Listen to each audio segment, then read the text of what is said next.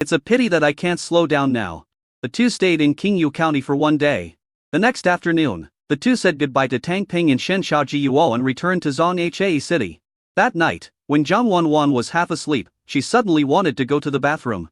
When she opened her eyes, she found that Shen Feng, who was supposed to sleep next to her, was gone again. This made Zhang Wanwan wake up suddenly. She tiptoed into her slippers and walked out of the room carefully. He walked to the door of the study and put his ear against it. Then I heard the faint sound of a mouse clicking inside. Sure enough, Feng Zi was in the study.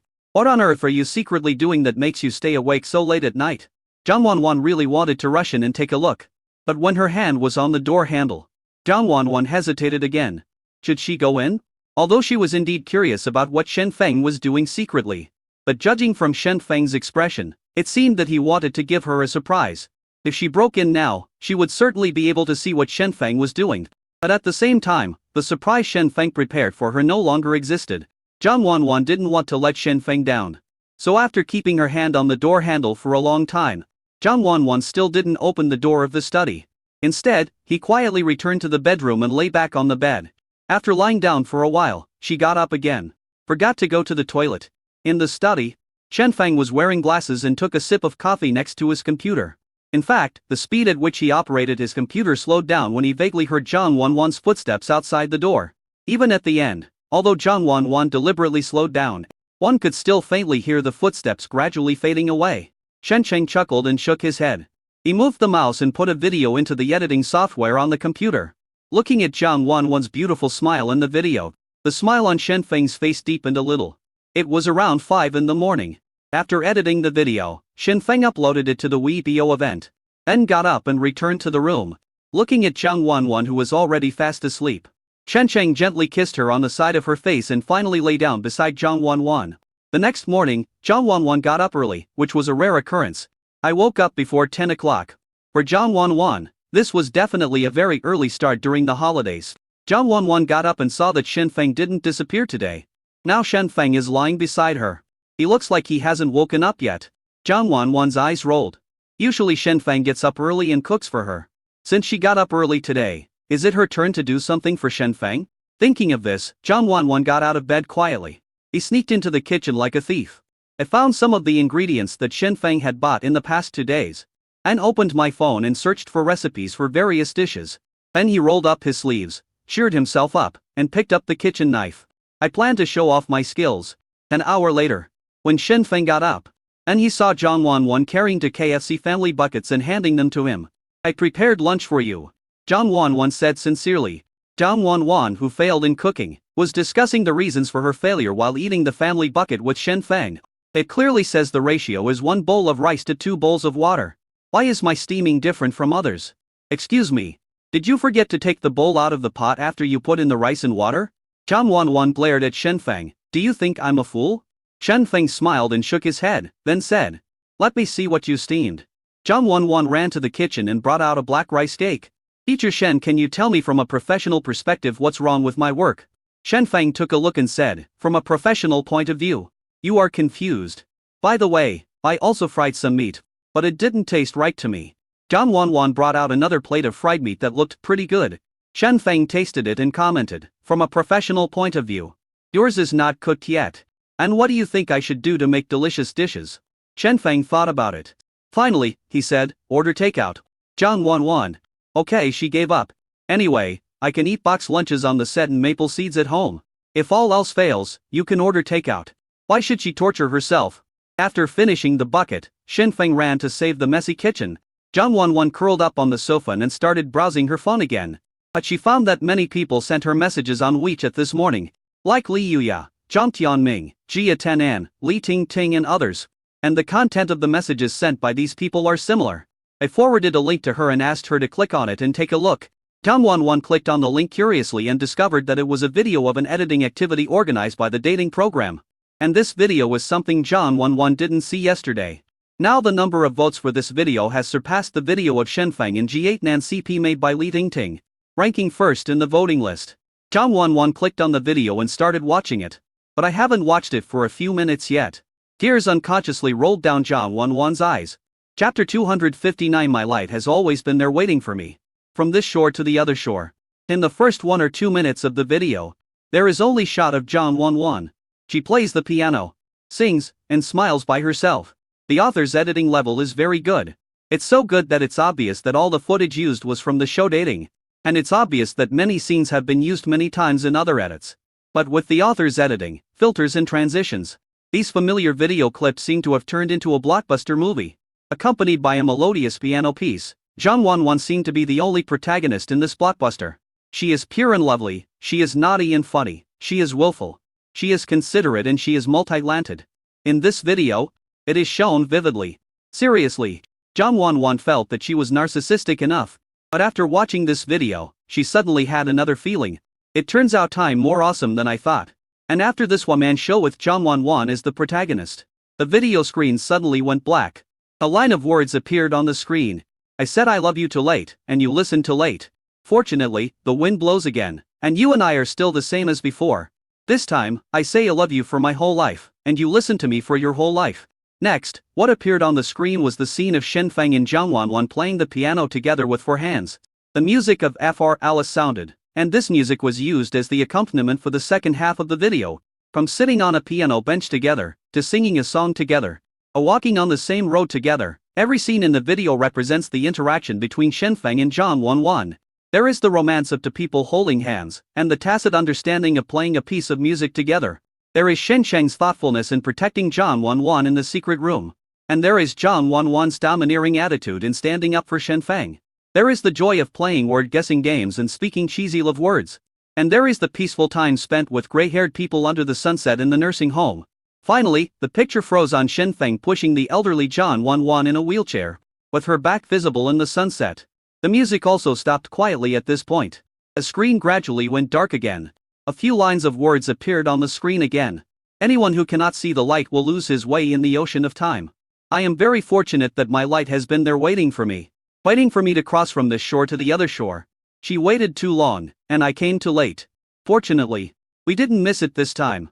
Fortunately, we won't miss it again. Thank you for being by my side, my love. My Won Won. After reading these few lines, John Won Won couldn't stop crying without realizing it. Perhaps other viewers who saw the video only thought these words were sensational. But only John Won Won knows. These sensational words are the most true portrayal of Shen Feng and her. For 10 years, she guarded his grave, feeling lonely in this bustling world.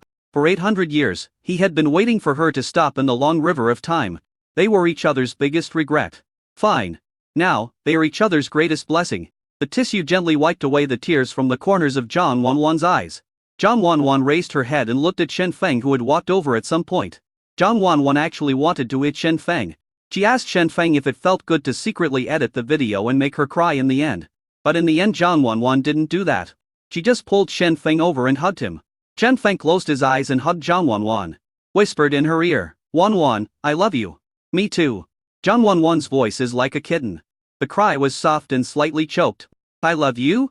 Although some viewers could not quite understand the meaning of a few sentences in the video. But there is no doubt that the editing of this video itself is powerful enough. These were obviously scenes that old fans had seen so many times before. But Shen Feng made them look like a brand new movie. In the words of fans in the comments, it was edited to a level worthy of an Oscar. In addition, this video was edited and released by Shen Feng himself. The dual blessing of technology and idol naturally made this video top the event. Jay Nan cried for a long time in the group. Jay Nan felt particularly sad. "I was really moved to death. This video was edited so well by Brother Shen. I never cried so much even when I hit my toes on the table leg." Jay Nan was in a particularly difficult situation. You listen and look at others. Why can Brother Shen edit the loving videos of the couple?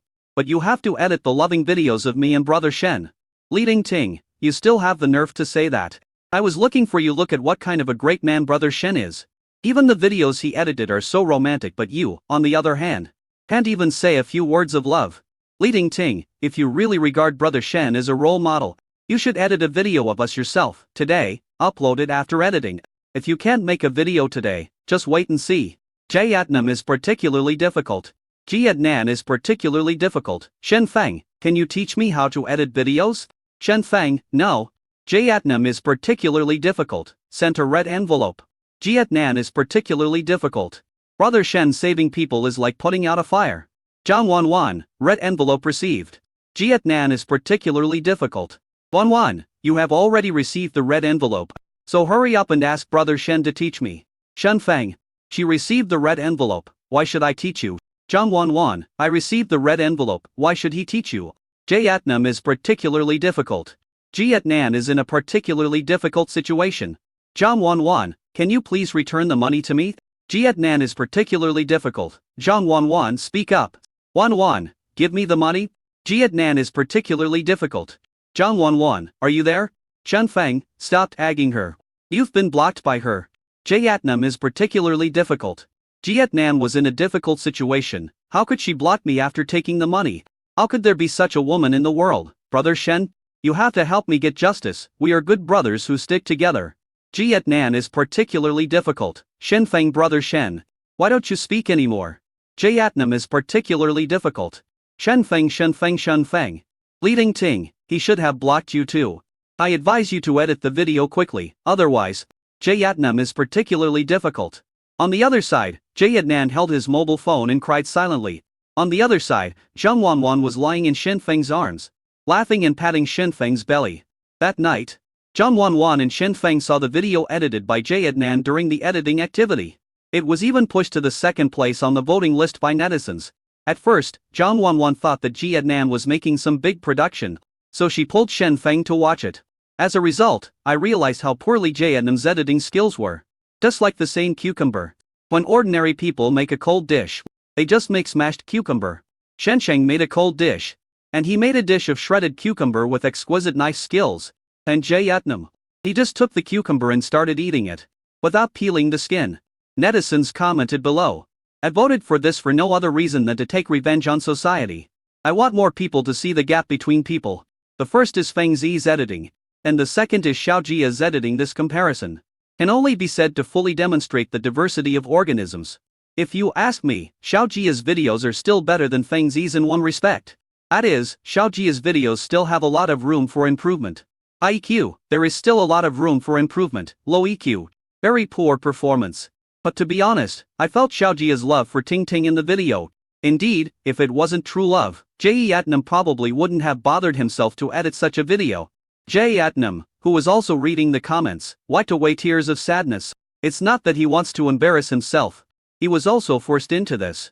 Chapter 260. Shenfeng is also not good at something.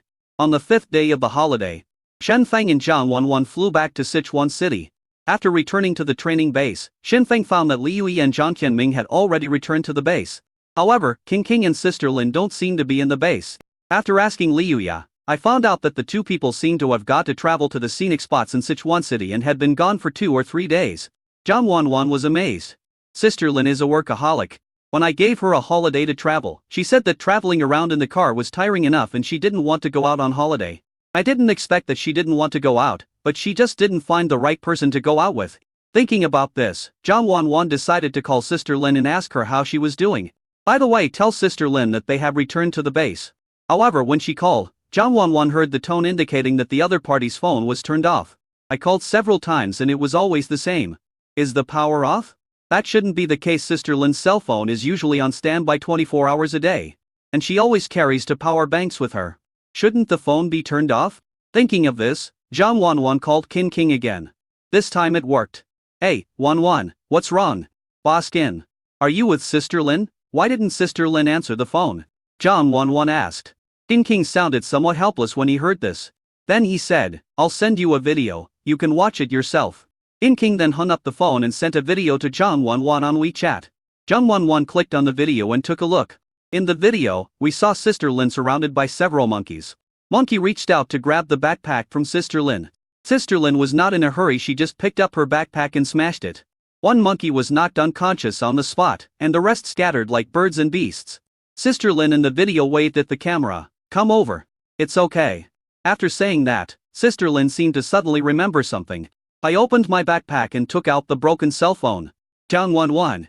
Why does this scene look so familiar? Shensheng couldn't help but admire it sincerely after seeing it. You are worthy of being an artist brought up by Sister Lin. Zhang 1-1 nodded in agreement. And she sent King the address of the store where she and Shensheng had gone to repair their phones last time. The owner of this shop is nicknamed the God of Phone Repair in the local area. There is no phone that he cannot repair. My phone was completely broken last time. And he fixed it for me. He helped you fix it after it was broken into pieces? Qin King asked. No, he sold me a new one. Qin King. Zhang Wanwan and Shen Shelp relieved to know that Sister Lin was safe and sound. During lunch, Zhang Wanwan and Shen Feng asked about Li Yuya and Zhang Tianming's return home. Although Li Yuya had sent a message to Zhang Wanwan and Shen Feng before, saying that she was doing well at Zhang Tianming's house, she did not provide any details at the time. When Zhang Tianming heard Zhang Wanwan and Shen Feng asking this, before Li Yuya could say anything, his face turned bitter. Sister, you should also know that my parents thought you were cute when you were little and always wanted a daughter, but they ended up having a son like me. I have been despised by them since I was a child. Now Yuya's here. She is sensible, obedient and hardworking. Not to mention my parents, even our nanny and servants are almost treating her like a young lady. Those people used to call me young master, but now some people are calling me uncle-in-law. Zhang Tianming wiped away his bitter tears, while Yuya was enjoying herself comfortably at home. My dad even found me a dance teacher temporarily and asked me to practice like crazy during the holidays. Didn't you see that I lost a lot of weight? Li Yuya added Zhang Tianming comfortingly. It's better to be thinner, you will be more handsome. Zhang Tianming looked at Li Yuya pitifully. Are you with me because of my handsomeness? Yeah, what else? Zhang Tianming. After lunch, none of the four people wanted to take a nap. Finally, the four of them discussed it and decided to play a game.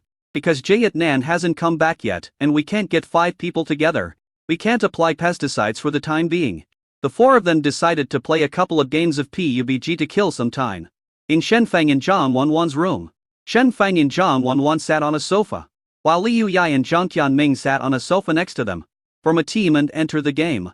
Landing with a parachute from a plane. The vast plains stretched as far as the eye could see. Zhang Wanwan looked at the scenes in the game and felt quite emotional. She plays this game relatively seldom. However, seeing the scenes in this game still brought back some memories for Zhang Wanwan. I still remember that time when this game had just come out. She pulled Shen Feng along for some fun, and their first skydiving was on a flat ground like this. I didn't pick up a gun, I didn't pick up a gun, I didn't pick up any medicine, and I didn't pick up any armor. Like to confused prey on the plane. And he was shot in the head by a fully armed enemy who appeared out of nowhere and fell to the ground. Just like now, the posture of falling is the same. Zhang Wanwan. Zhang Wanwan, fuck, Feng Zi, I was killed. Shen Feng, who landed not far from Zhang Wanwan, wanted to rescue her. But before he could do so, Zhang Wanwan was shot dead by the enemy and turned into a matchbox. Zhang Wanwan immediately came to Shen Feng's side and looked at his screen. Feng Zi, avenge me. Shen Sheng controlled the character, holding the only small pistol he picked up, and rushed towards the direction where the gunshots came from. Not long. Next to Zhang Wanwan's matchbox, there was another matchbox. Zhang Wanwan. Shen Feng. Shen Feng, I haven't played for a long time. Brother-in-law, watch me avenge you. Li Yuya and Zhang Tianming were rather cunning and had gone to a nearby housing estate to search for things early on. At this time, a man fully armed ran out and went around to the direction where the gunshots came from. 1 minute later, the four of them started a new game. And we dance somewhere where there's no one this time and develop slowly? Li Yuya discussed. Zhang Wanwan raised her hand to show her agreement. The four of them found a place with the least people and landed. Then, because they couldn't find any resources or a car, 3 of them died in the poison circle. Li Yuya, the only survivor, is the only hope left for the entire village. The other 3 people handed over all their resources to Li Yuya. Li Yuya took on the mission and broke out of the poison circle. Before I could even breathe a breath of fresh air, he was shot in the head by a 98K missile from 800 meters away. The 4 people looked at each other. Zhang Tianming went to the toilet silently. After coming back, he rolled up his sleeves and said, I'm in good shape now, let's do it again. This time, I'll jump wherever there are more people. Zhang Tianming was really brave this time. When in a fight, he is the first to rush forward and can easily beat 3 people at once. Even Li Yuya and Zhang Wanwan praised it repeatedly. In the end, although Li Yuya and Zhang Wanwan were eliminated again, Zhang Tianming and Shen Feng still made it to the final circle. In the final round, there were only 2 people, Shen Feng and Zhang Tianming, against a full team of 4 people. There is a difference in the number of people. But Zhang Tianming is not afraid at all. He bravely rushed to the opposite hill where he was hiding. Bravely draw your gun and shoot. Then, heroically disconnected. Li Yuya was of course very anxious when she was disconnected at this critical moment. She hurried to look at Zhang Tianming's cell phone and found out. Zhang Tianming is not offline. The account has been blocked. You are cheating? The corner of Li Yuya's eye twitched. She wondered why Zhang Tianming suddenly became so fierce. Zhang Tianming off lightly. Is it called cheating if you fight well? You've been banned. Does being banned mean you're cheating? Isn't it? Yes. Zhang Tianming sighed. Li Yu snorted. Picked up her phone again and looked at the viewing interface. Now there is only Shen Feng and 4 opponents left in the game. The poison circle was shrinking, and the sound of approaching footsteps could be heard from the opposite side. Shen Feng tapped his finger on the screen. He poked his head out from behind the cover and opened the scope. The moment when the enemy hasn't discovered him yet. One shot. No. Zhang Tianming. Liu Ya. Zhang Wanwan. Shen Feng quietly quit the game. He took a sip of water and said calmly, "Want to play a couple of games of King of Glory?" Chapter 261. I have a friend. I have to admit that some things do require proficiency and touch. Although Shen Feng had played PUBG when he was free. But when he thought about it carefully, that was probably 200 or 300 years ago. This game is not like MOBA games, where experience and awareness are more important than operation. This kind of shooting game requires skill the most. However, after being forced to rehabilitate for a few more games, Shen Feng regained some of his touch. I played a few games of chicken with the other 3 people, which was considered a small revenge. After playing games for 2 or 3 hours, Zhang Tianming took the tired Liu Yo away. Zhang Wanwan also stretched, then lay down and fell on Shen Feng's legs. He looked up at Shen Feng and asked, "Fengzi, you've been busy having fun these past few days. Have you thought about the program for the performance?" The performance of youth group takes the form of a concert. Groups A and B will perform in turns. The 2 groups will first perform 2 non-original song and dance performances, and then each will perform an original song and dance performance. There are 6 programs in total. Shen Feng and Zhang Wanwan have already discussed the non-original programs with Wenhua Liu Mingyu. The remaining original stage is what they really need to worry about. Because this original program is not just about being original, it also needs to be compatible with Song Jian's script. To promote the future movie in advance. Do you have any ideas? Shen Feng asked Zhang Wanwan back. He knew that although Wanwan was indeed on vacation these 2 days, she often watched some singing and dancing videos and Song Jian scripts to find inspiration in her free time. As a movie queen in her previous life, Zhang Wanwan must have a good sense of stage and aesthetic taste. So Shen Feng wanted to see what Zhang Wanwan thought. Actually, I don't have any specific design, I just came up with a rough outline. Zhang Wanwan said. Song Jian's script designed a unique worldview. On the one hand, it is set in the Republic of China period, with scholars wearing plain clothes and long gowns, and warriors fighting among warlords on the other hand. The technology in this worldview is very advanced. With many highly technological machines, it has a steampunk feel. A main theme of the script is the conflict between advanced technology and the chaotic Republic of China. A male and female protagonists are a mailman on stage and a rock singer from an underground gang. That's the case on the surface, but in fact, the 2 of them serve different masters. They are both undercover agents trained by their respective masters. The story also unfolds from the meeting between these 2 people. So my idea is that the 2 groups A and B will play the male and female protagonists with a big contrast in the middle. Zhang Wanwan thought about it seriously again.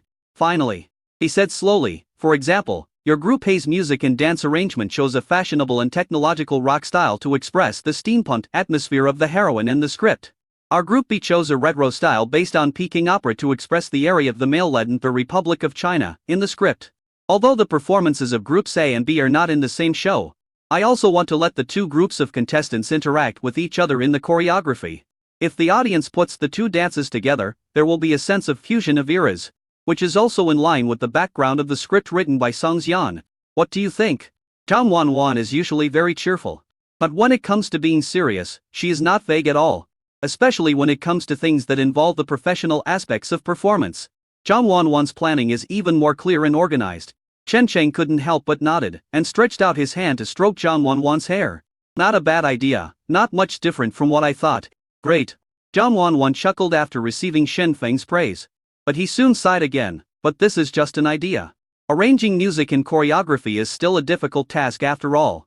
In less than a month, we only have time to arrange music in the first 15 days when the contestants are practicing other non-original programs. After 15 days, the music, lyrics and choreography must be completed, so that the contestants will have time to practice. Zhang Wanwan suddenly felt that this program did not really test the contestants' abilities. What is more challenging is the ability of their several chief instructors. Don't worry about that, leave the music arrangement to me and Liu Mingyu. As for the choreography, let Sister Wenhua take care of it. Shen Feng said. Liu Mingyu is absolutely professional in music arrangement. After all, He is a superstar singer-songwriter, and Shen Feng can also help. As for choreography, Wen Hua's title of national-level dancer was not earned for nothing. Zhang Wanwan looked up at Shen Feng. Then what should I do? You fuck me? Zhang Wanwan. Shen Feng smiled and said. No, you can prepare the costumes and props if you want to show the sense of the times of the Republic of China and the sense of technology of steampunk. Costumes are still very important. Okay, leave this to me. Zhang Wanwan said with a smile. Afterwards, Shen Feng and Zhang Wanwan found Liu Mingyu and Wen Hua. I briefly shared my creative intention with the two people. In order to get inspiration for his creation, Shen Feng also intercepted part of Song Xian's script and showed it to the two of them, but in order to avoid suspicion, Shen Chang could only show a part of it to the two of them. Both teachers were quite interested in this fresh background setting. He expressed his agreement to compose and choreograph according to Zhang Wanwan's plan. However, the choreography must be completed after the song is completed. So the pressure falls on Shen Feng and Liu Mingyu.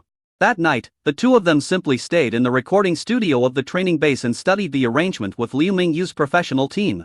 Zhang Wanwan really couldn't help much in this regard. So she went back to rest. But before she went to bed, there was a knock on the door. Zhang Wanwan walked to the door in her pajamas.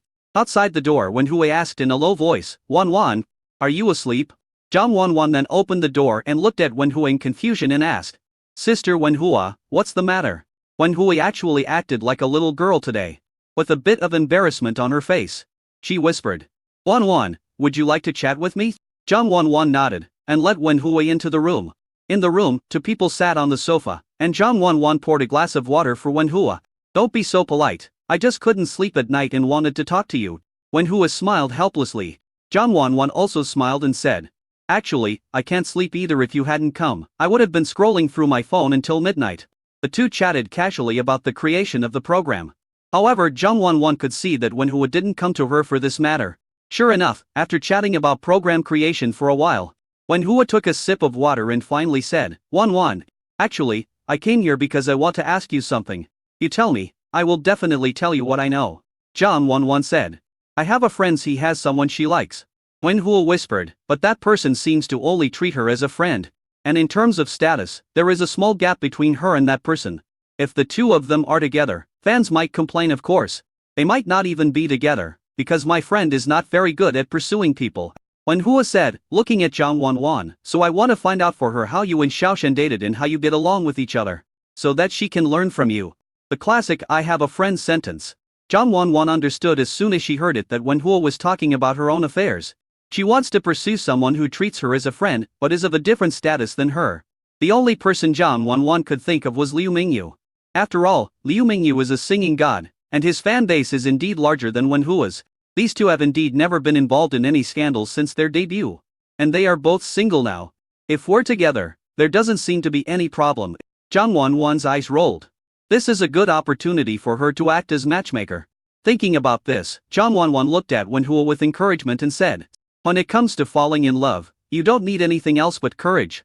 Sister Wen Hua, just confess your feelings, and leave the rest to love and fate. If you keep thinking about it, there will be a response. It's not me, it's my friend. Yes, your friend. Your friend. Zhang Wanwan smiled and said, if your friend really doesn't have the courage, I can teach your friend a few tricks. That's not impossible. Chapter 260 to There Is a Friend. Let's be honest. Zhang Wanwan seriously felt that if Wen Hua confessed her feelings, the probability that Liu Mingyu would agree to her would be as high as 99. Those who are involved are often confused, while those who are not involved can see things clearly. Zhang Wanwan has been getting along with Liu Mingyu and Wen Hua for almost a month, and she has seen the attitudes of these two people towards each other. Liu Mingyu and Wen Hua have a relationship where they are respectful and can also entertain each other. The feeling of being together like this is more than friends but less than lovers. The only thing left is for one person to confess. Zhang Wanwan started to give Wen Hua some advice. You, your friend, can send something small to the person she likes every day. At first, send some food, and after a few days, put a card in the lunchbox with a confession of love. How about that? Wen Hua said with some embarrassment. My friend is not young anymore, so it's not appropriate for him to play such childish tricks, right? Why don't you be more mature, call and arrange to meet, and then talk it out. Wen Hua was still a little embarrassed. But my friend was afraid of being rejected in the end. She couldn't even be friends with the person she liked. Zhang Wanwan thought for a moment and said, truth comes out after drinking.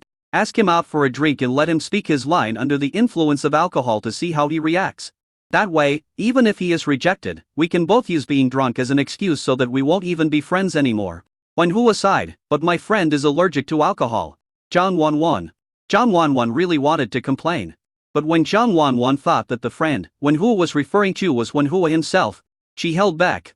Finally, he said, then there is only one way. Wait for the man to take the initiative. Wen Hua frowned. But the man doesn't seem to have any romantic feelings for my friend. How can I get him to take the initiative? It's simple. Any man except Feng Zi can't resist the attack of the land of tenderness. Any man except Feng Zi will have the illusion of, does she like me, when a woman is nice to him. Zhang Wanwan analyzed to Wen Hua, as long as your friend changes his attitude towards the man, becomes a little gentler and more considerate, but never mentions confession, then be a little distant and give the man a feeling of wanting to catch him but not being able to. This way, he won't be able to resist and will take the initiative to confess his love. Wen Hua thought about it seriously. Finally he nodded and said, that's one way, but I'm not sure if my friend can be gentle and considerate. Of course you can, you are already gentle enough. Zhang Wanwan said. Wen Hua was somewhat helpless. He's my friend. Yes, your friend. Zhang Wanwan immediately changed her words. Wen Hua leaned back on the sofa, thinking about what Zhang Wanwan had said to her. When Zhang Wanwan saw this scene, she couldn't help feeling a little anxious. In her opinion, Wen Hua didn't need to think of any tricks at all. Just go ahead and day it out boldly. If you can capture Liu Mingyu, then capture him. If you can't, that doesn't matter. We have been colleagues and friends for so many years. Even if the confession fails, does it mean we have to break up? They are not children anymore, it shouldn't be necessary. She felt that Wen Hua was just a thin-skinned. Maybe. I need a little help. Zhang Wanwan thought about it and quietly took out her cell phone. I found Liu Mingyu's WeChat and sent him a message. Zhang Wanwan, brother Liu, let me ask you something. What do you think of sister Wen Hua? Zhang Wanwan, I'm telling you. If you think she's good, confess your feelings to her right away. Now is a perfect opportunity. Liu Mingyu did not respond immediately. Zhang Wanwan guessed that he was probably making music and his phone was turned off or on silent mode. However, Zhang Wanwan didn't expect him to reply immediately. As long as Liu Mingyu can give an answer within these 2 days, it will be enough. If Liu Mingyu also likes Wen Hua, he can just confess his love to her and win her over on the spot. If he didn't like her, Liu Mingyu wouldn't go to Wen Hua, and Wen Hua wouldn't be embarrassed by being rejected. It's perfect. Zhang Wanwan put away her phone with a smile. I feel like I'm invincible as a matchmaker. The two red strings were tied together while chatting and laughing. As for whether these two red lines can be tied together, it depends on their luck. Zhang Wanwan thought happily. At this moment, Wen Hua suddenly picked up the phone. She seemed to have received the message. Zhang Wanwan's eyes lit up. Could it be that Liu Mingyu was so proactive? He confessed so quickly? She really wanted to go over and see what message Wen Hua had received. But in the end I held back. She calmly picked up the cup and drank water, waiting for good news from Wen Hua. Then, there is indeed good news from Wen Hua. Wen Hua, who had a sad face before, suddenly smiled. Then he said to Zhang Wanwan, Wanwan, thank you for your advice. But it seems that my friend has become successful. Zhang Wanwan chuckled. It worked. Liu Mingyu actually confessed to Wen Hua. She drank the water again with the demeanor of a master. Although this is all her credit, she is not in a hurry to take credit for it. But then I heard Wen Hua say, I am a silly sister. I like a senior from the same company but I don't dare to confess. He pestered me late at night and asked me what to do. I came to you because I really had no other choice. But she just sent me another message saying that she took the initiative to confess her feelings to the person she liked. And it actually worked out so I don't have to worry about it anymore. Zhang Wanwan, who was drinking water, spat it out. He coughed for a long time because of being choked. And finally looked at Wen Hua in astonishment and said, your sister? Wen Hua nodded. Yes, Wen King, she is an actor and also from Minglai Entertainment. You should have heard of her, right? She likes Ming Yang, who starred in Feng Yanzhang. But Ming Yang is more famous than her and he seemed to just treat her as a friend before. So she didn't dare to express her feelings. Wen Hua smiled helplessly. I'm almost 30, and I've been struggling with this for the whole night. I even called to ask me, but I have no other choice but to ask you for help. Thank you so much for troubling you. Listen to Wen Hua's words. Zhang Wanwan's hands were shaking. Real? Is he really your friend? It's really not you? And what about the red string she just tied? This is such a huge misunderstanding. Zhang Wanwan swallowed. And hurriedly took out her cell phone, wanting to withdraw the message she had sent to Liu Mingyu. But unfortunately, it can't be withdrawn. Zhang Wanwan had no choice but to send a message to Shen Feng. Let Shen Feng find a way to get Liu Mingyu's cell phone and delete the messages she sent. But she didn't have time to send the message to Shen Feng. She received a reply from Liu Mingyu. Liu Mingyu. Okay, thank you. Zhang Wanwan's hands trembled again. Then, Wen Hua's phone rang with a message notification. Zhang Wanwan. Zhang Wanwan took a deep breath. Then he buried his face in the pillows on the sofa. Start playing dead. Chapter 263. You should say not enough. Wen Hua looked at his phone for a long time. No words were spoken for a long time. Zhang Wanwan was almost suffocating by the pillow and secretly turned her head to glance at Wen Hua. In the middle of the night, only a night light was on in the room, and the light was not very bright. Zhang Wanwan couldn't see Wen Hua's expression clearly either. She swallowed her saliva, and finally asked Wen Hua in a low voice. Sister Wen Hua, what's wrong? Wen Hua seemed to have just been woken up by Zhang Wanwan. After a moment of hesitation, he smiled at Zhang Wanwan. Nothing, my sister was talking to me about something. And I got distracted, sorry. It's so late, I won't disturb you to rest. I'll leave first. Wen Hua said this and stood up to leave. Zhang Wanwan originally wanted to ask whether it was Liu Mingyu who sent the message and what it said. But it's really hard to ask these questions. In the end, Zhang Wanwan could only suppress her curiosity and send Wen Hua out of the room. After Wen Hua left, Zhang Wanwan took out her cell phone and sent a message to Shen Feng. Zhang Wanwan, Feng Zi, is there any situation over there? She didn't ask Liu Mingyu directly. I thought I'd ask Feng Zi first. After all, if Liu Mingyu really confessed and was rejected, wouldn't she, who instigated Liu Mingyu to confess, be hated by him? Shen Feng's reply was quite quick. Shen Feng, what's going on? Zhang Wanwan, is Liu Mingyu in any condition? Shen Feng, we are taking a break now, he is out and not in the recording studio. What happened? Zhang Wanwan thought about it and called Shen Feng. And he told Shen Feng everything that had just happened. After hearing this, Shen Feng said, we just edited a few short demos with Liu Mingyu's team. The team is debugging now, so we want to take a break first. During the break, Brother Liu did receive a message and went out. He hasn't come back yet, so I don't know what the situation is. Shen Feng said. Zhang Wanwan sighed. Oh, I really messed up this time. What if Sister Wen Hua doesn't like Liu Mingyu?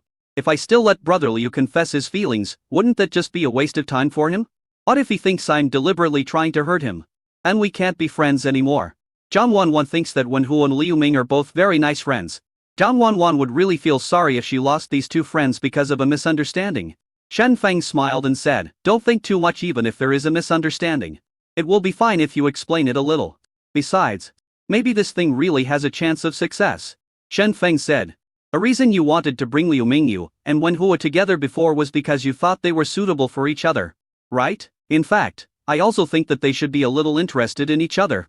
As Shen Feng spoke, he told Zhang Wanwan what had just happened in the recording studio. Just now when Liu Mingyu and I were discussing the demo in the studio, Liu Mingyu mentioned several things related to Wen Hua to me. He said that during the time we were away from the base, Wen Hua asked him to go on a trip, but he didn't go because of company matters. So he and Wen Hua had a little quarrel. From my perspective, I think their relationship is definitely more than just friendship. But whether it will work out in the end probably depends on what they both think. After Shen Feng finished speaking, he suddenly remembered something and asked Zhang Wanwan. Did you hear any news about Liu Mingyu, Wen Hua in your previous life? Zhang Wanwan lived 10 more years in her previous life. Zhang Wanwan should know something about what will happen in the next 10 years. Zhang Wanwan pondered for a moment and recalled carefully for a long time. In fact, she spent most of her time in her previous life filming. And she wasn't in the mood to pay attention to too much news. But Liu Mingyu and Wen Hua are people in the entertainment industry after all. So Zhang Wanwan has passively received some news about them. After thinking about it, Zhang Wanwan said helplessly. It seems that there is no, but I remember that even in the 10th year, they were both in their 40s or 50s and were still single. Although they are not married for more than a decade. Every time they celebrate their birthdays, they always send blessings to each other on time, and often joke about it in various interviews. So many people on the internet at that time said that the two should just get together. Zhang Wanwan still remembers that in her previous life, 1 year on Weibo, when Hua and Liu Mingyu were ranked first in the top 10 CPS in the entertainment industry, and that Weibo post was even forwarded and liked by each other. At that time, Zhang Wanwan was fully committed to filming and her works were very good.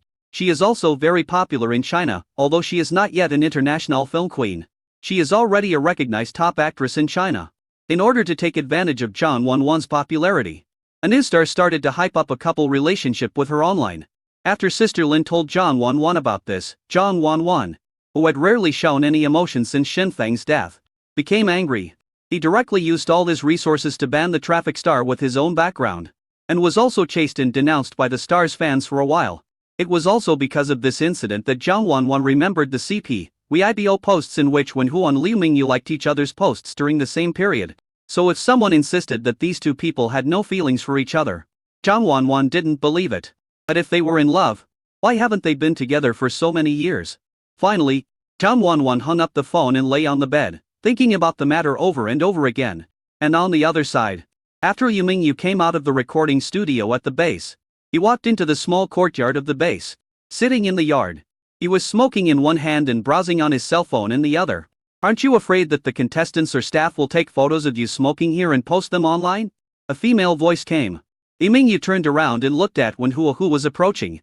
He extinguished the cigarette in his hand, exhaled the last of smoke and said, I'm not afraid of that. There are still many people imitating the scenes of me smoking in the movies. At that time, some people even said that I was the god of smoking. I'm not one of those young handsome guys who doesn't care about my image. The more I smoke, the more stable my image will be. Wenhua smiled and said, You are not a young handsome guy, you are Yu Qian, right? After being with Xiaoshen Wanwan for a long time, their tongue has become smooth. As he spoke, Wenhua sat next to Liu Mingyu. Liu Mingyu took off his coat and put it on Wenhua. The weather has turned cold a long time ago. The temperature inside the base is fine because of the central air conditioning. Don't wear such thin clothes when you go out, Liu Mingyu said. Wenhua put on his clothes naturally, and glanced at Liu Mingyu who was only wearing half sleeves. Aren't you afraid of the cold? Men, who are afraid of the cold? Liu Mingyu said with a smile. After saying that, both of them fell silent. The atmosphere wasn't awkward though. It seemed that the two of them were often silent like this. Or they were used to this silence. After a while, Liu Mingyu then said softly, Wenhua, what do you think of the message I sent you on WeChat? Wenhua remained silent for a long time.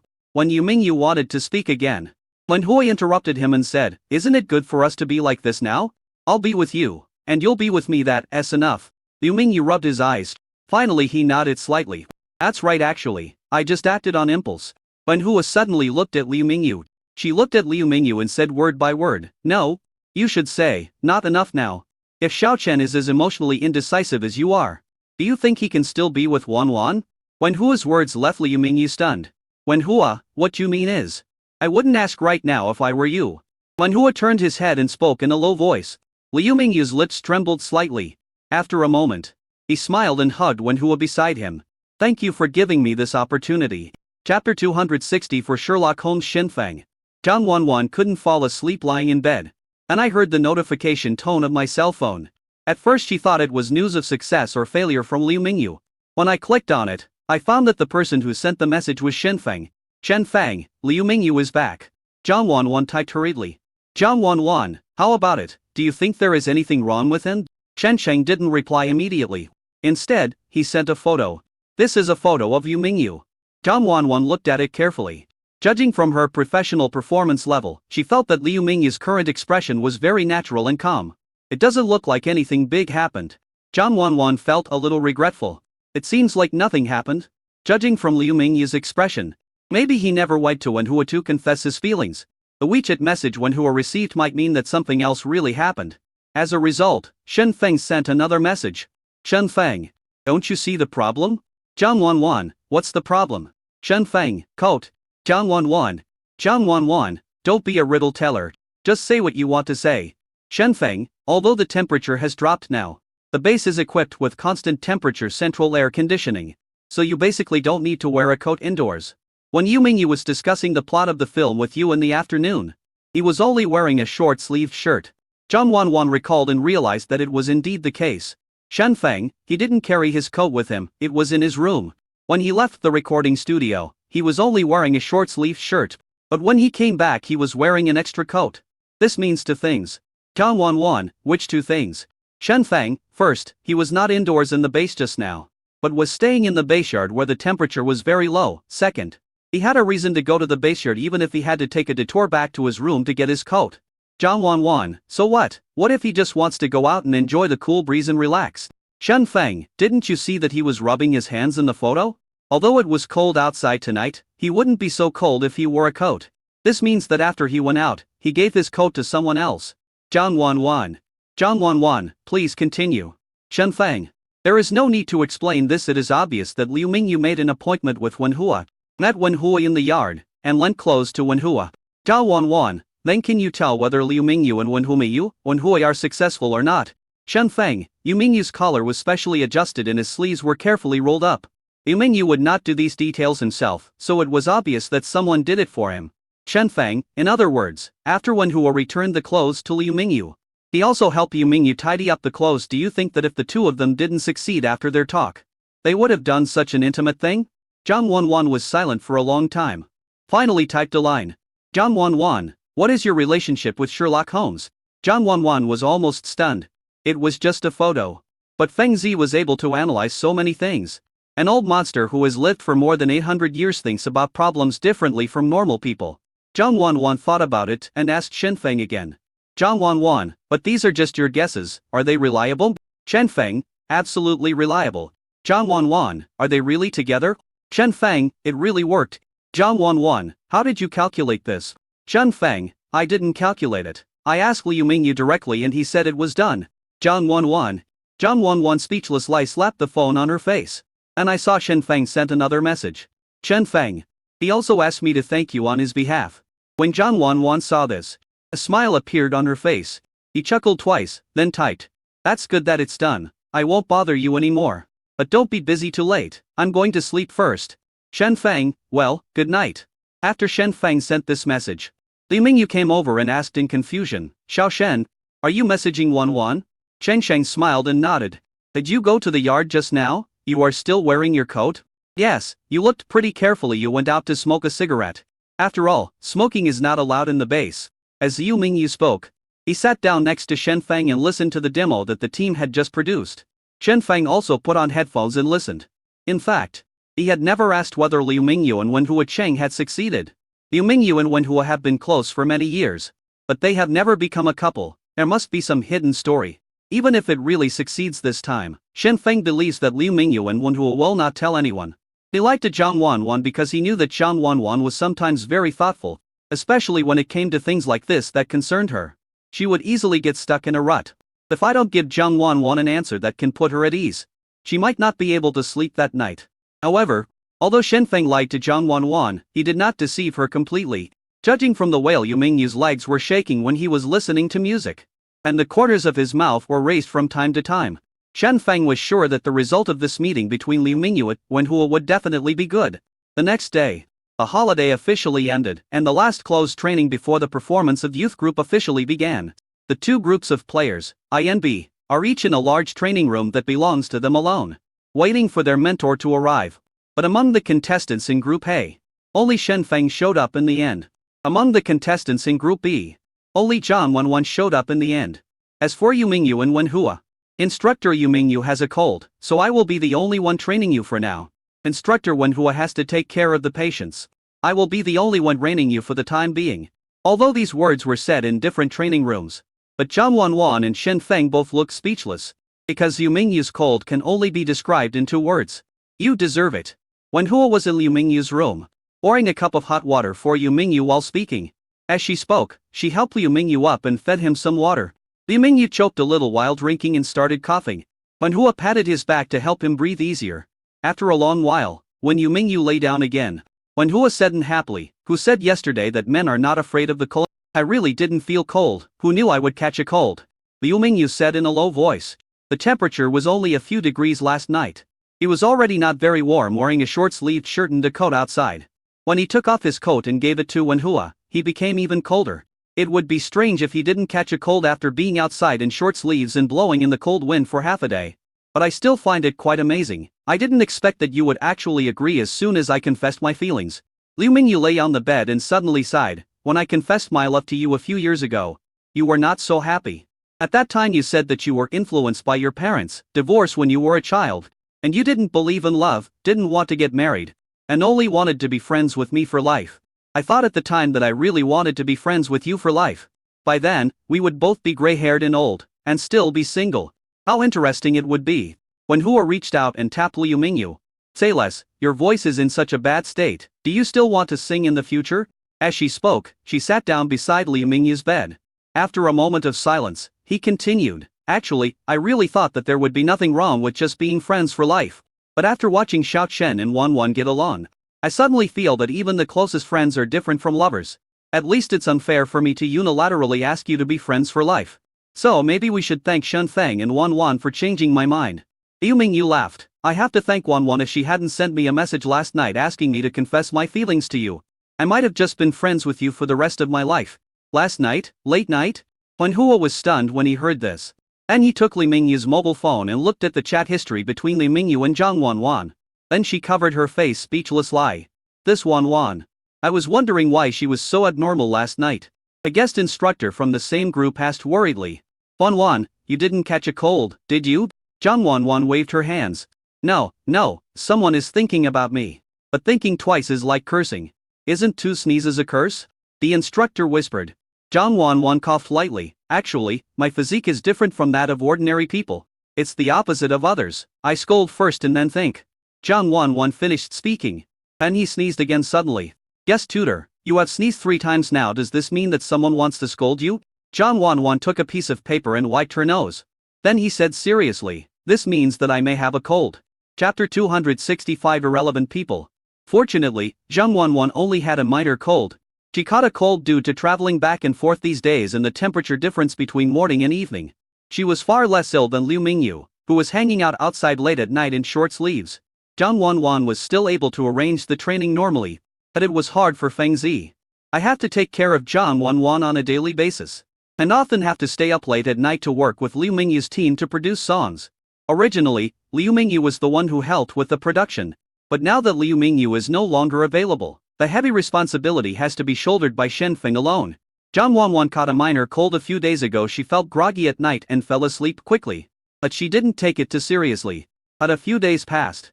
Zhang Wanwan, who was lying in bed waiting to fall asleep, felt a little emotional. It's not that she felt unhappy that Feng Zi didn't sleep with her at night. The main reason is that Feng Zi hasn't had a normal sleep for 4 or 5 days. Liu Mingyu's team can make up for their sleep during the day and stay up as late as they want at night. But Shen Shang still has to guide the players in practice during the day. And if he goes to bed late at night, he doesn't get enough time to rest every day. Even if Feng Zi is an old monster who has lived for hundreds of years, her body cannot withstand such treatment. Zhang Wanwan, feeling sorry for Shen Feng's inability to sleep, finally got dressed and got out of bed, ready to go to the recording studio to see if she could help so that Feng Zi could come back early to rest. Because Zhang Wanwan and Shen Feng's rooms are in the rest area of the base, and the recording studio is on the 5th floor of the equipment area. Not only do they have to walk across half the yard, but there is no elevator at night, so they have to climb the stairs. Zhang Wanwan climbed to the 5th floor and found the recording studio. She was so tired that she took a breath. Standing at the door of the recording studio, Zhang Wanwan took a deep breath and planned to sneak in and give Feng Zi a surprise. Adjust your breathing and lighten your steps. Zhang Wanwan reached out stealthily and grabbed the door handle. Then, she found the door locked. Zhang Wanwan. Forget it. I can't give you a surprise. Zhang Wanwan knocked on the door helplessly. Waited for a moment. No one opened the door. Knocked on the door again. Still no one opened the door. Zhang Wanwan sent a message to Shen Feng. Shen Sheng did not reply. Made a phone call. Shen Feng didn't answer. Zhang Wanwan felt numb. I guess Shen Sheng is currently recording a song with Liu Mingyu's production team wearing headphones. I can't hear any sound. She had no choice but to walk around again and went back to the room, planning to go back and check later. It turned out that she had just returned to her room and had just changed into her pajamas. Shen Feng called. Hello, Wan brother, what's wrong? I just went to your recording studio to look for you, but you locked the door. They were recording a demo just now, and they locked the door to avoid being disturbed. I was wearing headphones and didn't hear the phone call. It's intermission now, you can come over.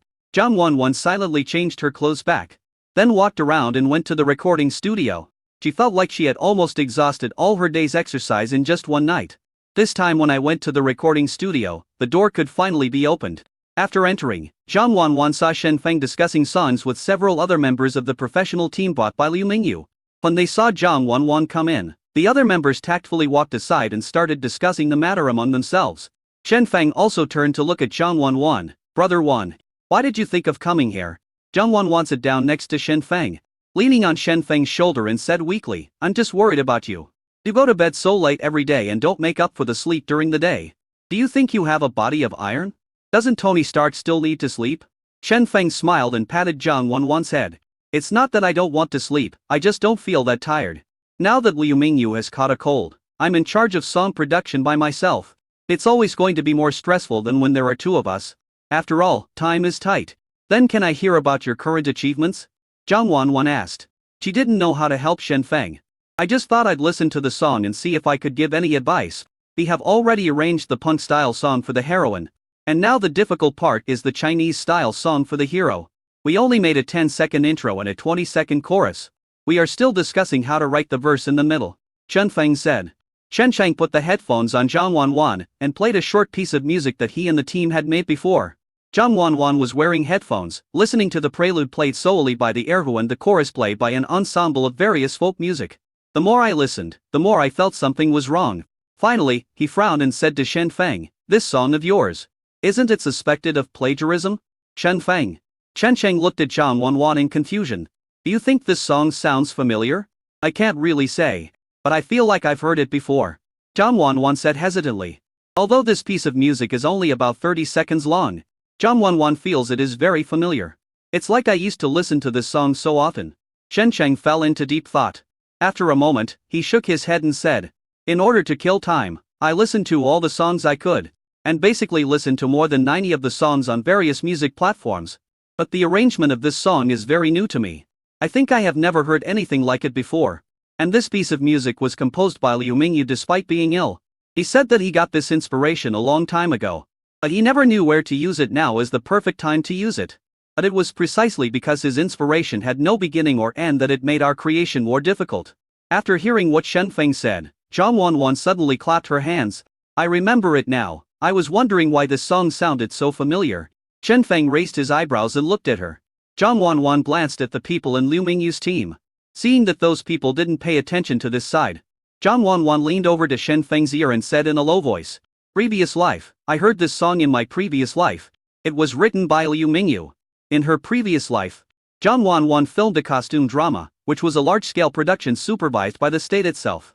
The purpose was to promote the country's cultural heritage and export culture abroad. For this reason, this drama has been extremely attentive from casting to production. The actor acting with Zhang Wanwan at that time was the veteran actor Xu Yilin, and the other actors were basically all genuine veteran actors. Zhang Wanwan, the youngest film queen at the time, was mixed in with the group, and many people accused her of bringing money into the group or something. At that time, the theme song of this drama was specially produced by Liu Mingyu, a heavyweight singer in the music world. In order to ensure the perfection of the theme song, the management specially invited nearly 100 well-known figures in the music industry to help Liu Mingyu polish the song. The song starts with the slightly sad erhu as the prelude, mixed with various domestic folk instruments, to create a perfect song, with the singing of the opera tune performed by the top opera master in China at that time. The whole song brings out the word national style to the extreme.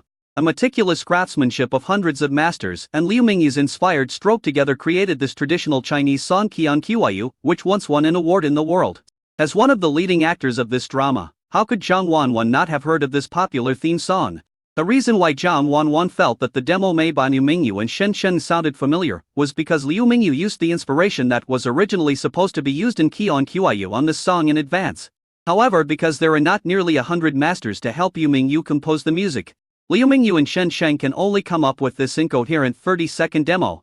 Zhang Wanwan was whispering to Shen Feng when a man who looked older came over from Liu Mingyu's team. Zhang Wanwan recognized him. His name is Fang King. He is the most experienced and powerful composer in Liu Mingyu's team. He is also the main person in charge of Liu Mingyu's team. It can be said that 80 of Liu Mingyu's songs were produced by him. He is a real big shot. Seeing Fang King coming, Zhang Wanwan politely greeted Fang King.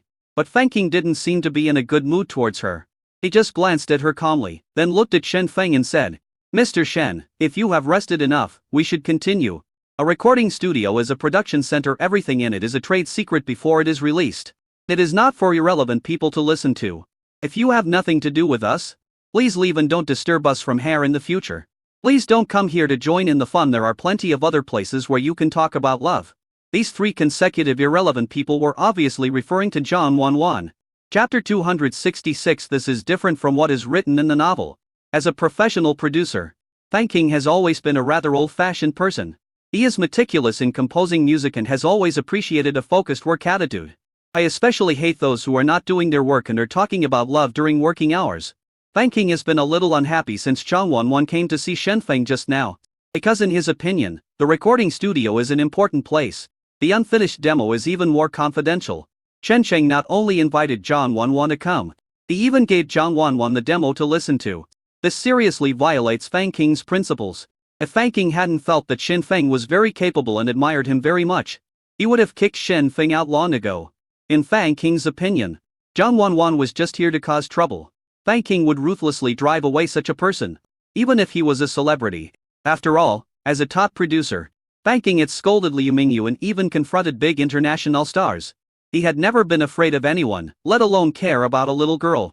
Zhang Wanwan was speechless. She really doesn't like people who like to speak in a sarcastic way. Whenever Fan King pointed at her and said she was in the way, Zhang Wanwan was happy to explain to Fan King in a nice way. Fan King was so sarcastic that Zhang Wanwan couldn't help herself. Teacher Fan King, I came to Feng Zi to see if there was anything I could do to help him. I was talking to him about serious matters just now. How come you say that I'm affecting your creation? I came here when you were on break. Why, do you also want to create during your break? Zhang Wanwan crossed her arms and looked at Fan King. It has been less than 10 minutes since Feng Zi called me and asked me to come over. Your rest time is really precious, no wonder, after all. You can catch up on sleep and dress during the day, of course. You have to seize the time at night to work hard. But my Feng Zi has to teach the players during the day. And doesn't even have a long nap, he also has to stay up all night with you guys. Now he can't even relax and say a few more words to me. Right? This 30-second accompaniment that doesn't match the beginning and the end has become a trade secret. Teacher Fang's attitude is quite rigorous, but his level is worrying. If he was really capable, how could this piece only last 30 seconds? I can complete this piece by humming a random part. After Zhang Wanwan said this, Fan King didn't do anything. But the producers who were in the same team with Fan King couldn't sit still. Fan King is their big brother and the leader of the team. They are the core of the team. They could tolerate being scolded. But they couldn't tolerate Fan King being scolded. A tall man stood up and walked up to Zhang Wanwan and said, "Do you really think being a celebrity is so great? Do you know what Teacher Fan King's status is? Are you qualified to talk to him like that?" As soon as he finished speaking, Shen Feng stood in front of him. "My wife is communicating with Teacher Fang, does it have anything to do with you?" Shen Feng looked at the man who was taller than him. The tone was not very strong, and even sounded a little bland. But the tall man looked at Shen Feng and subconsciously took a step back. Then he scratched his head and whispered, "Mr. Shen, you are capable and should know Teacher Fang's rules. This time your wife really shouldn't. Shut up and go back," Shen Feng said. The tall man glanced at Fan King. Seeing that Fan King didn't look at him, he walked back slowly. After the tall man left, Shen Feng looked at Fan King. "Teacher Fan King, I know your attitude towards professionalism, but Wanwan is also one of the planners of this song. I don't think she is irrelevant. Besides, she didn't talk about love with me just now. Instead, she gave me a lot of suggestions on composing music. So, Mr. Fang, can you take back what you said just now?" Fan King and Shen Feng looked at each other. After a moment, he frowned and said, "I thought you were different from those other young people. You have talent and ability, but now it seems that you don't have the true attitude to make music. You are the same as those young people. Not talking about love? Giving suggestions? Although I am old, I am not suffering from Alzheimer's. I am just a traffic star. What ability do I have to give suggestions for such a song? If you want to defend your woman in front of me, there's no need to use such childish words." Fan King turned around and said, "I'll be in charge of composing the music this time. You and your wife, please leave the recording studio. I will tell you Mingyu about this matter in person, and I will take responsibility." As Fan King spoke, he had already ordered them to leave. But at this moment, Fan King, who had already turned around, heard the sound of a guitar coming from behind him. The sound was a bit out of place in the quiet recording studio. Fan King and his team members looked at Zhang Wanwan, who was playing the guitar in the studio, with displeasure. Fan King couldn't help but get a little angry and said, "Young people nowadays can't understand Mandarin. I told you to leave. Can't you hear me? If you continue to disturb our creation here, I will contact Liu Mingyu immediately, do you hear me?" But Zhang Wanwan ignored Fan King, playing by himself. Fan King glanced at the people in his team and said, "Kick them out, this is a recording studio, not a place where they can mess around." Several people in the team stood up, thinking about driving Shen Feng and Zhang Wanwan away. But before they could take action, Fan King suddenly called them. "Wait a minute. Teacher, what are you doing?" One person wanted to ask Fan King what happened in confusion. But Fan King made a gesture to keep quiet. Then he looked serious. as if listening to something. Several people in the team looked at each other. Because at this moment, the only sound that could be heard in the recording studio was Zhang Wanwan's guitar. They listened carefully with doubt. But when they heard this, the expressions of several people changed. Because what Zhang Wanwan is playing now is actually the arrangement of the demo song they just performed. The most important thing, Zhang Wanwan played more than just the incomplete fragment of the opening and chorus parts. It's a smooth and complete song. Although this kind of Chinese-style arrangement sounds a bit thin when played on guitar. But those present were professionals. They could tell whether a piece of music was good or not just by listening to the tune Zhang Wanwan played. There is absolutely no problem with the song completed by Zhang Wanwan. And it is even very complete. The degree of completion is certainly high. After all, what Zhang Wanwan is playing now is the top-notch Chinese-style music Qian Qiu, which was composed by Yu Mingyu himself in his previous life and nearly 100 music masters. This masterpiece, which carries the hard work of countless Chinese musicians, and be as magnificent as a poem even when played on the simplest guitar. After playing this song, Zhang Wanwan rubbed her fingers casually. He imitated Fang Qing's previous tone and said in a sarcastic tone, "I wonder if a piece played by an insignificant person like me can be appreciated by you professionals?" Originally, Zhang Wanwan just wanted to save Shen Feng's face and help herself vent her anger. Unexpectedly, she had just finished speaking. Fang Qing and several other people from the team suddenly surrounded her. And he said anxiously, "Can you please write down the tune you just played? Don't talk about anything else, just copy down the tune. My dear aunt, can you please turn on the recording next time before playing? Aren't you afraid that you will forget the tune?" The corners of Zhang Wanwan's mouth twitched. She coughed, looked at Fang Qing and said, "Am I still irrelevant? No, sorry, can you please stop worrying about this for now? The score, quickly copy it down." Fang Qing, who had always had a serious face, now looked like a kid who hadn't graduated from elementary school. First, they perfunctorily apologized to Zhang Wanwan. And then a group of people surrounded Zhang Wanwan and forced her to copy music scores. Zhang Wanwan felt like crying while copying the music score. To be honest, she played this piece just to show off.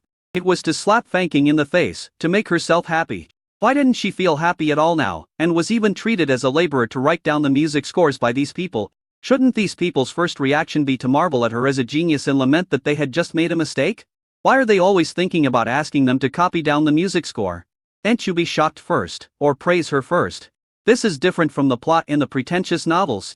Chapter 267, The 1,000 Years Have Not Come. There was no rain in the third year of the Republic of China. Zhang Wanwan couldn't wait for a word of awesome. After copying the score, Fang Qing took the team to study it. "I waited for a long time for Zhang Wanwan's cool plot, but it never came." This made Zhang Wanwan very unhappy.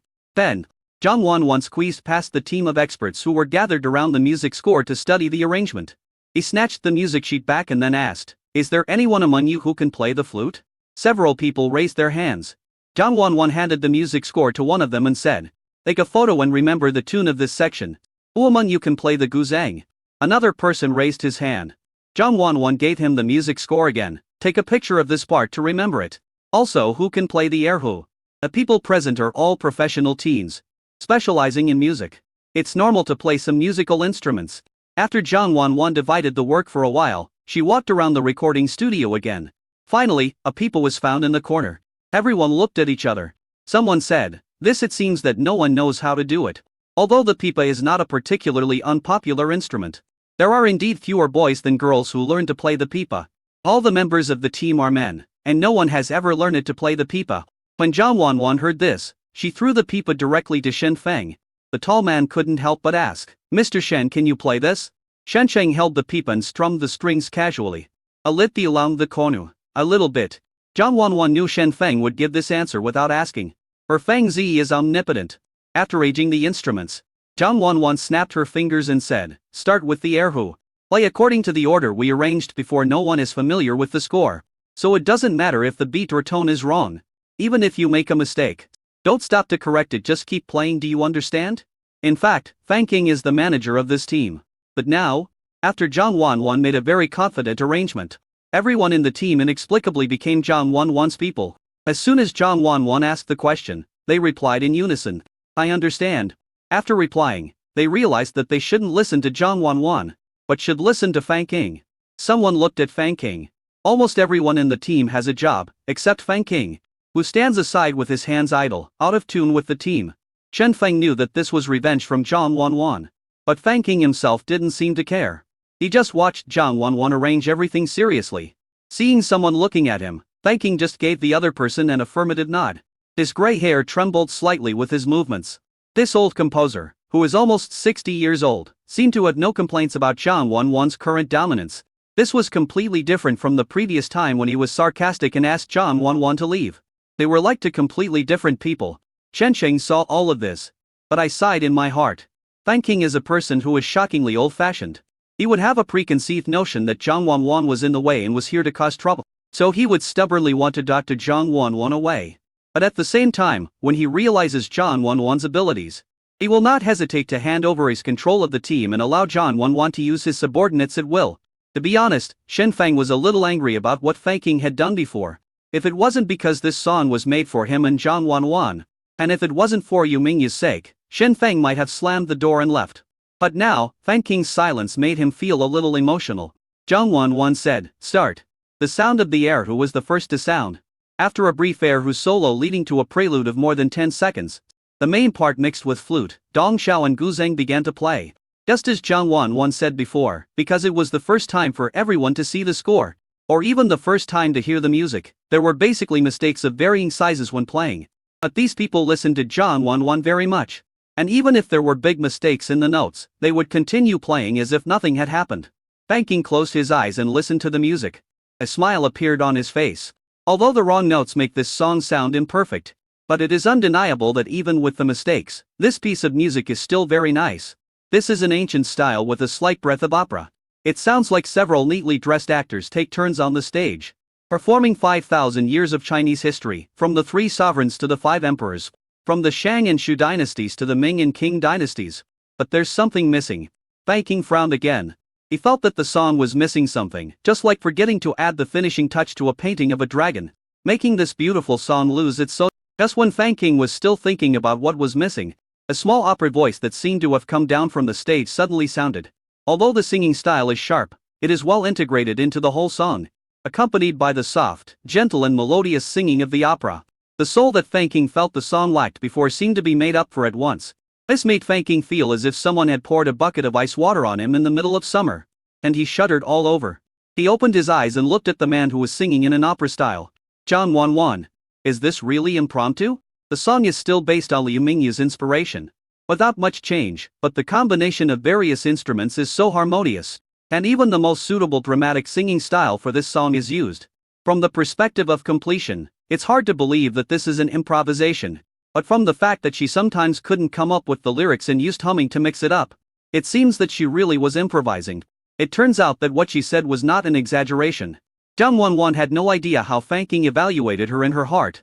She didn't even know that her humming because she couldn't think of the lyrics was taken by Fang King as proof that she was indeed improvising. In fact, Zhang Wanwan simply forgot the lyrics because so much time had passed.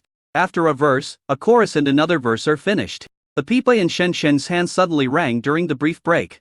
As an instrument that can play songs like House of Flying Daggers, the moment Shen Feng played the pipa, the entire recording studio seemed to be filled with murderous aura.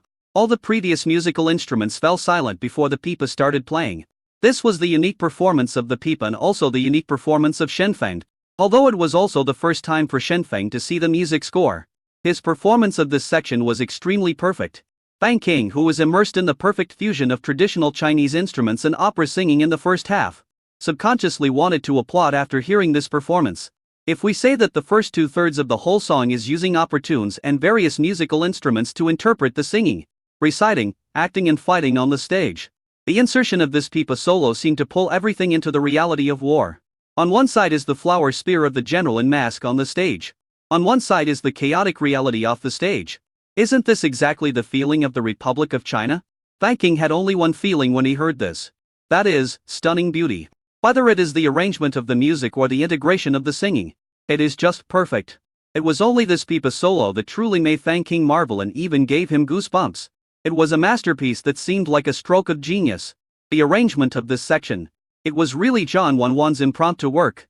Originally, in the original song of Qian Qiu, the last section was supposed to be an ensemble of all national instruments, grand and majestic, passionate and generous. It is the climax of the whole song. But Zhang Wanwan suddenly thought about it just now. The song she is going to create now is not about China Qian Qiu. He was just a male actor in the Republic of China period. Compared with the style of Qian Qiu, it is far different. There is absolutely no need to copy Qian Qiu. So Zhang Wanwan simply changed the ensemble at the end of Qian Qiu into a solo for the pipa. What we want is the cold and solemn feeling of the Republic of China and the war. Obviously, Zhang Wanwan's arrangement was correct. The song is finished. Although the performance had some flaws, the team members were still very excited to be able to play such a piece of music. They cheered, clapped loudly, and called Zhang Wanwan's name. Zhang Wanwan smiled proudly and looked at Fang King, who she had deliberately left aside. She wanted to ask Fang King proudly, "Am I awesome? Are you convinced now?" At the moment before she opened her mouth, Zhang Wanwan's words were stuck in her throat, because she saw Fang King was looking at her with a smile. He was also clapping very hard. Even though the applause was drowned out by the cheers of the members next to him, he still clapped hard for Zhang Wanwan. Looking at the old man who was clapping as hard as a child, Zhang Wanwan opened her mouth but finally swallowed back what she wanted to say. He then smiled and nodded towards Fang King. Chapter 268. Playing with the Autumn. Originally Zhang Wanwan wanted to ask Shen Feng to go back and rest. But in the end, Zhang Wanwan and Shen Feng stayed up all night together, because the song is now so complete and amazing. So everyone in the team is eager to produce the complete version today. After Fang King sincerely apologized and praised Zhang Wanwan felt a little proud. She said with great confidence that she would help everyone to produce the complete version. So, Zhang Wanwan, who was supposed to go to bed early, became a busy helper in the recording studio. Shen Feng instead became free. He was only responsible for playing the score with various musical instruments and providing the sound source for the arranger. In fact, this should be a very troublesome job, because the sound source to be selected must be the most perfect version. And for normal people, when playing a musical instrument, especially a new and unfamiliar song, who dares to say that they can play it perfectly in just one try? But Shen Sheng is not a normal person. So Shen Feng got it perfect in just one go. Zhang Wanwan and Fang King's team began to busy themselves with adjusting the sound, mixing the music, and completing the lyrics. I worked until around 4 in the morning before I finally finished the song. Afterwards, Zhang Wanwan spent some time singing the song with accompaniment according to the lyrics agreed upon with Fang King and Shen Feng. This song, which was finally named Shi Qian Qiu, finally completed its first demo around 5 in the morning. That morning, it was delivered to Liu Mingyu's room. Before this song was sent to him, Liu Mingyu was leaning against the head of the bed, while humming a tune with his nose so blocked that he could hardly make any sound. He was writing something in a notebook. Wen Hua, who was taking care of Liu Mingyu, saw this and couldn't help but say, "When I entered the house just now, I thought I was in the Pikban squeaking. Their voice is like this. Can you tell what tune you are humming?" Yes. As Liu Mingyu spoke, he wanted to sing a song for Wen Hua. As a result, I couldn't help coughing several times after singing just one word. Wen Hua patted his back and handed him the water. At the same time, he said helplessly, "Don't try to show off with Xiaoshen here. Are you still afraid that the song won't be finished?" Liu Mingyu scratched his head. The expression is a bit embarrassed. I believe in Shen Feng's ability, but to be honest, I'm a little reluctant to let him go. What are you reluctant to give up? I can't bear to part with that piece of music. It was an inspiration that came to me in a dream many years ago. When I woke up, I quickly memorized the tune. Liu Mingyu said. To be honest, I really think that the incoherent prelude and chorus is an amazing work that has never been done before and will never be repeated. Wen Hua frowned. Since you think it's good, why don't you make a complete version of it earlier? Liu Mingyu sighed. I just can't figure it out. He had wanted to complete this piece of music for a long time. But unfortunately, his inspiration was limited and inconsistent. And he really couldn't think of a perfect melody to complete the whole song. This time, Liu Mingyu was willing to give this piece of music to Shen Feng as the basis of the song. It can be said that Liu Mingyu really invested a lot of money. It feels like giving your own son to someone else to raise. Liu Mingyu really hopes that Shen Feng can raise his precious son well. He was also afraid that Shen Feng would raise his son into something ugly. The conflict in my heart. How about I go and ask them how their creation is going? And then play a clip for you so that you can feel at ease? Wen Hua asked. Liu Mingyu waved his hand when he heard this. What are you thinking? Composing music is not that fast. And Fang King's requirements are also very high. Even if Shen Feng and the others are given another 5 days, they may not be able to finish this song. What if Shen Feng is really powerful? No matter how great he is, it's impossible if he can finish the song now. I will eat this book. Liu Mingyu said, pointing to the notebook where he had just memorized the tones. Liu Mingyu had just finished speaking. There was a knock on the door and Fang King's voice outside the room. Mr. Liu, the music is ready, I'll bring it to you to listen to. Is it convenient now? Liu Mingyu. Wen Hua glanced at Liu Mingyu and said, do you want to eat it raw, or should I cook it for you? Liu Mingyu coughed and quickly changed the subject. Go open the door for Fang King, I need to see what Shen Fang and him have done to my son. Wen Hua rolled his eyes and went to open the door for Fang King. Fang King came into the room carrying a big bag. Seeing him like this, Liu Mingyu thought that the old man was packing his luggage to go traveling. Lao Fang, what are you going to do with all these bags? Liu Mingyu asked with a snort. Fang King's expression was still quite serious. But Liu Mingyu always felt that he could see uncontrollable excitement on his face. Fang King opened her bag and took out her computer. I took out my professional-grade monitoring headphones. He took out several devices of various sizes. Finally, they were all placed in front of Liu Mingyu's bed. Liu Ming's friends were all stunned. Are you going to let me listen to the song? Or are you going to dissect me? Listen to music. Fang King said as he put the headphones on Liu Mingyu's head. The perfection of this song is absolutely beyond your imagination. I dare say that even if you have a dream like that again, it may not have such an effect. Fang King's tone was a little excited. Then he looked at Liu Mingyu with his mouth open. He said a word loudly. What? Fang King.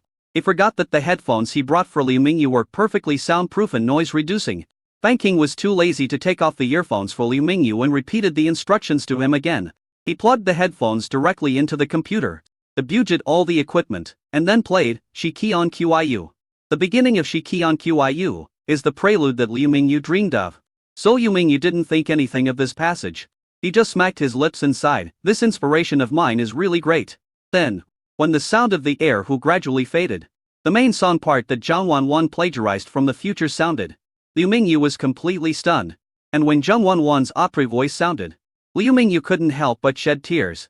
He had previously hoped that his son would grow into a talented person, and was worried that his son would be harmed and become a nobody.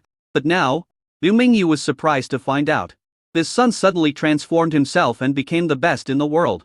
This feeling, it's really beyond Liu Mingyu's ability to describe in words, especially when the last Pipa solo sounded. Liu Mingyu was so happy that he laughed out loud towards the sky. Wen Hua couldn't hear this song, so when she saw Liu Mingyu crying and laughing with headphones on, she felt that Liu Mingyu was like a psychopath. Wen Hua looked at Fang King hesitantly. Teacher Fang, who sang this song? Zhang Wanwan, Fang King said. Is Wanwan singing so bad? Wen Hua frowned. Did you make me dumbfounded?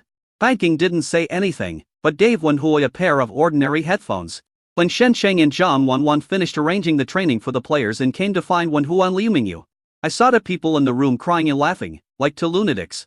Fang King stood beside them with his hands behind his back, just like their attending physician. Chapter 216 Sing Composition. It must be you. After seeing Zhang Wanwan and Shen Feng come in, Liu Mingyu almost jumped out of the bed. He excitedly expressed his satisfaction with the music to Shen Feng and Zhang Wanwan. Wanwan, I heard from Fang King that this was created by you. And it was improvised. You are such a genius. Liu Mingyu praised repeatedly. Although Zhang Wanwan received praise, she didn't feel very happy at the moment. On the contrary, facing Liu Mingyu, he felt a little guilty. After thinking about it, Zhang Wanwan said seriously. Brother Liu, actually I am not a genius, you are the genius. It's not me who wrote this song, it's you. When Liu Mingyu heard this, he waved his hands and said, No, I just provided the beginning and the chorus, and most of the arrangement was yours. Besides, even if I were to design this piece myself for a year, I might not be able to create a more perfect piece than this one. Brother Liu, I'm serious. Zhang Wanwan's expression was very serious. Your name must be written on the composer's name at the end of this song. This is your work. Seeing Zhang Wanwan become serious for a rare time, Liu Mingyu was a little at a loss for a moment. Even Fang King at the side couldn't help but frown and said, Wanwan, I saw how you composed this song and how you arranged and tuned it to make it perfect. Although the clip provided by Mr. Liu laid the foundation for the tone of the entire song, your contribution is definitely the greatest. After a busy night last night, Fang King really recognized this young man, Zhang Wanwan. It's not just her ability in composing and writing lyrics, but also her attitude when working. Such a rigorous, serious and perfectionist attitude gave Fang King the feeling that he was not like a young man in his 20s at all. Zhang Wanwan listened to Fang King's words and did not explain further. Instead, he said stubbornly, the composer of this song must be Liu Mingyu. If you disagree, then I will not choose this song as the rehearsal program, but will compose a new one. That's what I asked. Liu Mingyu, Fang King, and Wen Hua were all stunned. They all didn't know why Zhang Wanwan was so persistent about this. Liu Mingyu looked at Shen Feng puzzled, asking with his eyes whether Shen Feng knew the reason. Shen Feng naturally knew it. But he didn't speak, he remained silent. In fact, since the early morning when Zhang Wanwan, Fang King and others completed the whole song, someone from Fang King's team suggested to make a staff list. Someone quickly came up with a table. But everyone found most funnily was that in the staff list, Shen Feng was in charge of the erhu, Shen Feng was in charge of the yangquan, Shen Feng was in charge of the pipa, and Shen Feng was in charge of all the other instruments, including the guzheng, flute, and xiao. Looking at the long list of Shen Feng, Zhang Wanwan felt a little speechless. Finally, all these Shen Fengs were deleted and unified into one position. Instrumental performance, Shen Feng. In addition, what Zhang Wanwan cares about most is the composition in the staff list. In the composer column, Fang King's team wrote Zhang Wanwan. At that time, Zhang Wanwan wanted to change her name to Liu Mingyu, but the team felt that this was not necessary. After Zhang Wanwan and Shen Feng returned, she couldn't fall asleep even though she was extremely sleepy. She told Shen Feng that she didn't want to keep the song for herself. I remember that in his previous life, Liu Mingyu said in an interview that this song was his greatest creation in his life and his most precious treasure. This is the result of the meticulous work of him and nearly 100 master craftsmen at the time. The composer should have been Liu Mingyu, not Zhang Wanwan. Zhang Wanwan was lying on the bed at the time and said this to Shen Feng. Even when I saw my name appear behind the composition, I felt pressure and guilt. I felt like I had done something wrong. Shen Feng hugged Zhang Wanwan and whispered to comfort her. To be honest, you did nothing wrong, you even saved the song. Because Liu Mingyu gave the demo of this song to me and Fang King's team to play with on our own. If it weren't for you, no one knows what the song would have been adapted into in the end. But at least it would definitely not be as good as it is now. The time left for composing this song is too short. Even if Liu Mingyu and those masters from his previous life worked together again, it would be difficult to compose this song to such a perfect level in such a short time. Rather than Fang King and I changing this precious song beyond all recognition, it is better to leave it as it is now, and become what it was meant to be. After hearing what Shen Feng said, Zhang Wanwan felt a little better. However, she still said that she would talk to Liu Mingyu tomorrow and make sure to change the composer to Liu Mingyu. That's why Shen Feng and Zhang Wanwan appear in Liu Mingyu's room now. Zhang Wanwan's persistence finally made Liu Mingyu and Fang King give in. Liu Mingyu sighed and said, "Okay, you can compose the music about me." Only then did a smile appear on Zhang Wanwan's face. And he stretched and said, Okay, I came to you just to talk about this. Now that we're done, Feng Zi and I will go to rest. Wait a minute. I am a patient after all, it's okay for you to come here empty-handed. But you should at least say a few words of comfort to me, right? Liu Mingyu suddenly said. Zhang Wanwan knew that Liu Mingyu wanted to say something else now to ease the slightly awkward and stiff atmosphere between him and her. So Zhang Wanwan also started a joke. Are you still feeling uncomfortable now? Zhang Wanwan asked. It doesn't hurt anymore. Then why am I still asking you questions? Zhang Wanwan said this and pulled Shen Feng to leave. Liu Mingyu hurriedly said, What if I feel uncomfortable now? If you feel uncomfortable, just lie down and we won't disturb your rest. Liu Mingyu. After Zhang Wanwan and Shen Feng left, Liu Mingyu looked at Fang King and asked, Old Fang. What's wrong with Zhang Wanwan? Why did she insist on changing the composer to me? Have no idea. Fang King shook his head. Did she behave in any unusual way when she was composing this song yesterday? Have no idea. Fang King shook his head again. And how did she come up with this song yesterday? You don't know that, do you? I know that, Fang King said. How did you create it? Standing there, picking up the guitar and jamming. The corners of Liu Mingyu's mouth twitched. Impromptu. For a composition of this level, it would be difficult for you to ask Beethoven to pick up the guitar and improvise a piece on the spot, right? This time Fang King nodded. That's true, because the sixth string was added to the guitar in the late 18th century. And the standard specifications of the modern guitar were not set until the mid-19th century. Beethoven was a musician from the 18th to early 19th century. So he probably wouldn't be able to play a modern guitar. Liu Mingyu, thank you for your popular science. Chapter 270 Senior Non-Professional Singer-Director Tian. After talking things over with Liu Mingyu, Zhang Wanwan felt relieved. I had a good nap at noon. And when I went to arrange training for the players in the afternoon, I was full of energy. The contestants were quite surprised. Did teacher Wanwan encounter something happy today? Did someone confess to her? Don't forget that everyone is married. Don't think that you are a single person. Everyone in the world is single. Fuck, you talk like you have a partner. Did you win the lottery? Teacher Wanwan is a big star, so she must be rich. She probably won't buy lottery tickets, right? She is not short of money. But her pursuit of money is beyond your imagination. I suggest you watch Let's Start Dating Today. The official version has just been released recently. Jang Won-won's love for money is beyond your imagination. As the saying goes, some are happy, some are sad. When Jang Won-won was refreshed and in high spirits, there are always some people who are distraught and heartbroken. For example, Director Tian. Although Director Tian had previously agreed to Shin Fang and Jang Won-won's conditions and promised not to interfere with their selection of songs for the performance, but he was still afraid that these two people would do something weird and sing some messed up songs on the stage. After all, the personalities of these two people everyone understands. In addition, Shen Fang has been staying in the recording studio almost every night these days, as if he was working on some big production and forgetting to eat and sleep. It also aroused Director Tian's curiosity. So recently Director Tian has been thinking about finding an opportunity to find out what kind of songs Shin Fang and Jang Won-won are planning to compose for the performance. Last night, Director Tian lay in ambush outside the recording studio late at night. He thought that after Shen Fang came out, he would stop Shen Fang and ask Shen Shen to listen to the demo of the song in advance. As a result, after waiting for several hours, it was almost dawn. But Shen Fang still didn't come out. In the end, Director Tian couldn't hold on and fell asleep on a bench near the recording studio.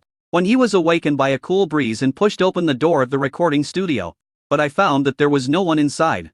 Director Tian, who had waited all night in vain, thought about going to Shen Fang during the day to ask for a piece of music to listen to. But Shen Fang said, both performance songs have been created, but the audio files are not with me. They are being polished by Mr. Fang King from Liu Mingyu's team. Director Tian went to find Fang King again. As a result, Fang King threw for words to Director Tian without hesitation. Trade secrets. Director Tian had no choice but to look for Liu Mingyu. After all, Fang King is Liu Mingyu's subordinate. Director Tian thinks that he should say a few good words to Liu Mingyu. Liu Mingyu asked Fang King to bring out the song Fang King can refuse. Right? As a result, when Director Tian went to find Liu Mingyu was wearing headphones and playing Shi Qian Qyu repeatedly. I didn't hear Director Tian knocking on the door. When Hua, who was supposed to take care of Liu Mingyu, went to get food for Liu Mingyu, so Director Tian knocked on the door for 5 minutes and sent 7 or 8 WeChat messages to Liu Mingyu. But still no one came to open the door. Director Tian, who encountered setbacks everywhere, felt that he had lost the dignity of a director. We must regain our strength. So he tagged all members in the small group he created for the 4 head mentors. And then sent a message. Yan Shengli always wins, all members. Have you finished composing your original songs? Let me listen to them and check them. No one paid any attention to Director Tian for the first 10 minutes. 10 minutes later, Jang Won-won sent a message. Jang Won-won. Director Tian, you don't understand music, so you can't give any constructive suggestions after listening to the music. Director Tian was not convinced. Yan Shengli is always victorious. I am a professional media person after all. You have to believe in my aesthetics and appreciation ability. Then Jang Won-won actually sent a piece of music to Director Tian. Director Tian listened carefully for a long time. Finally, he made a serious suggestion. Yan Shengli is always victorious. Generally speaking, it sounds pretty good, but in my opinion, the whole song is a bit monotonous and lacks explosiveness. Of course, it may also be because this piece of music has no lyrics. Yan Shengli is always victorious, and I think some of the melodies sound awkward. They must be designed unreasonable like Jang Won-won. Did you compose this? It sounds like the work of a novice. Yan Shengli is always victorious. However, overall it is still pretty good, commendable, and needs improvement. That's the end of my comments. After Director Tian expressed his insights, Jang Won-won sent several applause emojis in succession, then said, Jang Won-won, Director Tian is indeed Director Tian. He doesn't get to be a director for nothing. He is awesome. Chen Shank copied a sentence at the end. Chen Fang. Director Tian is indeed Director Tai and doesn't get to be a director for nothing. He's awesome. When Hui also saw the message at this time and copied a sentence. When Hua, Director Tian is indeed Director Tai and doesn't get to be a director for nothing. He's amazing. Director Tian was very proud and felt that his dignity as a director had finally been restored. Yan Shengli is always victorious. Of course I do. After all, I am also a senior non-professional singer nicknamed Mobile Little Music Library and K-Worker V Xiaomai BA. It is not a simple comment for me. Then, Director Tian saw Liu Mingyu suddenly pop up and send a message. Liu Mingyu, isn't this Mozart's Rondo in A minor? Why did you post this? Yan Shengli is always victorious. Yan Shengli is always victorious. Yan Shengli is always victorious. Jang Won-won, you plotted against me. Jang Won-won. I wouldn't dare. I wouldn't dare. You are a senior non-professional singer nicknamed Mobile Little Music Library. Okur Vishal my ba even the works of Master Mozart sound monotonous and awkward in your mouth and need improvement. How dare I plot against you? Director Tian left the group chat crying. However, that night, Liu Mingyu, Wenhua, Zhang Wanwan and Shen Feng went to see Director Tian together. I showed Director Tian the 2 original songs I had composed. Chiqian Qiu, and another one, Shanghan. Director Tian first listened to Loaded, a modern rock song co-created by Yu Mingyu, Shen Feng and Fang King. This song has a wild and explosive rhythm, catchy singing, and distinctive characteristics. Just listening to a passage can make people excited. After Director Tian repeatedly confirmed with Liu Mingyu that this song was not a rock song composed by Mozart or Beethoven, he gave the song a very high evaluation. Then, Director Tian started listening to the second song, Chiqian Qiu. Finished listening to this song, Director Tian didn't speak for a long time. Wearing headphones, it feels like I'm still savoring the moment. After a long time, Director Tian took off his headphones. He looked at the 4 chief instructors seriously and asked, "Are you sure you want to use this song in the performance?" Shen Feng, Zhang Wanwan and Wenhua didn't say anything. After hesitating for a moment, Liu Mingyu nodded again. "Sure." Director Tian also nodded. "And I will change the notice and postpone the performance for another 10 days. Wenhua was stunned. Postponed for 10 days? Can the program be postponed for so long at once? And there is no need to postpone it. I think we have enough time to train. As someone in the entertainment industry, Wenhua knows that for performances like this idol talent show, the production team will negotiate cooperation with advertisers and performance venues 1 month before the performance. The program team will be under a lot of pressure if the show is postponed for 10 days. I still have some faith after all. I have been in the industry for so many years." Director Tian said this, took off his glasses and rubbed his red eyes. "The extra 10 days I give you are to train the players to the best possible condition. In this performance, I want this song to amaze everyone," Director Tian said seriously. Chapter 271 Depressed City U. 10 days before the originally scheduled performance date, the contestants in Groups A and B received 2 pieces of news. The first news is that the performance date has been extended by another 10 days. That means there are now another 20 days left until the actual performance date. The second piece of news is that the original music and corresponding choreography for the final performances of the 2 groups have been completed. After hearing the news, the contestants were very excited. They also heard these days that the songs for their performance were composed by Yu Mingyu's team and Shen Sheng. The contestants had already recognized Shen Feng's musical ability during the initial rock medley auditions. Liu Mingyu and his team are the heavyweights among heavyweights. Liu Mingyu is now a godlike figure in the music scene. The only recognized pillar of the Mesozoic era in the Chinese music scene. Liu Mingyu's professional team is made up of talented people, who are the top talents that Minglai Entertainment has invested heavily in. There is also Fang King, who is a big player in the music composition world. The contestants are really looking forward to seeing what kind of songs this group can create. Because the final composer of Chiqian Qiu was Yu Mingyu. This song finally fell into the hands of Group A, where Shen Feng and Liu Mingyu were. Loaded was assigned to Group B.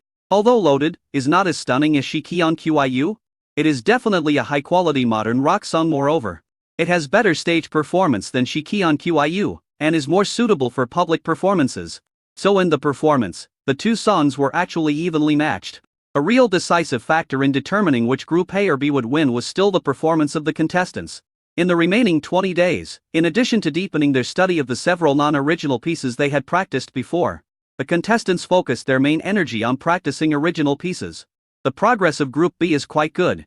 Loaded is a rock song with a very distinctive style, very much like the singing and dancing of an idol group. So the contestants were able to practice it easily and made rapid progress. On the other hand, the practiced progress of Group A for Chiqian Qiu is not optimistic. This song is indeed excellent, but it has nothing to do with the stage feeling that the contestants had practiced before. This requires many contestants to spend time studying and adapting to the feeling of Chiqian Qiu.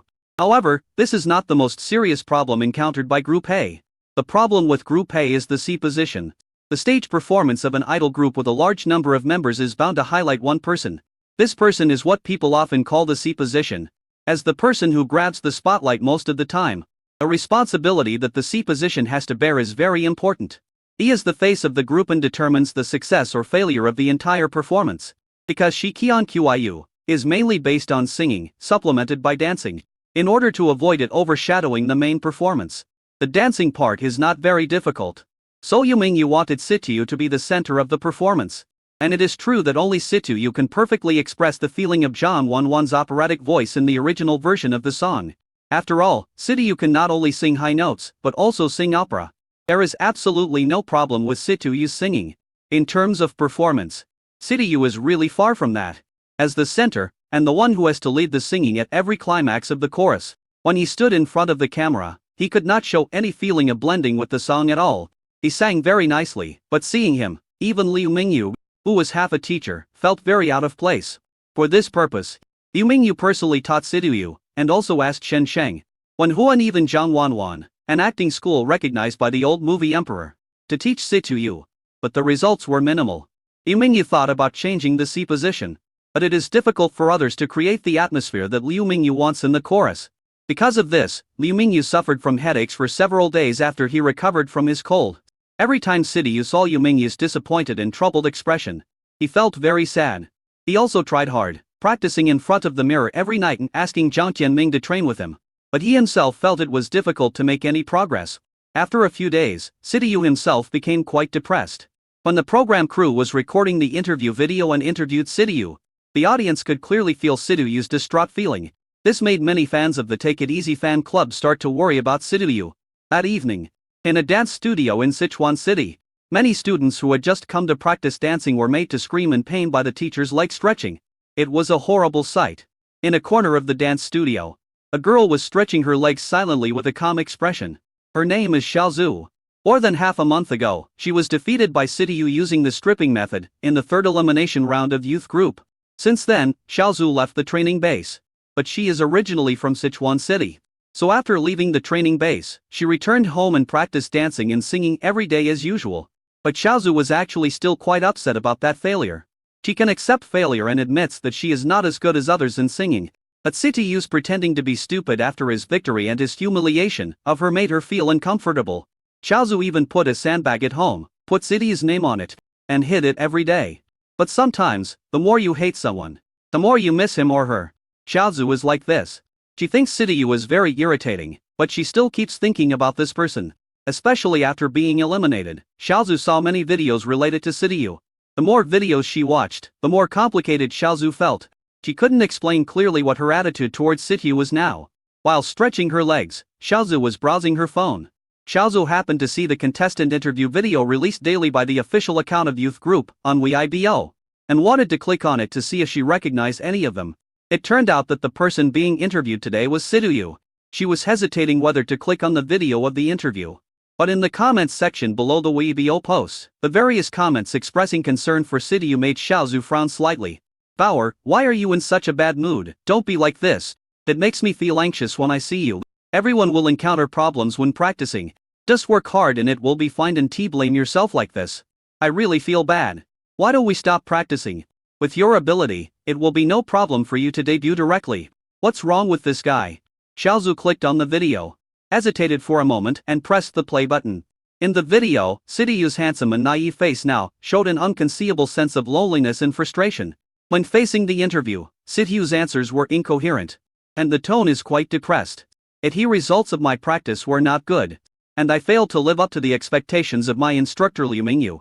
I don't know how to work hard now. I feel like I don't have any talent for this. I don't know how to put it, but I am indeed worse than others. Situ Yu rarely shows such an expression. He has always been that silly and naive person.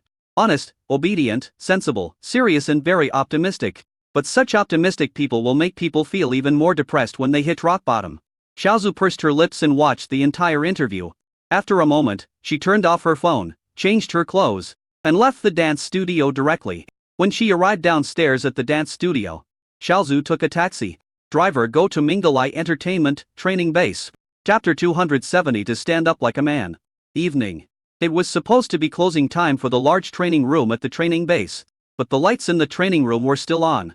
Situ Yu was alone in the training room, practicing his performance in front of a large mirror. A lyrics of Shikian Qiyu were readapted by Zhang Wanwan based on Qian Qiyu. It tells the story of a male dan who experienced the ups and downs of life and war during the Republic of China period. As a performer on the stage, every frown, smile and expression of a male dan must be perfect. In order to play such a role well, if Situ Yu's eyes and movements are the slightest bit stiff or not in place, it will make people feel out of place. What's more, Sidiyu is not just not up to standard at all, but not up to standard at all. As skilled in singing as he is in acting, so little is his talent in acting. Just like no matter how much you teach Jayat Nan to sing, he will never be able to get back the 5 tones he lost. No matter how hard Sidiyu practices, he will never be able to perform naturally. Looking at his dazed self in the mirror, Sidiyu's eyes suddenly turned red. He seldom cries. After all, he had lived in a remote mountain village back then, and had suffered all kinds of hardships and sins. But in the past few days, Sidiyu cried especially a lot. He felt that he was useless. Liu Mingyu clearly had such high expectations for him, and everyone clearly regarded the performance as extremely important.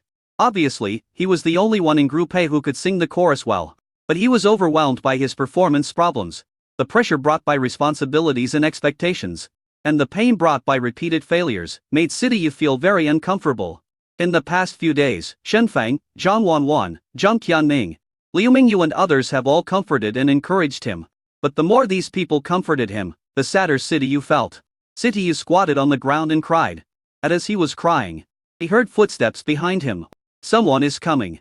Sidiyu wiped his tears and stood up. We thought the person who came might be Liu Mingyu. In the past few nights, Teacher Liu brought him meals several times. It might also be Zhang Tianming and Liuya, who often came to practice with him. But before Sidiyu could wipe away his tears and look behind him, a woman's voice came from behind him. I didn't cry even when you eliminated me. So why should you cry? Sidiyu was stunned. Sidiyu was deeply impressed by this voice. In the third round of knockouts, as the first player to play, he felt the tremendous pressure from his opponent. If Zhang Tianming hadn't given him advice, Sidiyu felt that he would definitely lose.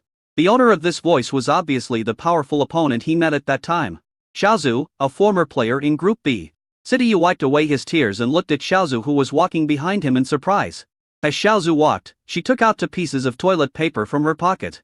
Sidiyu thought it was going to be handed to him, and subconsciously wanted to reach out and take it. Then I saw Xiaozu blowing her nose with toilet paper. And then she said with a red nose, "It's a bit cold outside at night." Sidiyu's outstretched hand froze there. Seeing this, Xiaozu handed the used toilet paper to Sidiyu. Why? Do you want to help me throw it away? Sidiyu held the paper and looked at it for a long time. He walked obediently to the trash can nearby and threw it away. He walked back obediently. He lowered his head, not knowing what to say. But then I saw another piece of paper being handed over.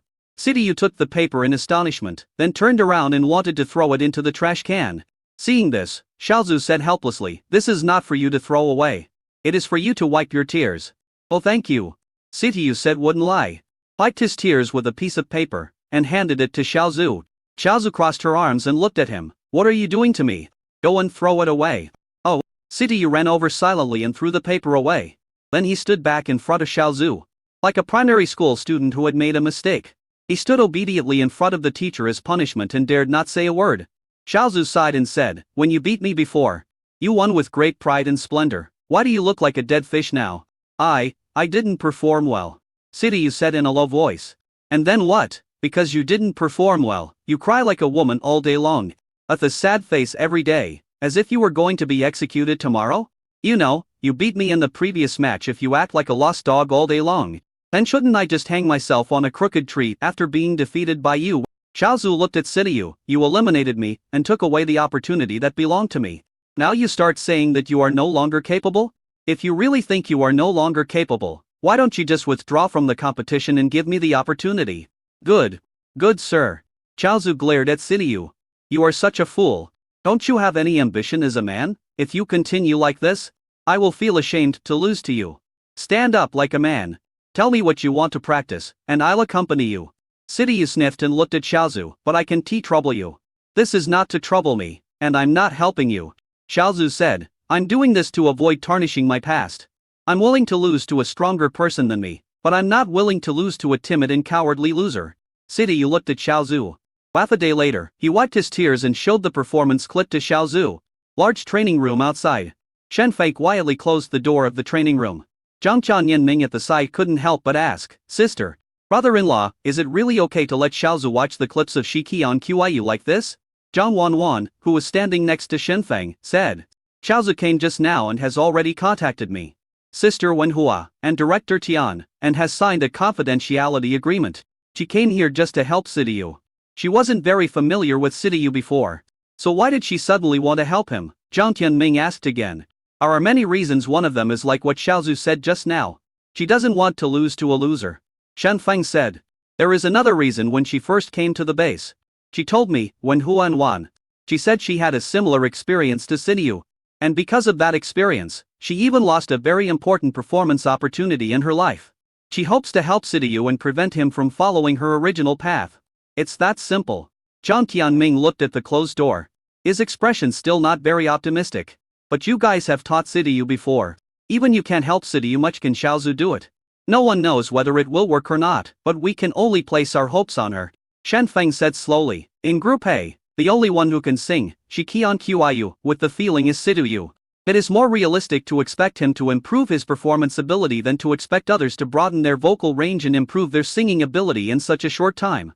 If it really doesn't work, but it will be a double act and the stage look will definitely be much worse. Jiang Tianming nodded and could only sigh. He knew how much pressure Sidiyu was under. But he couldn't help Sidiyu in any way. I just hope that Xiaozu, who volunteered to help Sidiyu, can really play a role. Thinking of this, Jiang Tianming, Zhang Wanwan and Shen Feng left the training room together. And in the training room, Xiaozu watched Wenhua's demonstration performance several times and Sidiyu's performance several times. Speechless, Lai said, why don't you just give up? Sidiyu. Seeing that Sidiyu was about to cry silently again, Xiaozu patted him and said, I'm kidding, come, I'll practice with you. I don't believe that these facial expressions are so difficult to practice. Let's start with the first move. We'll learn this one move tonight and leave after we're done. Come on, follow me. Xiaozu said this and began to teach Sidiyu seriously. Then tonight, the lights in the big training room were on all night long. Chapter 273. If you don't understand, search online. The next morning, Sidiyu did not come to training. Many players felt surprise. Is Sidiyu sick? Why didn't you come today? It's such a critical moment now. And his condition is the worst. Why doesn't he come to training? Is he giving up? I saw his interview yesterday and he seemed really depressed. If he gives up, then we can only replace him with someone else to perform in the center position, and he will be responsible for singing in the back. Or simply lower the key of the song and replace him with someone else to sing. But no matter which plan is used, the effect will be very poor. It's over. I wasn't that nervous before, but now I'm getting nervous. Sidiyu, can you please help me? The one with the most fans among us won't drag down the entire team, right? As the contestants were discussing, someone started to blame Sidiyu. The fact that Sidiyu directly occupied the C position in the performance made some people feel jealous. But these people do not have Sidiyu's singing skills and cannot sing the climax of Shiqian Qiyu well. So they can only give the C position to Sidiyu. But now, everyone has trained well, and after several rehearsals they have cooperated well. Except for Sidiyu. Sidiyu is naturally easy to be pointed at by others. When Sidiyu was present before, everyone might not say anything out of face. But now that Sidiyu is gone, some people can't control their mouths. If he gives up, the instructor will inform you. If he doesn't give up, it's useless for you to stab him in the back instead of nagging him. You might as well try harder. Jiang Tianming suddenly spoke up, glancing at the people who had gathered to discuss Sidiyu. If you really have so much free time, why don't you practice your singing skills and fight for Sidiyu's center position? Jiang Tianming has considerable say in Group A. Although Sidiyu is very strong, the one who is truly convincing among the players in Group A is Jiang Tianming. Jiang Tianming has a cheerful personality, having studied abroad. He is well educated. He has been training hard recently, and his singing and dancing skills are above average. The most important thing is that he often sends red envelopes in Group A's WeChat group. Therefore, he has a high reputation in Group A. As soon as Jiang Tianming opened his mouth, the other contestants stopped talking. After the two head coaches Shen Feng and Li Mingyu arrived, the contestants began their training again. And in the contestants' dormitory area, in Sidiyu's dormitory, Xiaozu was eating a box lunch with Sidiyu. The two of them didn't leave the large training room until around 4 or 5 in the morning. After coming back, Xiaozu just slept for a while in Sidiyu's room. Although there are differences between men and women, all dormitories have 2 beds. Jiang Tianming, who originally lived with Sidiyu, now lives with Li Yuyu every day, so one bed is empty. After sleeping for less than 3 or 4 hours, Xiaozu and Sidiyu were woken up by hunger. Sidiyu went out and brought back 2 meals and gave one to Xiaozu. What surprised Xiaozu was, of the 2 meals that Sidiyu ordered, the one he ate was very light, while the one he gave her was oily and spicy. Xiaozu raised her eyebrows slightly, and then couldn't help but say, although you are silly, I didn't expect you to be so thoughtful. You know I'm from Sichuan and I like spicy food. So you asked for so many chilies for me. Are you from Sichuan? As a result, Sidiyu looked as if he had just found out about it. You do not know? Sidiyu shook his head. Then why did you ask for such a box lunch for me? Chaozu asked. Sidiyu said honestly, we went too late.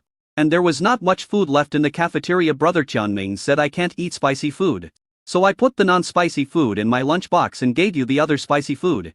Chaozu, even if this is true, can't you just lie to me? You keep the food you want for yourself and give the food you don't want to girls. Aren't you afraid of being single for the rest of your life? Sidiyu said honestly, I have a girlfriend. Chaozu, huh? Who is so blind to like you? Can you let me learn something from you? Sidiyu said again, didn't you just ask me to lie to you? Chaozu was speechless. Since the training of Sidiyu started last night, Chaozu has been on the verge of speechlessness. After finishing the lunchbox, Sidiyu obediently threw away the garbage. After coming back, he looked at Chaozu obediently and said, well, are you still going to teach me how to train today? Chaozu nodded, of course, didn't we find a way last night? Last night's efforts were not in vain. Chaozu discovered a way to help Sidiyu improve his performance. That is, let Sidiyu imitate. Chaozu stood opposite Sidiyu, adjusting her movements, expressions, and eyes bit by bit. Let Sidiyu follow her and do the same movements. And then adjust the movements little by little. In this almost slow-motion format, Sidiyu was barely able to follow Chaozu and perform the next set of movements. In fact, Xin Feng and Jiang Wanwan had thought about this method before, but the results were not very good, because Sidiyu said that he would feel pressured when he saw Xin Feng or Jiang Wanwan facing him. But when he saw Chaozu, Sidiyu seemed to no longer have this problem. Chaozu also analyzed the reasons. Sidiyu is an honest, stable and sensible person. When I make a mistake, I like to find fault with myself and put pressure on myself. Shenfeng, Liu Mingyu and the others all thought that Sidiyu was a good kid.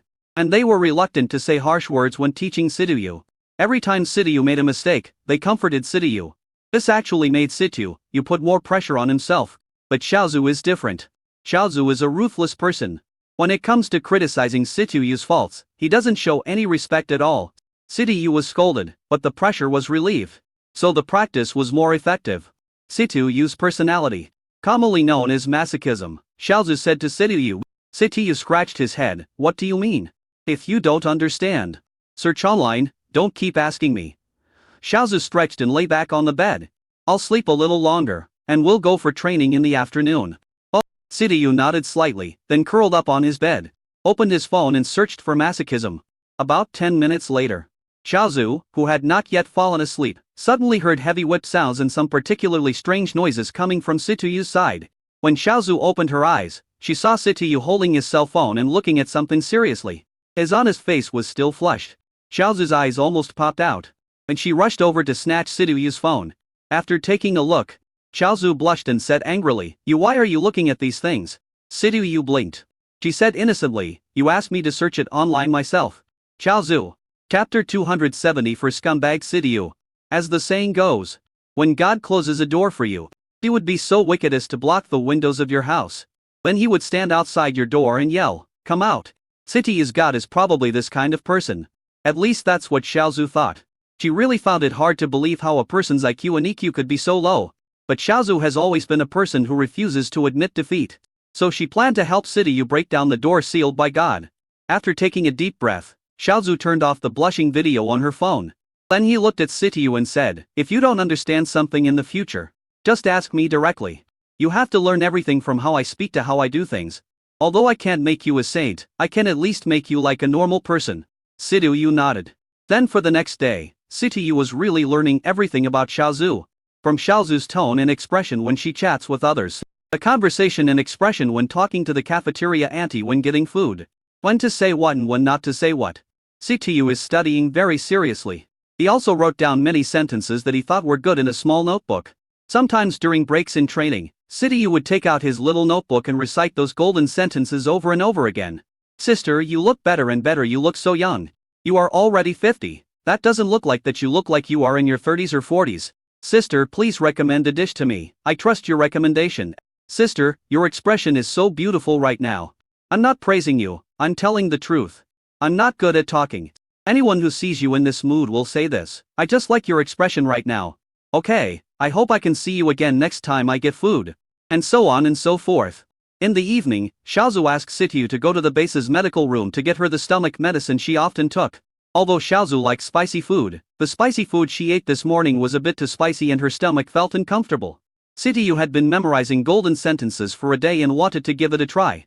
He pulled himself together and went to the infirmary of the training base. Xiaoyu is a nurse in the medical room of the training base. They are called nurses, but the medical room in the base is only so big and there are only a few people there. In addition to doing the work of a nurse, she sometimes also takes on the role of a doctor. It's like when you're on duty alone at night. Whenever the contestants had any minor ailments like stomachache or sore throat, she would help them get prescription and medication. Xiaoyu, who is just in his 20s this year, is quite satisfied with finding this job. The environment is good, you are not too tired every day. The salary is not low, and most importantly, you can see stars like Xin Feng, Zhang Wanwan, Liu Mingyu, and Wen Hui every day. This is more attractive than a high salary. Xiaoyu was on duty alone in the infirmary at night. Then I saw Sitiyu walking in. Xiaoyu knew Sitiyu. After all, he is a very popular contestant in youth group, but she is not a big fan of Sitiyu. She prefers the type of Xin Feng. However, what Xiaoyu didn't expect was that Sitiyu, who had always acted silly in front of the camera, was actually quite sweet when he opened his mouth. Sister, you look better and better, you look so young. Sitiyu is at least a handsome guy with good looks. Being praised by the handsome guy, Xiaoyu blushed a little, waved his hand and said, how can you be younger than me? I'm already 25 or 26 years old. You're already 25 or 26? You don't look like that, you look like you're in your 30s or 40s. Sitiyu said as he carefully recalled the golden sentences recorded in the notebook. The expression on Xiaoyu's face suddenly froze. This kid. Looking for trouble, huh? Xiaoyu, who was a little blushing and shy before, now has a cold face. He frowned and said unhappily, or do you feel uncomfortable? What's wrong with you? Sitiyu recalled again. Then he said, sister, please recommend a disease to me. I trust your recommendation. Xiaoyu held the ballpoint pen in his hand and said through gritted teeth, Contestant Sitiyu, are you here to make fun of me? Or to cause trouble? Sitiyu looked at Xiaoyu's gnashing teeth and said, sister, your expression is so beautiful right now. I'm not praising you. I'm telling the truth. If you can't speak, can you shut up? Are you trying to make fun of me? Xiaoyu was angry. She had never seen such an annoying person. I'm not good at talking. Anyone who sees you in this mood will say this. I just like your expression right now. Xiaoyu was crying now, pounding the table angrily.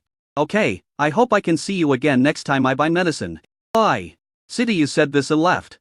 When Xiaozu saw Sitiyu coming back empty-handed, the corners of her mouth couldn't help but twitch. Father, where are the medicines you bought? Sitiyu just woke up from his dream. He slapped his forehead and said, I forgot. Xiaozu had no choice but to go to the infirmary by herself. As soon as I entered, I saw the young nurse in the infirmary crying. Seeing this, Xiaozu hurried over and said a few words of comfort. And the young nurse started crying in Xiaozu's arms. She said that she had just been bullied by a bad guy, who teased her and insulted her. He was simply a scum among scum. Are there still such people in the base? Are they players or staff members? Xiaozu asked hurriedly. If there is such a scum in the base, all the female players will be in danger. Xiaozu must get to the bottom of this matter. Xiaoyu wiped his tears and said, it's a contestant. Contestant? Do you know him? Who is he? Xiaozu's expression became even more nervous. Now is the critical period for rehearsal. If any contestant causes trouble now, it may affect the rehearsal and even the final performance.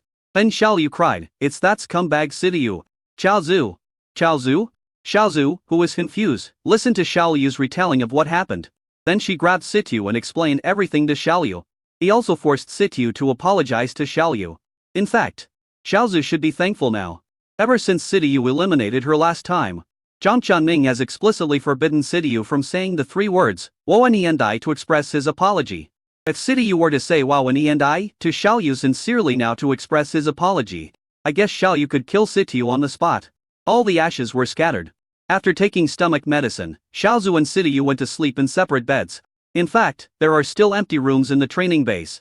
However, Xiaozu felt that there was no need to be so particular. By eating and living together, she can also take care of Sitiyu. When Xiaozu was sleeping at night, she was still woken up by stomach pain.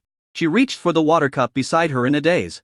I originally wanted to drink some water and take some stomach medicine to relieve the stomach pain. But the moment she touched the cup of water, she came to her senses. Because the water in the cup is hot. After taking a sip of hot water, Xiaozu immediately felt much better in her stomach. But she was also weird. This water. Who did it to her?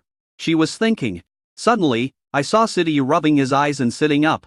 The two people looked at each other in the faint moonlight shining through the curtains. Xiaozu said a little embarrassed lie, "Did I disturb your rest?" "No, no." Sidiyu waved his hand. "I wasn't asleep just now." After seeing Xiaozu drink the water in the cup, he immediately got out of bed, took an electric kettle, reheated the water in it, and filled Xiaozu's cup again. Xiaozu looked at the glass of water in the kettle, raised her eyebrows and asked, "The water in my glass before. Was it you who prepared it for me?" Sidiyu nodded and whispered, "Didn't the nurse tell you to drink more hot water? I was afraid you would wake up at night and want to drink water. So I boiled the pot for you. But my kettle doesn't keep warm. So I'll heat it up again after a while, and then pour you a cup of hot water and leave it there." Xiaozu looked at the water cup in her hand, then looked at Sidiyu, and finally asked, "So how many times did you get up at night?" "Not a few times, maybe 4 or 5 times." You are really stupid." Xiaozu sighed, "I really want to drink hot water. Can't you get up and boil it yourself? Isn't it troublesome for you to boil water over and over again?" "It's no trouble, you, Rhea patient." Sidiyu scratched his head and said naively, "Besides, you are here to help me, so I must help you too." Xiaozu glanced at Sidiyu twice. Finally he turned his head and whispered, "Don't do this next time, it's really too troublesome to boil water and pour water over and over again. I really don't mind the trouble." "That's not what I meant," Xiaozu said. "I mean, I have a thermos next time. Let's pour the hot water directly into the thermos." As she spoke, Xiaozu took out a thermos cup from her backpack beside the bed. Sidiyu. Chapter 275 Jiang Qianming's Atonement. Xiaozu helped Sidiyu with individual training every day, which helped Sidiyu make visible progress. In 3 days, Sidiyu was able to completely imitate Xiaozu's movements and perform normally. Although the performance is definitely not very good, it is at least watchable. The only problem is, when Sidiyu was performing, he still had to stand opposite Xiaozu and watch Xiaozu's movements. If Xiaozu was not around, Sidiyu would often remember the movements incorrectly and his limbs would become uncoordinated. Chen Feng, Zhang Wanwan and others couldn't find a solution to this problem. They felt that this was a psychological problem for Sidiyu. Everyone's focus is different. When Xiaozu was paying attention to Sidiyu's practice progress, Chen Feng Zhang Wanwan was thinking about how to solve Sidiyu's psychological problems. However, a good brother who had a life-and-death friendship with Sidiyu was wondering whether Sidiyu and Xiaozu had a chance. To be honest, Jiang Qianming has been paying attention to Sidiyu's training situation every day these days. From time to time, he would sneak to the door of Xiaozu and Sidiyu's exclusive training room to take a peek. As someone who has been through this, Jiang Qianming felt that the way Sidiyu looked at Xiaozu was different from the way he looked at others. There are some problems to some extent. Jiang Qianming, a former playboy who had been cheated on in love and cheated on others before finally converting to Liuya, thought he was very good at reading people's feelings. He felt that the naive and honest Sidiyu had developed a liking for Xiaozu because of the time they had spent together day and night together, and because of Xiaozu's unique personality in dealing with people and things. But what about Xiaozu? In Jiang Qianming's opinion, Xiaozu doesn't really like Sidiyu. But the relationship between the two is definitely good. Whether it can develop further depends on whether Sidiyu takes the initiative. A title of good brother is not for nothing. For the happiness of his brother Sidiyu, Jiang Qianming found an opportunity and secretly asked Sidiyu out. "Brother, do you think Xiaozu is good to you?" Sidiyu nodded honestly. "Of course. So do you like her or not? Do you want her to be your girlfriend?" Although Sidiyu is a little bit naive and silly, he is not that stupid. He still understands things like girlfriends. His face turned red, and he lowered his head and thought about it, feeling a little embarrassed. Finally nodded. Seeing this, Jiang Qianming patted Sidiyu on the shoulder and said, "If you have this idea, I can help you. Listen to me. You need to take the initiative now to take down Xiaozu." When Sidiyu heard this, he said with some embarrassment, "But I can't beat her." Jiang Qianming. When I say attack, I don't mean for you to hit her. I mean for you to launch an offensive against her. Sidiyu, isn't it still a matter of beating her? Jiang Qianming carefully chose words and constructed sentences. Finally, he said, I want you to take the initiative to pursue her. Understand? Sidiyu's face turned even redder, but he nodded seriously. "Well, then what should I do?" "It's very simple," Jiang Qianming said. "First of all, you need to change your environment and get rid of your identity as a contestant. For example, you can take a day off and take Xiaozu out with you to have a meal to thank her." "But I still have to train, how can I ask for leave?" Sidiyu said. Jiang Qianming sighed. He looked at Sidiyu with disdain. "Do you think your training is more important, or your love?" "Training," Sidiyu answered immediately. Jiang Qianming, then don't ask for leave to go out for dinner. Order takeout, or ask your brother-in-law to cook a few dishes for you. Anyway, you must eat something different from the usual meal. And choose a different dining environment than usual. And the atmosphere at the dinner table won't be as tense as usual. And you can take the opportunity to express your feelings to her. Sitiyu took out the small notebook in which he had recorded Xiaozu's famous quotes and began to carefully record Jiang Tianming's words. Jiang Tianming talked to Sitiyu incessantly for a while. Kai patted Situyu's shoulder encouragingly and said, "Come on, brother, this is for your own lifelong happiness." Sitiyu nodded heavily. "Yes, thank you, brother Tianming." "You're welcome," Jiang Tianming said slowly. "Just think of it as me atonement for what I did before." Jiang Tianming recently saw a statement on the internet. If parents do fewer good things and more bad things, the bad karma will be passed on to their children. Commonly said, a son pays for his father's debts. Jiang Tianming thought about it carefully and decided that the person he felt most sorry for in the base was Sitiyu, who had been deceived by him. For the safety and health of his and Liuya's future cubs, Jiang Tianming plans to do good deeds to make up for Sitiyu and gain some merit for himself. Sitiyu didn't know that he had now become a tool for Jiang Tianming to gain merit and accumulate good reputation. On the way back to the training room, Sitiyu was still seriously studying the true art of picking up girls, taught to him by Jiang Tianming. When Sitiyu was called out by Jiang Tianming, Xiaozu went to call home. Before Sitiyu came back, Xiaozu had already returned after making the phone call. So when Xiaozu saw Sitiyu coming in from outside, she asked, "What were you doing?" Sitiyu answered honestly, "Brother Tianming is looking for me." Jiang Tianming? Xiaozu raised her eyebrows. "I remember that guy was not a good person. What did he want to do with you?" Sitiyu hurriedly wanted to speak for Jiang Tianming and said, "No, brother Tianming is actually..." Halfway through the conversation, Sitiyu suddenly stopped again. Then he took out the small notebook and looked at it carefully. The small notebook recorded what Jiang Tianming had just said. "Xiaozu has a strong personality. If you act too strong, it will probably make her uncomfortable. You should be more submissive in front of her. As long as she is not outrageously wrong, don't refute what she says. Just follow her will. When there is a suitable opportunity later, you can tactfully express your different opinions to her. This is the correct approach." After reading this, Sitiyu immediately changed his words. He nodded toward Xiaozu and said, "Yes, brother Tianming is not a good person." When Xiaozu heard this, she was a little surprised. "I can't believe it. I thought you, a good and naive person, wouldn't say bad things about others behind their backs.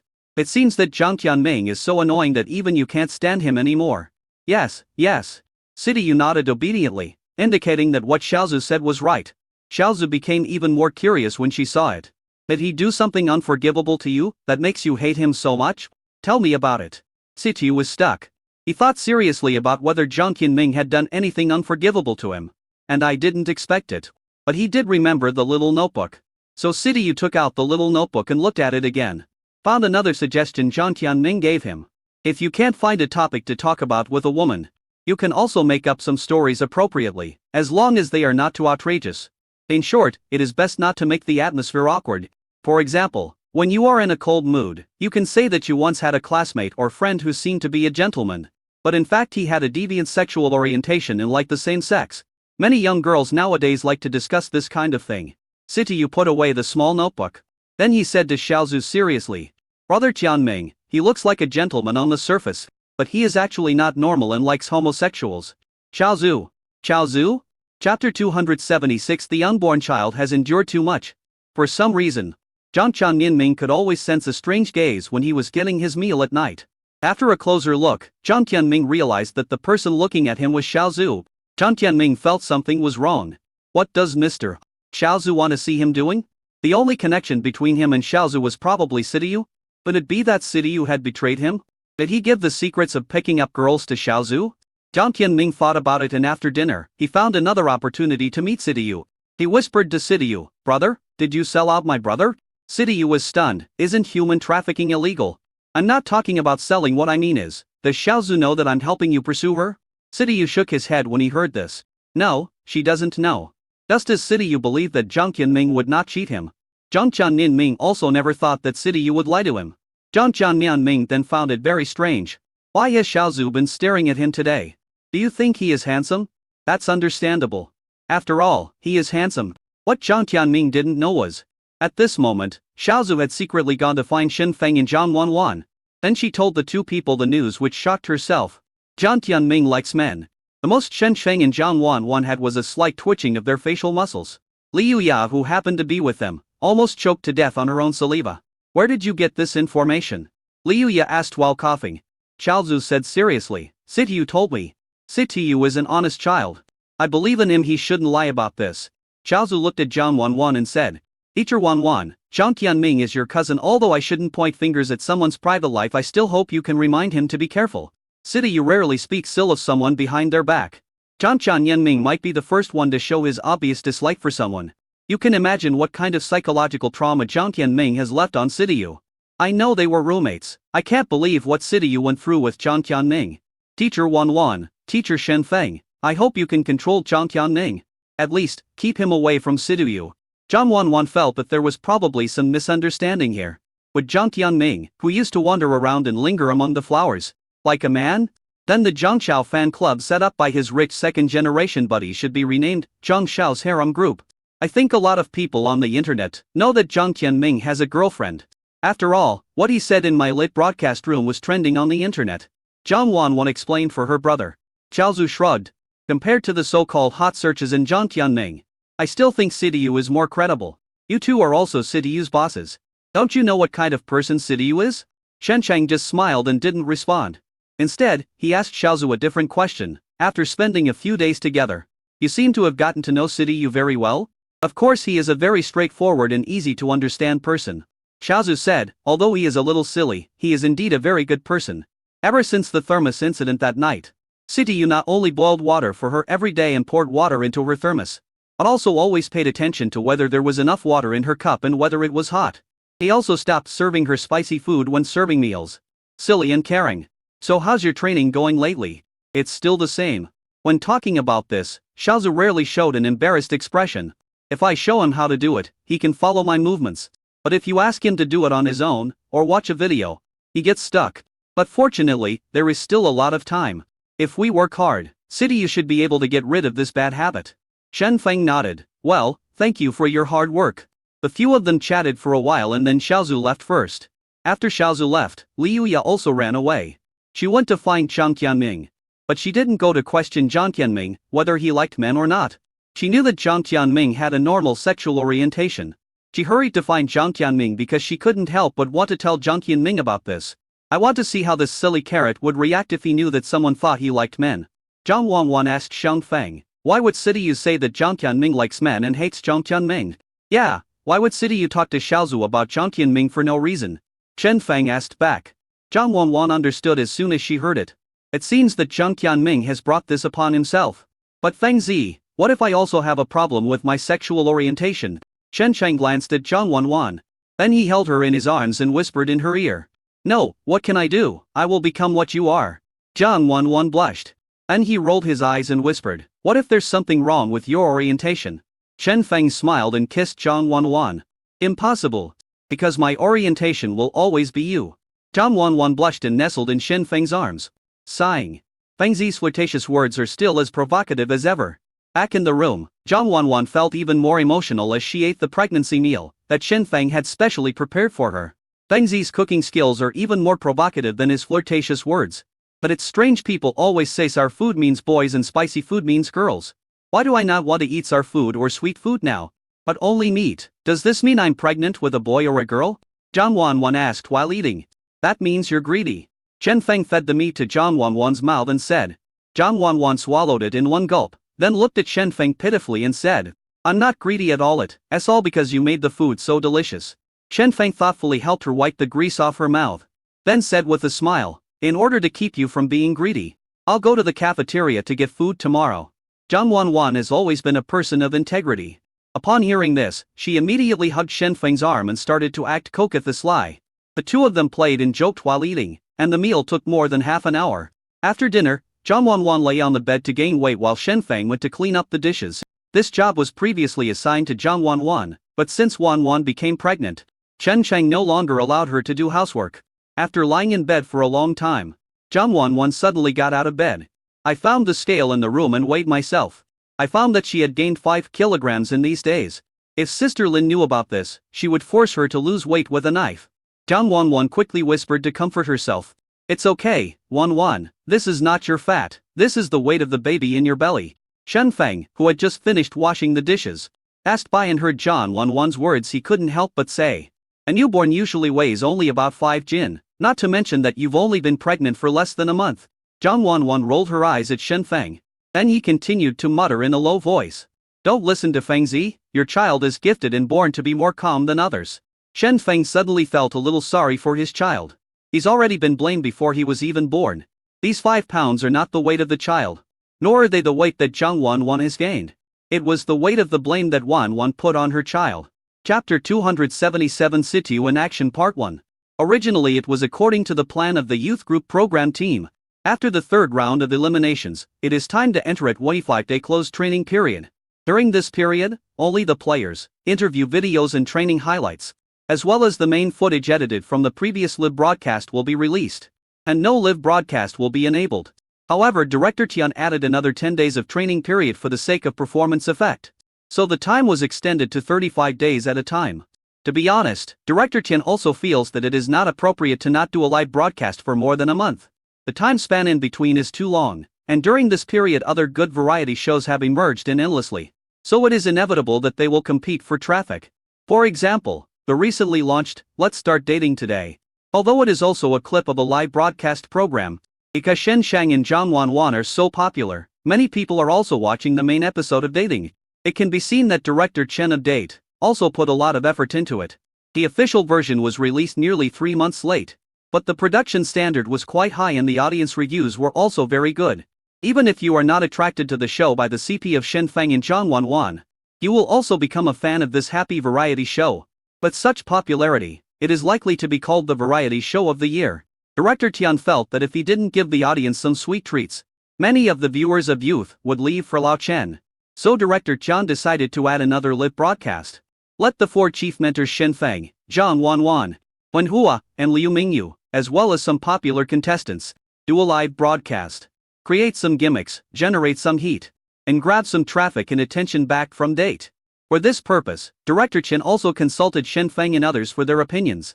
Now that our show has lost some of its popularity, do you think it is necessary to add more live broadcasts? Zhang Wan looked at Director Chen very seriously. He said, "Seriously, that depends on whether you, Director Tian, think it is necessary to increase the salary." Director Tian. After Director Tian asked his boss Lei Ming for funding, the additional live broadcast was finalized.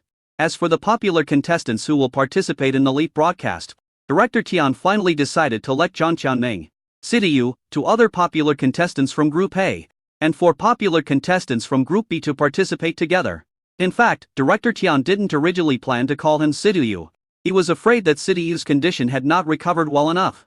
And if he appeared depressed on camera, not only would it make his fans more worried about him, but it might also make the atmosphere of the entire live broadcast become bad. However, Shen Feng expressed his intention to let Sidiyu participate in this live broadcast. His fans are worried about him. He is a popular contestant. If he is not allowed to compete in this show, his fans will be even more worried about his situation. Now that Sidiyu's emotions have basically stabilized, it's time for him to go and calm the fans down. After the contestants for the live broadcast were finalized, Director Tian posted a Weibo post to announce the time of the live broadcast. This Saturday night at 8 p.m. Absolutely prime time. The day is Thursday, and there are still 2 days until Saturday. Sidiyu was a little worried again. There were 2 things that made him sad. The first thing is naturally the live broadcast 2 days later. He knows that his sense of camera is not strong, his sense of variety shows is average, and he has no talent for live streaming. This live broadcast is the only official broadcasted youth group in more than a month. So there must be a lot of people paying attention to it. So Sidiyu was a little worried that he might mess up during the live broadcast. The second thing is Xiaozu. Ever since that day, Zhang Qianming passed the true guide to picking up girls to Sidiyu. Sidiyu kept thinking about how to ask Xiaozu out for dinner, as Zhang Qianming said. Or to eat and what to eat are all things that give Sidiyu a headache. Going out to eat takes up too much time and affects training. So it is definitely not appropriate. Make it yourself. His craftsmanship isn't that great. If I asked the boss Shen Feng to help me cook, Sidiyu was a little hesitant to speak. It's not impossible to order takeout, as the base does accept takeout. The question is, after receiving the takeaway, where should we eat it? According to Zhang Qianming's instruction, we must eat at a place that is completely different from usual and break away from the usual contestant atmosphere. This made Sidiyu even more embarrassed. Usually he and Xiaozu eat at 3 places: canteen, training room, bedroom. Where else can you eat? Another cafeteria, another training room, another bedroom? That makes no difference. Squatting in the corridor to eat. And a bit miserable. Find a place to eat in the base's courtyard. It was too cold outside every day. Xiaozu would rub her hands together out of cold after walking a few steps outside. Let alone eating. Eat in the lobby of the base? There were too many people coming and going, and Sidiyu was a little afraid of being seen. Go to the toilet to eat. Sidiyu vaguely remembered that when he just learned how to use the internet, he saw a video on the internet of people eating in the toilet. The anchor named Lao left a deep shadow on his young mind. Sidiyu's brain was overloaded and he couldn't think of a suitable place. In the end, he could only ask for help from his good brother Tianming, who had saved his life for him. He sent a WeChat message to Jiang Tianming. Asked Jiang Tianming where to invite Xiaozu to dinner. When Jiang Tianming saw Sidiyu sending him a message, he felt a little complicated. After all, he became a male ketone because of Sidiyu's words 2 days ago. I have been laughed at by Liu Ya for 2 whole days. But when I saw that Sidiyu was asking about love news, Jiang Tianming's mood calmed down again, and he planned to give Sidiyu a proper answer. Your brother's happiness is nothing to joke about. Jiang Tianming, so you want to find a warm, quiet place that's not a toilet to have dinner with Xiaozu, right? Sidiyu smiles yes. Jiang Tianming, before that, let me teach you one thing, that is, don't use the smile expression when chatting with others. Sidiyu smiles why? Jiang Tianming, don't you think that this fake smile composed of the upturned corners of the mouth and the condescending eyes looks like it is saying to you? Sidiyu, what's wrong with saying? Jiang Tianming. He felt that it was difficult to explain the meaning behind the smile expression to an elderly internet novice like Sidiyu. Jiang Tianming, anyway, you better not use the smile expression. If you want to express a smiling face, you can find some cute emoticons. Jiang Tianming said this and sent Sidiyu a few cute emoticons of cats and dogs. Then Jiang Tianming began to help Sidiyu to find a place to have dinner with Xiaozu. After thinking about it, Jiang Tianming actually got along well with others. Jiang Tianming, the program crew has quite a few cars. I can help you borrow one. Jiang Tianming, I remember that the program crew had a van with a large space inside. Enough for eating, and it was also very warm if the air conditioner was turned on. Jiang Tianming thought his idea was absolutely amazing. The environment in the car is quiet enough and warm enough. The most important thing, even if the capacity of a van is large, it is certainly not spacious enough to accommodate 2 people dining together. It is this slightly crowded small environment that can promote the warming of the relationship between 2 people. Even Jiang Tianming himself was thinking about it. After the show is finished, he will buy an RV, and then take Liu Ya to travel around and live in the RV. Those days must have been very comfortable. Sidiyu trusts Jiang Tianming very much, so he listens to whatever Jiang Tianming says. So I agreed to the suggestion of eating in the car. Jiang Tianming works very officially for the sake of his brothers. At that time, I went to the director to borrow a car. Director Tian is also very generous. He knew that Jiang Tianming's parents were not ordinary people. So he not only lent Jiang Tianming a car, but also lent him a newly purchased SUV for his own use. Although it is not as spacious as a van, the environment inside is much better. And it is large enough for eating even if the rear seats are folded up. And for the sake of his brother, Jiang Tianming also specially found a lot of props and flowers from the base and simply decorated the car. The atmosphere is quite good. Everything is ready. Jiang Tianming expressed encouragement and wishes to Sidiyu, hoping that Sidiyu could seize the opportunity. He felt that as long as Sidiyu could perform normally, even if he couldn't win over Xiaozu, at least he could get closer to Xiaozu. Jiang Tianming had made all sorts of calculations, but he had overlooked one thing. That is, what takeout would Sidiyu order? The principle is to eat something that you can't normally eat at the base. Sidiyu specially ordered his favorite snail rice noodle online. It's still the sincere and super added supreme snail noodles. Chapter 278 Sidiyu in Action Part 2. Sidiyu is a very caring person. At night, after his snail noodles takeaway arrived, in order to prevent the takeaway from getting cold, he first put this supreme snail noodle with extra ingredients in Director Tian's favorite car. He also turned on the heater in the car according to the car air conditioning usage guide carefully prepared by Jiang Tianming. After making sure the temperature in the car was warm enough, he ran to find Xiaozu. He came out of the training room on the pretext of going to the bathroom because of a stomachache. So Xiaozu was still waiting for him in the training room. Back in the training room, Sidiyu originally wanted to invite Xiaozu to a dinner in the car immediately. As soon as he saw Xiaozu, Sidiyu suddenly felt a little embarrassed and didn't know how to start the conversation. And when he hesitated, Xiaozu has already pulled him to start training again. After the training started, they had to do a complete set of movements, and Sidiyu didn't have much chance to speak during the training. By the time another set of training was completed, almost 10 minutes had passed. At this moment, Sityu no longer cared about being embarrassed and said hurriedly, "Sister Zhu, let's go eat." Xiaozu glanced at Sityu. "You're hungry right after having diarrhea? Never mind. That makes sense. I'll go get some food if you have an upset stomach. Just wait here." Xiaozu said this, put on her coat and was about to go out. Sityu quickly put on his coat and followed Xiaozu, saying, "Well, how about we go somewhere else to eat today? Change place? Go back to the dormitory to eat?" Xiaozu asked. "No, I ordered takeout earlier. Can I take you there to eat?" Xiaozu really didn't expect this. Sityu actually took the initiative to order takeout to treat us. And even plan to eat somewhere else? This doesn't seem like something this idiot would do. But no matter what, since Sityu has already ordered the food, there is no reason for Xiaozu not to eat. After nodding, he followed Sityu towards Director Tian's favorite car. Seeing that it seemed like they were going to eat in the car, Xiaozu found it somewhat interesting. Eating in the cafeteria, training room and dormitory all day long does feel a bit boring. Although you can enjoy the scenery by simply sitting in the yard to eat, it is too cold. In the car, it's a good choice. I didn't expect that this silly guy was so thoughtful in his preparations. A slight smile appeared on Xiaozu's face. This smile lasted until she and Sityu walked to the car and opened the door. For those who have never eaten or do not like snail noodles, the stench of snail noodles may be a horrible biological weapon. The taste of the supreme deluxe version of snail noodles with added ingredients that Sityu thoughtfully prepared is the biochemical weapon plus version. If this snail noodle is kept in a closed car for more than 10 minutes and heated by the heater, then the destructive power of this thing may be no different from that of a nuclear bomb. So the moment Xiaozu opened the car door, she was almost killed on the spot by the smell. He lost his balance and nearly fell. She covered her mouth and hurriedly stepped aside, and squatted on the ground and began to retch. Sityu looked worried and quickly went over to ask about Xiaozu's situation. Xiaozu retched for a long time before she said with difficulty, What did you do in the car? You didn't cook shit in the car. Did you? Sityu, I? Xiaozu reluctantly looked up at Sityu. Which toilet did you order the takeaway from?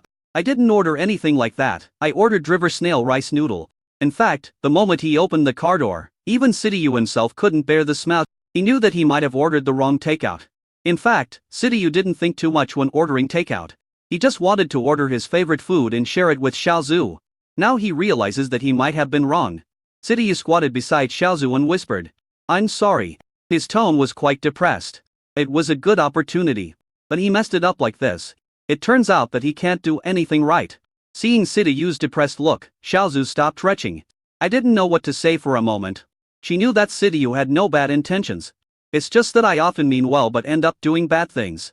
Xiaozu didn't have the heart to blame Sityu.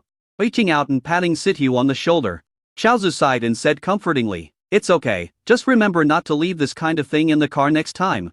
Of course, I don't really like these, so if you want to treat me to take out next time, you can order something else like Maoke or something." Sityu sniffed and looked at Xiaozu beside him. The weather is cold and it gets dark early. The lights in the courtyard of the training base were turned on early. Under the not too bright light, Sityu looked at Xiaozu's profile and was a little dazed for a moment. Her little face was frozen red, and the dry heaving caused tears to seep out of her eyes. Her slightly red eye circles were wet and particularly attractive. She is so beautiful. Sityu suddenly thought of this. Even though we have been together for so many days, even though I have to stare at this face for training every day, even though I have always thought she is very beautiful, but today, under the lamp, Sityu always had the urge to say this. This was an experience he had never had since he was a child. It was very new, but also made him a little nervous. But in the end, he couldn't help but speak. Said to Xiaozu, "You, Acho."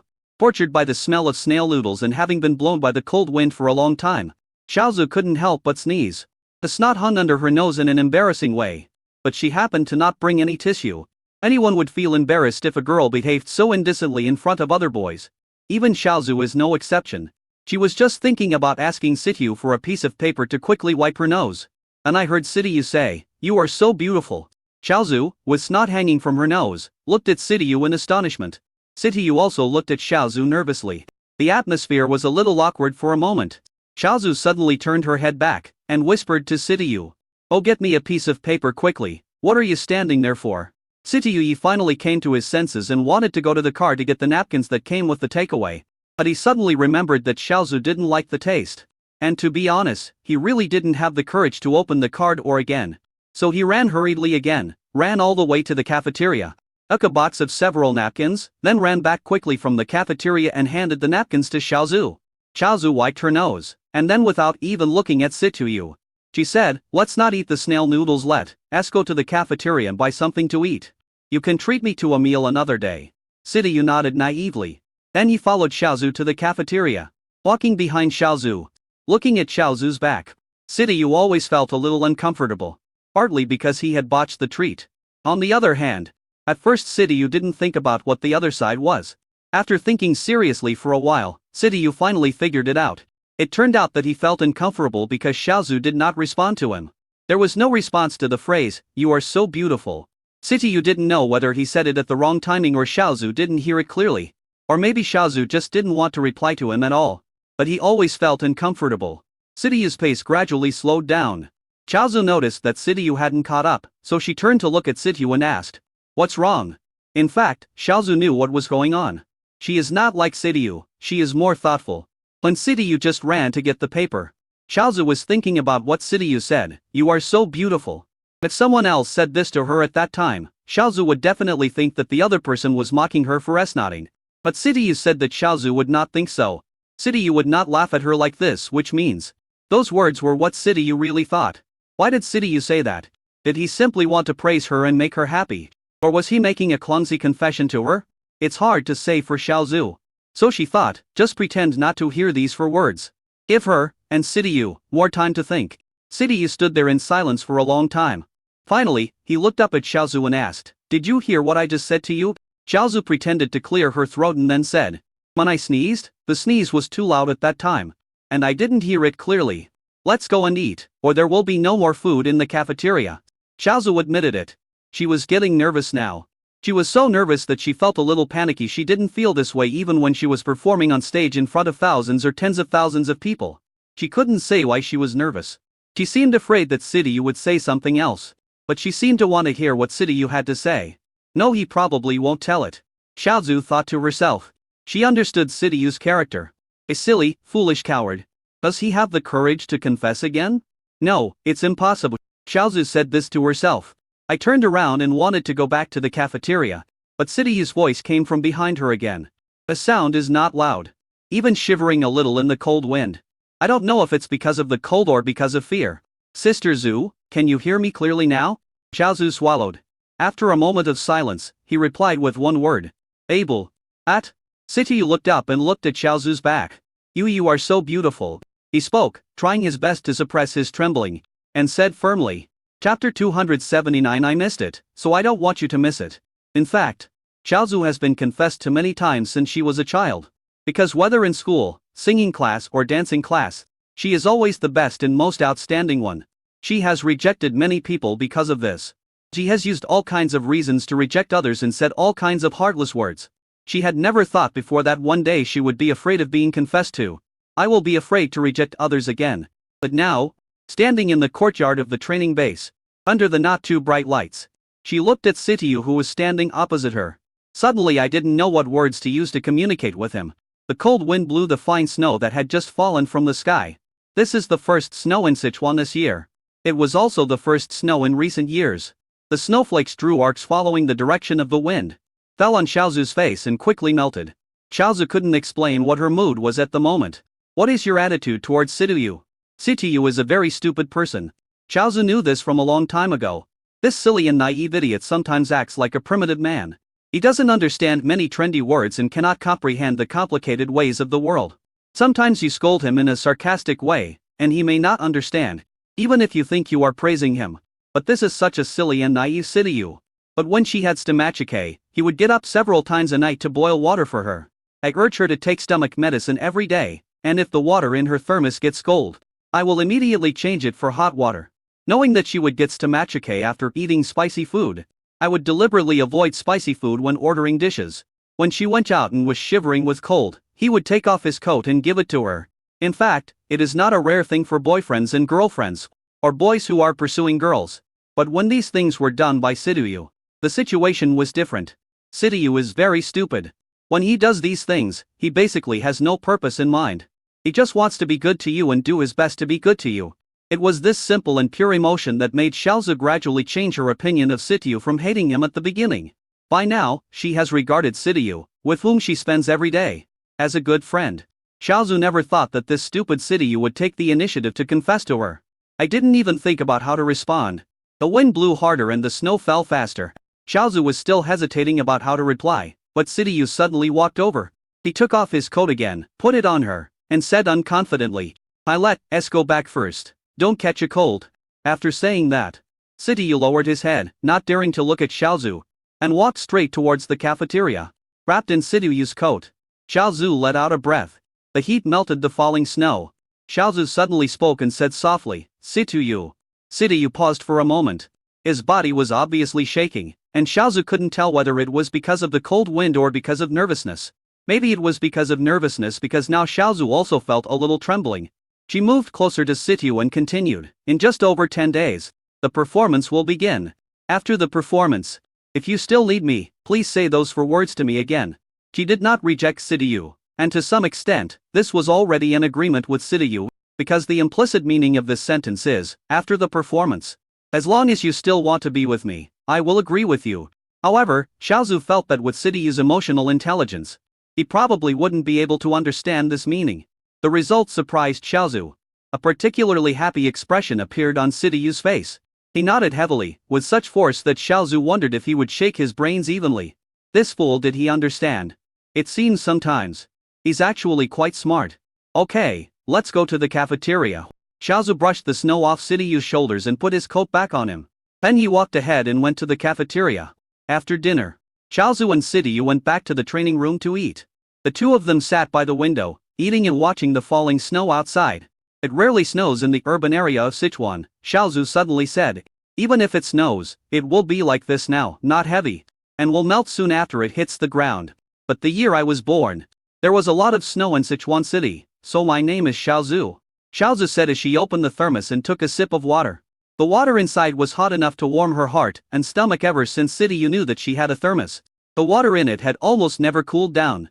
In fact, snow and I have a special affinity, because that year, when a rare heavy snow fell in Sichuan, I missed the most important game for me.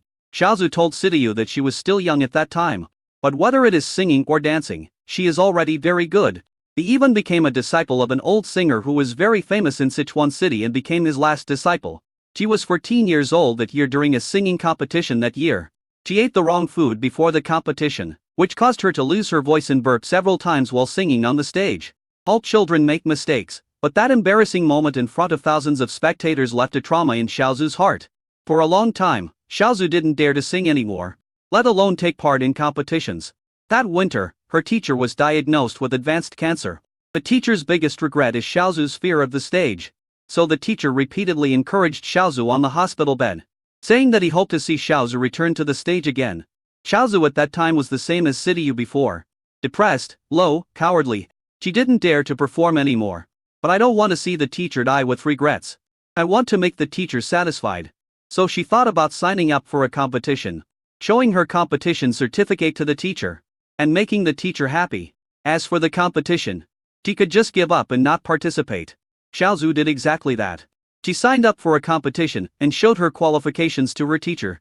The teacher was indeed very happy. He had not been so happy since he had been bedridden. On the day of the competition, Xiaozu did not participate. She had hoped to just get away with it. But what she didn't expect was, when she went to watch the live broadcast of the game, she found that her teacher appeared on the scene in a wheelchair. The teacher, who had been wearing a hospital gown for half a year, changed into a suit and put on his watch for the first time in a long time, which was said to be a gift from a foreign singer. The host also specially interviewed the teacher, who said that he came today specifically to watch his little apprentice's performance. The expression on his face was very happy. Xiaozu panicked at that time. She was in a hurry to get to the competition site.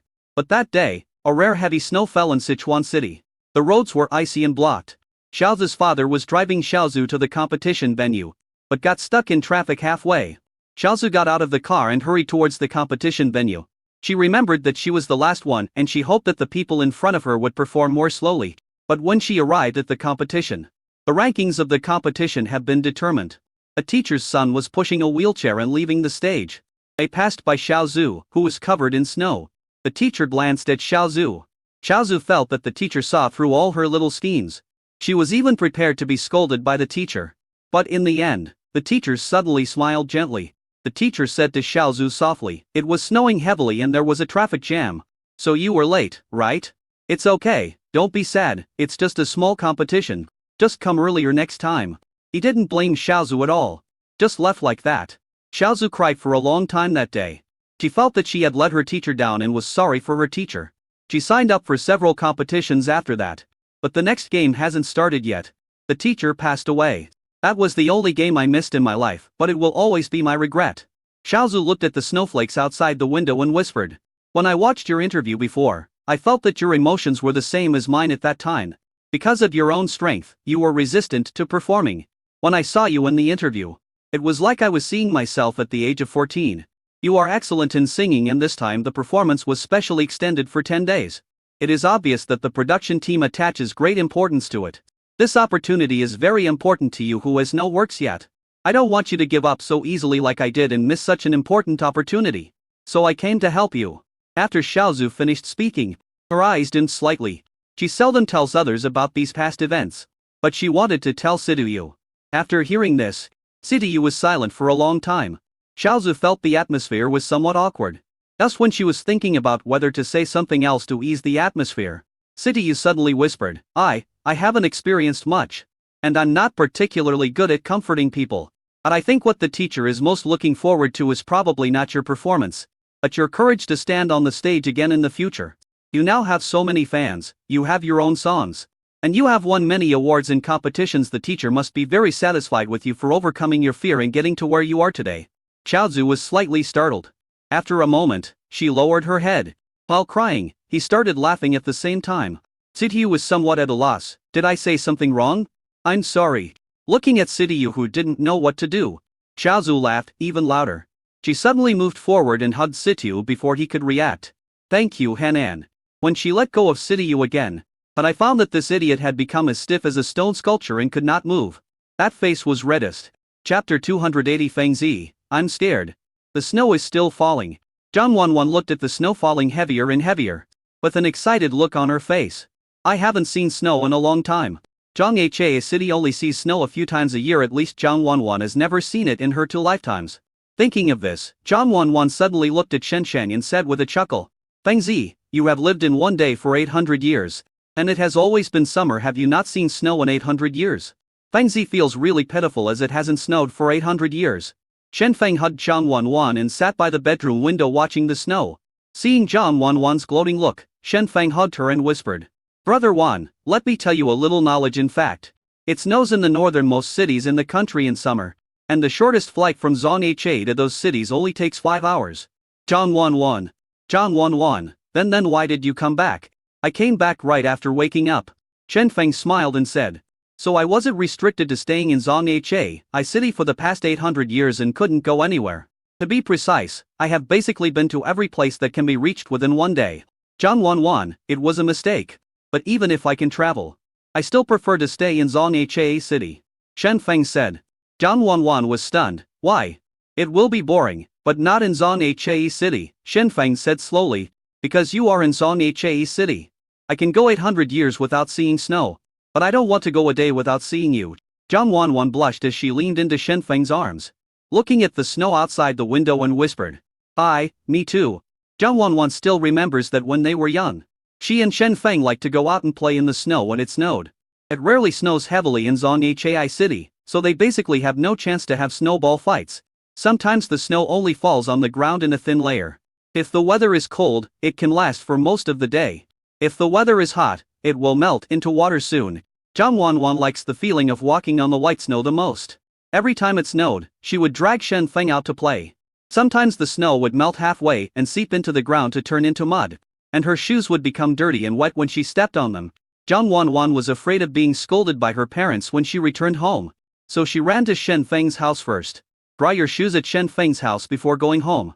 Shen Feng would first bake and wipe her shoes dry, and then bake his own. Wearing Wan shoes on feet was the most comfortable thing for Zhang Wanwan when she was a child. In the previous life, after Shen Feng got into trouble, when she finally mustered up the courage to return to Qingliu County to pay tribute to Shen Feng, She happened to encounter a snowy day when she revisited the place. She stepped on the snow in a daze, feeling the biting chill after the icy snow melted. But by then, there was no one to dry her shoes, and she could no longer feel the warm temperature. Thinking back to what happened at that time, Jiang Wanwan felt so heartbroken. She suddenly grabbed Shen Feng's clothes. She whispered, "Feng Zi, I am actually often scared. What are you afraid of?" Shen Sheng held Jiang Wanwan's hand tighter and asked softly, "I'm afraid I'm dreaming now. When I wake up, I'm still lying alone in my room, holding the Best Actress trophy I won 10 years later. I was afraid that I didn't die when I committed suicide. I was just unconscious, and all this was just my imagination when I was unconscious. When I am cured one day, everything will be gone when I open my eyes." Jiang Wanwan actually hadn't finished her words yet, but she couldn't say it anymore, because Shen Sheng had already kissed her, sealing her lips. Shen Sheng kissed her very hard. It was as if he wanted to convey all his warmth and emotions to Jiang Wanwan through this kiss. Jiang Wanwan was also very depressed. She took the initiative to hook her arms around Shen Feng's neck and deepen the kiss. She tried hard to respond and to verify. Use the warmth of Shen Feng's body and the real touch to confirm the reality of this world. For a long, long time, the two people gradually separated. Jiang Wanwan's eyes were already red. Shen Sheng gently wiped the moisture from her eyes and said softly, "Now, do you still have doubts?" Jiang Wanwan shook her head gently. Shen Feng smiled and gently stroked Jiang Wanwan's hair. "Actually, this is my fault. It's easy to feel uneasy when you're pregnant. I often stayed up all night in the studio to create songs. It's inevitable that you'll be nervous if you sleep alone. I'm sorry, I'll never make you feel that way again." Jiang Wanwan hummed softly, and she looked at Shen Feng quietly again, her beautiful eyes looking around. "That Feng Zi. What's wrong? Again?" Shen Sheng raised his eyebrows slightly. "What again?" Jiang Wanwan blushed, and suddenly stood up, hugged Shen Feng and kissed him deeply. "If what I just did was to verify. Now, Jiang Wanwan just wants to celebrate." All her worries about celebrating were illusory. After a while, Jiang Wanwan let Shen Feng go. Her face was flushed, and Shen Feng's eyes were also a little red. He leaned on Jiang Wanwan's shoulder, breathing in the faint fragrance of Jiang Wanwan's hair, then whispered in Jiang Wanwan's ear, "Brother Wan, don't be so proactive next time. It's not suitable to have sex in the first 3 months of pregnancy. But if you continue like this, I can't bear it anymore." Shen Feng's voice was a little hoarse. Jiang Wanwan listened to his words and suddenly her eyes rolled. And like a little devil, he stuck out his tongue and licked Shen Feng's neck twice. Then she smiled charmingly and said, "Can you still hold it back now?" As she spoke, Jiang Wanwan licked Shen Feng's earlobe again. But this time, before she had time to appreciate Shen Feng's embarrassed expression, she was picked up by Shen Feng and thrown onto the bed. Many people feel emotional when they see heavy snow. Some people are reminded of the past when seeing the scene. Some people use the scenery to express their feelings and take the opportunity to confess their feelings. Some people would rub their noses and sigh. "It's so damn cold." Director Tian sighed like this and walked towards his beloved car. Shivering with cold, he planned to drive home in the snow and wind. He usually lives in the base, but today is his and his wife's wedding anniversary. So after finishing the show, Director Tian planned to drive back. Walking to his newly bought car, Director Tian opened the door and imagined in his mind the feeling of sitting in the warm car and driving comfortably. So he opened the car door. Then, "Damn it, why is it so smelly? Did Jiang Tianming poop in my car?" Director Tian, who almost fainted from the suffocation, was retching and cursing loudly. Jiang Tianming, who was playing games with Li Yuya, sneezed twice. Li Yuya put down her phone and asked worriedly, "Lo Bo, do you have a cold?" No, it's probably because it's snowing and cold today." Jiang Tianming waved his hand and said. After saying that, he sneezed twice more. Chapter 281. I'm not a frugal person. The day after the snowy night, Shen Feng and Jiang Wanwan haven't been called as parents for a long time. At least Shen Sheng hasn't been called the parent for more than 800 years. And to be precise, Shen Feng and Jiang Wanwan were the parents, who were called this time. At the training base, in Director Tian's office, when Shen Feng and Jiang Wanwan pushed the door open, they clearly smelled a very strange smell in the room. Jiang Wanwan quickly covered her nose. Shen Feng also hurriedly covered Jiang Wanwan's nose. "Director Tian, what kind of biological weapon did you make?" Jiang Wanwan said with a frown. Director Tian was wearing a mask and standing by the open window. Seeing Shen Feng and Jiang Wanwan coming in, Director Tian said sadly, "It's not me who made the biological weapons, it's Jiang Tianming in situ." As he spoke, Director Tian pointed to the takeaway plate of snail noodles on the table. "After a night, the smell has actually dissipated a lot. When I first saw it from the car last night, I almost passed out from shock." Director Tian's voice trembled as he spoke. It was as if that memory made him particularly afraid. In fact, the taste of snail noodles itself is not that terrible. But unfortunately, Situ ordered the supreme version with extra ingredients. I was stuck in the warm car for a long time. Even a sweet and delicious dish can lose its taste if it is stewed. That too mentions snail noodles.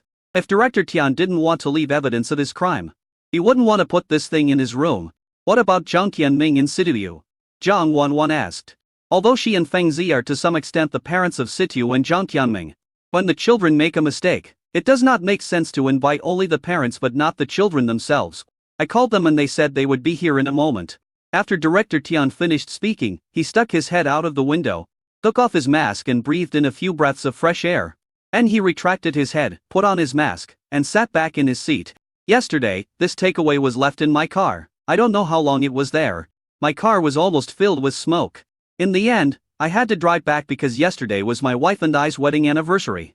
If I didn't go back, I would never be able to go back again. I endured the smell and drove home in the wind and snow. And then I met a traffic policeman on the road. Director Tian had a miserable expression. Because I looked like I was going to vomit, the traffic police thought I was driving under the influence and stopped me. And when I opened the car door, the two traffic police officers almost vomited. They insisted that I might have transported something dead in my car, saying that I was hiding either a body or feces, and they wanted to search my car. They let me go only after I showed them the snail noodles. You don't know how the traffic police looked at me. Like I was a monster. Director Tian complained to Shen Feng and Zhang Wanwan with tears in his eyes. After I returned home, my daughter hadn't seen me for a long time and wanted to give me a hug. But before I could hug her, she burst into tears and went to look for her mother. Do you know how much harm this does to a father? It hurts so much. After my wife came out, she asked me if I had fallen into the toilet. And then forced me to take a shower and wash my clothes thoroughly before she could eat. By the time I've almost gotten myself ready, it's almost 11 o'clock at night. And our wedding anniversary is almost over. Director Tian's crying really made anyone who heard it sad and heard it cry. It's so miserable. Zhang Wanwan also sighed after hearing this and said, then you can leave this snail noodle in your car overnight and then drive it back. You are also a ruthless person. I'm doing this to leave evidence. Director Tian said, Jiang Tianming borrowed my car yesterday. And then my car became like that. I have to find a way to protect my rights. Jiang Tianming said it was Situ who did it. I don't care who did it. Anyway, I will definitely teach them a lesson later. Director Tian's expression was quite sad and angry. The dignity of a director cannot be trampled upon. I must seek justice for my beloved car. Director Tian had just finished speaking.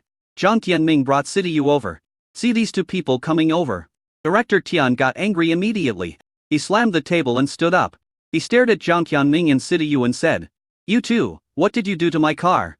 He had already prepared all kinds of sharp words in his mind to vent his frustration last night. Result: the words Director Tian had prepared had not yet been spoken. Jiang Tianming suddenly stepped forward and said, Director Tian, I asked Situ about what happened yesterday. He did cause an accident accidentally. He didn't mean to do it. Here's what I'm talking about. I have a buddy in Chuanshu City who's into cars. He knows a few friends in car dealerships. You can drive your car to him and have him buy you a new one with the best specs. I'll make up the difference. Director Tian's prepared words got stuck in his mouth. He stammered for a long while. Finally he slammed the table again. He cleared his throat and said, what I lack is money. Jiang Tian, young Master Jiang, do you think I'm short of money? Jiang Tianming smiled. That must not be the case. Well, of course not. But I am a very generous person. So the matter was resolved happily. Director Yan finished speaking. He also moved a chair for Jiang Tianming to sit on. Zhang Wanwan, who was standing by, was shocked. And he looked at Director Tian and said, didn't someone just say that we should teach Jiang Tianming and Situ a lesson? Director Yan coughed again, and then said in a soothing tone, young people all make mistakes sometimes. Besides, it's not young Master Jiang who is wrong, it's Situ. Situ honestly apologized to Director Tian and admitted his mistake. It's okay, it's just a small matter, don't take it to heart. Director Tian waved his hand with a smile. If you want to borrow my car in the future, just do it. Use it however you want it, it's okay. I'm not the kind of person who haggles over every penny. Shen Feng saw that the matter was resolved like this, and it seemed that there was nothing for him and Zhang Wanwan to do. So he said, since everything has been dealt with, we will leave first. Hey, don't be anxious, everyone sit down and have a cup of tea and chat. Zhang Wanwan rolled her eyes. What's the difference between drinking tea in your room and drinking tea in the toilet? Having said that, Shen Feng and Zhang Wanwan were about to leave. Seeing this, Jiang Tianming pulled Situ and wanted to leave. Director Tian hurriedly followed them and said, "Don't close the door. Wait for me, I really can't stay in this room any longer." The 5 people left Director Tian's office together. That expression was like being reborn. Jiang Qianming and Sidiyu went back to train. While Director Tian, Shen Feng and Jiang Wanwan planned to discuss some matters regarding tomorrow's live broadcast. After chatting for more than an hour, Jiang Wanwan suddenly remembered something and asked, "Have you not thrown away the snail noodles in your room yet?" Director Tian also suddenly came back to his senses. Then he shrank his head and said, "I don't have the courage to go into that room for now. Anyway, the window is open. I'll go in when the smell is almost gone tomorrow or the day after tomorrow." And at this time, at the door of Director Tian's room, the assistant director knocked on the door several times, but no one responded. He hesitated. Finally, he reached out, pressed the door handle, and opened the door. The moment he stepped into the room, his 10-year-old rhinitis seemed to be cured. Chapter 282 Good Brothers Who Share Life and Death. On the way out of Director Tian's room, Sidiyu lowered his head and said to Jiang Tianming, "I'm sorry, Brother Tianming, you still have to pay compensation." Jiang Tianming smiled and said, "It's just a small amount of money. Don't take it to heart as long as you are happy, it's worth it." Jiang Tianming has no shortage of money. He lacks merit. As long as he can help Sidiyu, he will consider it as spending money to buy merit, which is also good. By the way, I asked you on the phone yesterday, but you didn't explain clearly. Are you and Xiaozu finally together? Jiang Tianming asked. Last night, he called Sidiyu to ask. However, what Sidiyu said at that time was vague. He didn't say that his relationship with Xiaozu Qing didn't work out. He just said that it was going pretty well. Sidiyu scratched his head and said awkwardly, It should be considered successful." "What do you mean by should? Have you confessed your feelings?" "Did she agree?" "She said that if I still liked her after the performance, I would confess to her once more then." Jiang Tianming is also a veteran. I laughed when I heard this. That's it's probably stable. His money was not wasted, it was not wasted. It is definitely a great merit to facilitate a marriage. Thinking of this, Jiang Tianming happily put his arm around Sidiyu's shoulders. But Jiang Tianming and Sidiyu didn't notice. At this time, a person was following them quietly. Looking at Jiang Tianming's hand on Sidiyu, looked serious. After a moment, she suddenly stepped forward. He pulled over Sidiyu, who was being hugged by Jiang Tianming on the shoulders. Pull him to the other side. Sidiyu was startled at first. After seeing who was pulling him, Sidiyu heaved a sigh of relief and said, "Sister Zhu, what's wrong?" "Nothing, just asking you to stay away from someone." Xiaozu deliberately spoke loudly without avoiding Jiang Tianming. Jiang Tianming is not as stupid as Sidiyu, so he naturally heard the hidden meaning of Xiaozu's words. Jiang Tianming smiled helplessly and said, "Big sister, when you please not misunderstand me, I have a girlfriend and my sexual orientation is normal. Can you please stop guarding against me like a thief?" Xiaozu smiled coldly. "Stop talking nonsense to me. Sidiyu has already told me who you are. I'm warning you. He's under my protection now, don't even think about harming him. If you dare get too close to him again, I won't let you go no matter how rich you are." After saying that, Xiaozu pulled Sidiyu and was about to leave again. Although Sidiyu is a bit silly, he actually has some good eyesight. Seeing that the atmosphere between Jiang Tianming and Xiaozu was tense, Sidiyu wanted to speak up for Jiang Tianming. He whispered, "Sister Zhu, Brother Tianming didn't mean to harm me. He even helped me today. He is a very nice guy." "Help you? That's because he has a purpose for you." Xiaozu trusts Sidiyu very much. She thinks that Shahan Han would not lie. So ever since Sidiyu said that Jiang Tianming liked men blah blah that day, Xiaozu has been very wary of Jiang Tianming. "What purpose can I have for him?" Jiang Tianming was speechless. How could he like a man? He loves you yet deeply. Xiaozu glared at Jiang Tianming. "Do you have the guts to look me in the eye and repeat the words, 'I have no purpose in helping Sidiyu'? Do you dare?" Xiaozu has a very strong personality. When it comes to being aggressive, she is not inferior to Sister Lin in the slightest. Jiang Tianming was also frightened. He originally wanted to do as Xiaozu said and look Xiaozu in the face and say, "I have no purpose in helping Sidiyu." But look into Xiaozu's eyes. Jiang Tianming felt a little guilty again. Because he helped Sidiyu. For a purpose. In order to do good deeds and accumulate merit. So that his child with Li Yuya can live in peace. Jiang Tianming raised his eyelids. After hesitating for a while, he said, You are guilty sure enough, you still have a purpose." Xiaozu snorted coldly, "Stay away from Sidiyu from now on. Do you understand?" "No, I really feel wronged. Sidiyu and I only have a pure friendship." "Bullshit, how can there be pure friendship between men?" Xiaozu spoke righteously. Jiang Tianming was full of questions after hearing this. How come there is no pure friendship between men? And Jiang Tianming felt that he was wronged. He was clearly doing good things and was clearly helping others. Why should I be misunderstood like this? Do good people deserve to be bullied? Is this the consequence of doing good things? Brother, prove it for me. You know I have a girlfriend. Jiang Tianming could only look at Sidiyu, thinking of asking Sidiyu to speak for him. Sidiyu originally wanted to explain for Jiang Tianming, but Xiaozu suddenly looked at him. If you explain it for him, then I can only see two possibilities. First, he just helped you. You spoke up for him to repay the favor. I can understand that. Second, you lied to me before. Xiaozu narrowed her eyes and looked at Sidiyu. I trusted you so much, silly. Sidiyu held back his words. Finally, he swallowed it back. He suddenly remembered a line from the True Tips on Picking Up Girls that Jiang Tianming taught him. When chasing a woman, you often can't do it perfectly by yourself. So you need your brothers to help you. You can sacrifice your brothers a little and let them act as your wingman. Provide cover, and become your stepping stone. Remember, your brothers will always understand you just like me. Thinking of this sentence, Sidiyu looked at Jiang Tianming again. I remembered what Jiang Tianming often said. We are good brothers who have shared life together. Then, Sidiyu said to Xiaozu that he does have a purpose towards me. You are right. Sidiyu, how did you, a guy with thick eyebrows and big eyes, become a bad person? Who did you learn this from? Jiang Tianming's eyes widened. Who is so hateful that he has led Sidiyu, such a fool, astray? Right now, Jiang Tianming heard the sound of people cracking melon seeds next to him. He turned around and looked. I just realized that Liu Ya had arrived without knowing when. He was standing nearby, holding a handful of melon seeds. I cracked melon seeds while watching him having fun. Jiang Tianming felt like he had seen a savior. He pulled Liu Ya over and introduced her to Xiaozu. Big sister, look carefully, this is Liu Ya, my girlfriend. My wife. Wife, prove it to me that I am not a lesbian. Liu Ya just came to watch the fun. Of course, no matter how big the matter is. So he walked away from Jiang Tianming while eating melon seeds. Then he said, I'm not very familiar with you, I'm just passing by. Jiang Tianming? It's bad enough that his brothers betrayed him. But why doesn't even his wife help him? He didn't know whose city you learned bad things from. But Liu Ya must have learned bad things from his elder sister Jiang Wanwan. I can't clean myself up anymore. Jiang Tianming simply gave up struggling. He said to Xiaozu, the innocent are innocent. I am too lazy to explain anything to you. Believe it or not. I don't want to hear your explanation either.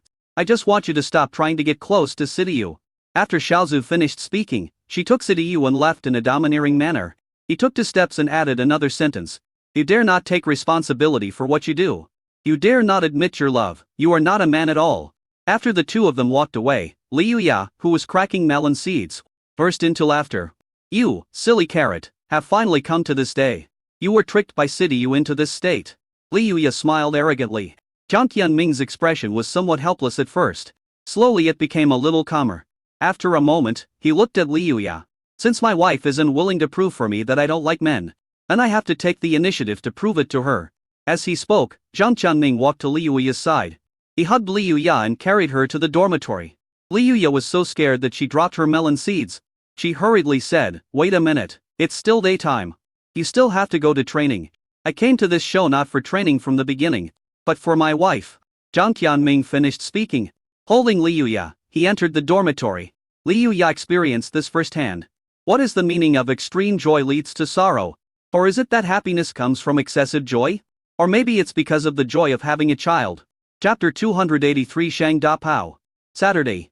Because the live broadcast would start at 8 o'clock in the evening, Shen Feng and Zhang Wanwan finished their dinner at around 5 o'clock in the afternoon. After finishing their meal, the two went to look for the contestants who were selected to participate in the live broadcast. They planned to go to the dressing room together to get ready and wait for the live broadcast to begin. Zhang Wanwan's group B consisted of 2 men and 2 women, whose strength and popularity were similar. In Shen Feng's group A, in addition to Situ and Jiang Tianming, there was also a man and a woman selected.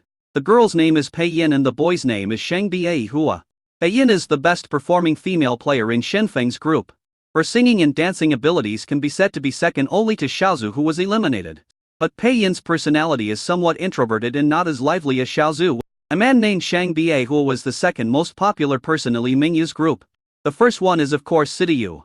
Shang Ba Hua is very handsome. Almost as handsome as Fu Yan. Most importantly, he is outgoing and sunny.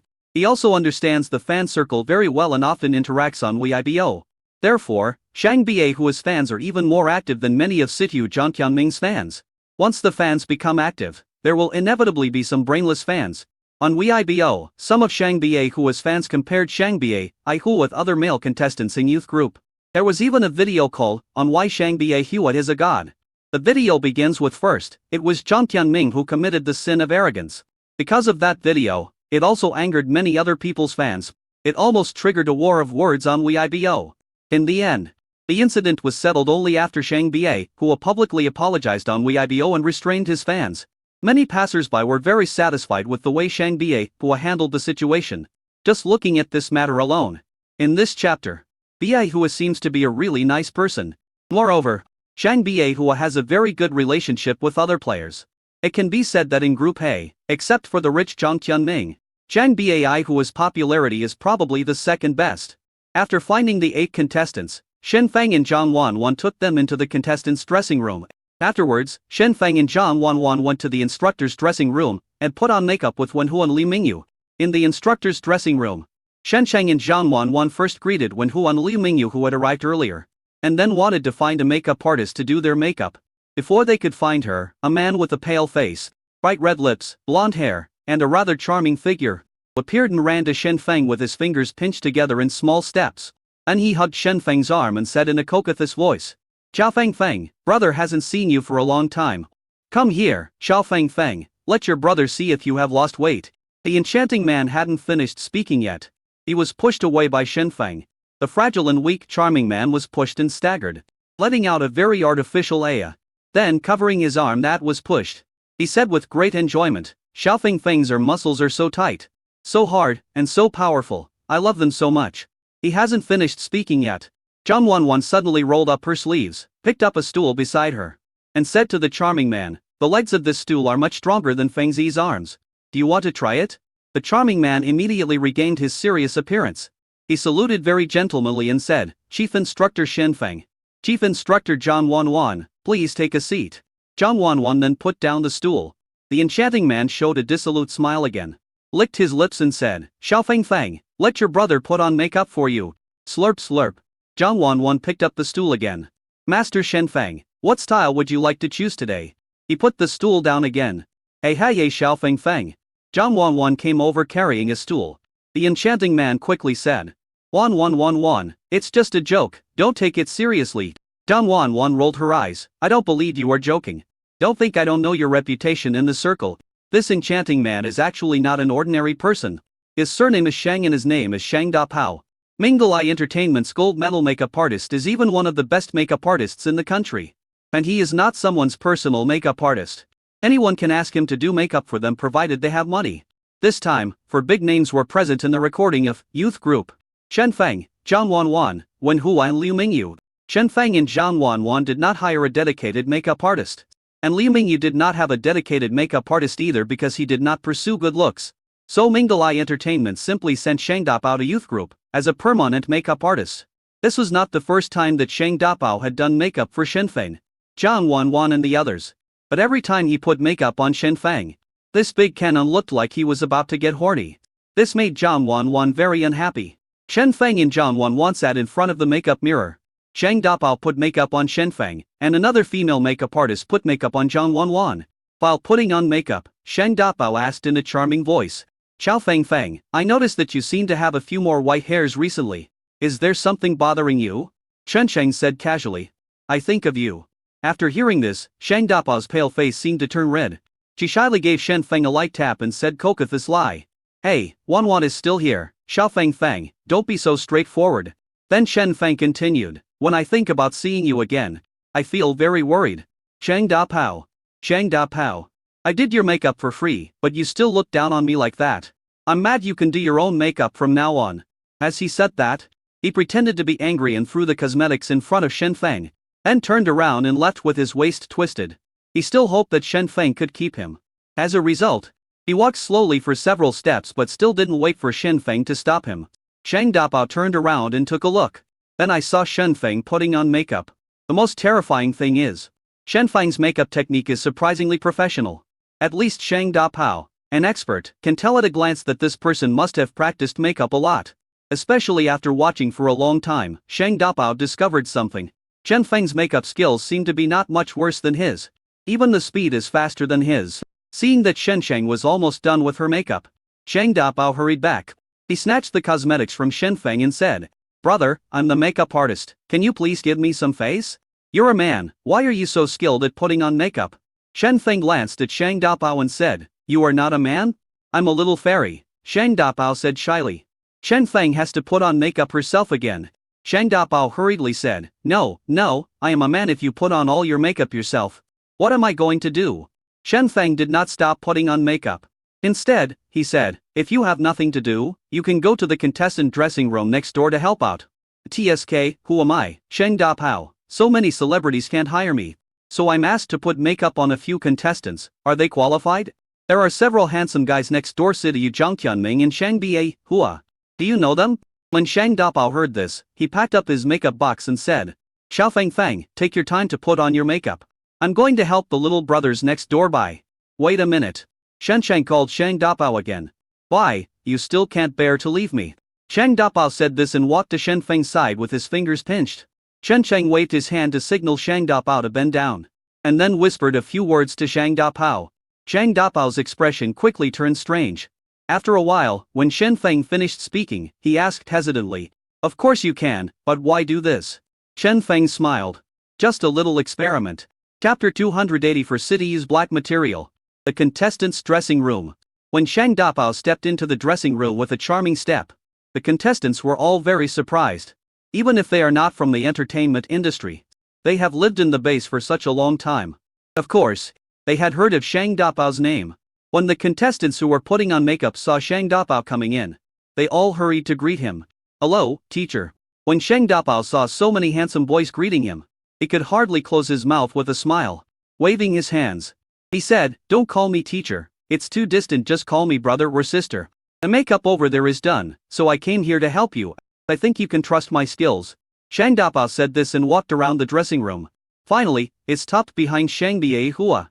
He patted the makeup artist who was putting makeup on Shang Bia Hua and said, "Leave little Shang to me, you go and have a rest." The makeup artist also knew how powerful Shang Dapao was. So as soon as Shang Dapao opened his mouth, the makeup artist immediately gave up his seat. When Shang Bia Hua saw that Shang Dapao was going to put on makeup for him, he immediately thanked him politely. His attitude was very decent and generous, and he looked well educated. Shang Dapao chuckled and bent down while putting makeup on Shang Bia Hua. Suddenly he lowered his voice and whispered in Shang Bia Hua's ear, "Little Shang, do you know anything about Sithu's dirty laundry?" Shang Bia Hua was stunned. He looked at Shang Dapao beside him with some surprise. Shang Dapao made a gesture to keep quiet. Then he looked around. Seeing that no one was paying attention to this side, he lowered his voice a little. "I have some personal grudges with Sithu. This person has a very bad character. I want to find some dirt on him and discredit him. You are in the same group as him, you should know something about the situation, right?" Shang Bia Hua glanced at Sithu, who was sitting not far away and putting on makeup. After hesitating for a while, he asked Shang Dapao, "And can I ask what the grudge is between the teacher and Sithu? Has he done anything bad?" "Oh, he's done so many bad things," Shang Dapao said. "Don't be fooled by his simple and honest appearance. He is actually very cunning. He acted like a big shot in front of me before. He also took advantage of the fact that his bosses are Shenfeng and Zhangwanwan. And he scolded several of my colleagues without restraint. He even got physical and broke the nose of one of our colleagues. Shenfeng spent money to suppress all these things. So you may not know about it." Shang Bia Hua's eyes moved slightly when he heard this. After a while, he asked, "Aren't these all his dirty laundry? Why is teacher Shang asking me?" "Alas, we makeup artists are the only ones who know about this. If this gets out, Shenfeng and Zhangwanwan will definitely guess that it was us who said it. And then they will definitely retaliate against us. Which will be terrible. So I thought about finding some other dirty stuff to mess with Sithu to vent my anger. I don't believe that he doesn't have other dirty stuff with his personality." Shang Dapao seemed very angry when he spoke. Shang Bia Hua thought about it, and finally responded in a low voice, "This Sithu may have played a fake game. And his personal conduct is very bad. He lives with a woman in the base. A woman he lives with is called Xiaozi. You should have heard of her. She is the woman who was eliminated by Sithu. As a result, I discovered that this woman is not only still in the base, but she is even living with Sithu, who would believe that they have no relationship. Apart from anything else, Sithu has quite a lot of mom fans and wife fans. If they knew that Sithu slept with another woman." "Mr. Shang, what do you think of this material?" Shang Bia Hua didn't notice that Shang Dapao's eyes narrowed slightly. Then he quickly returned to normal and said with a smile, Not bad, not bad. This is good stuff.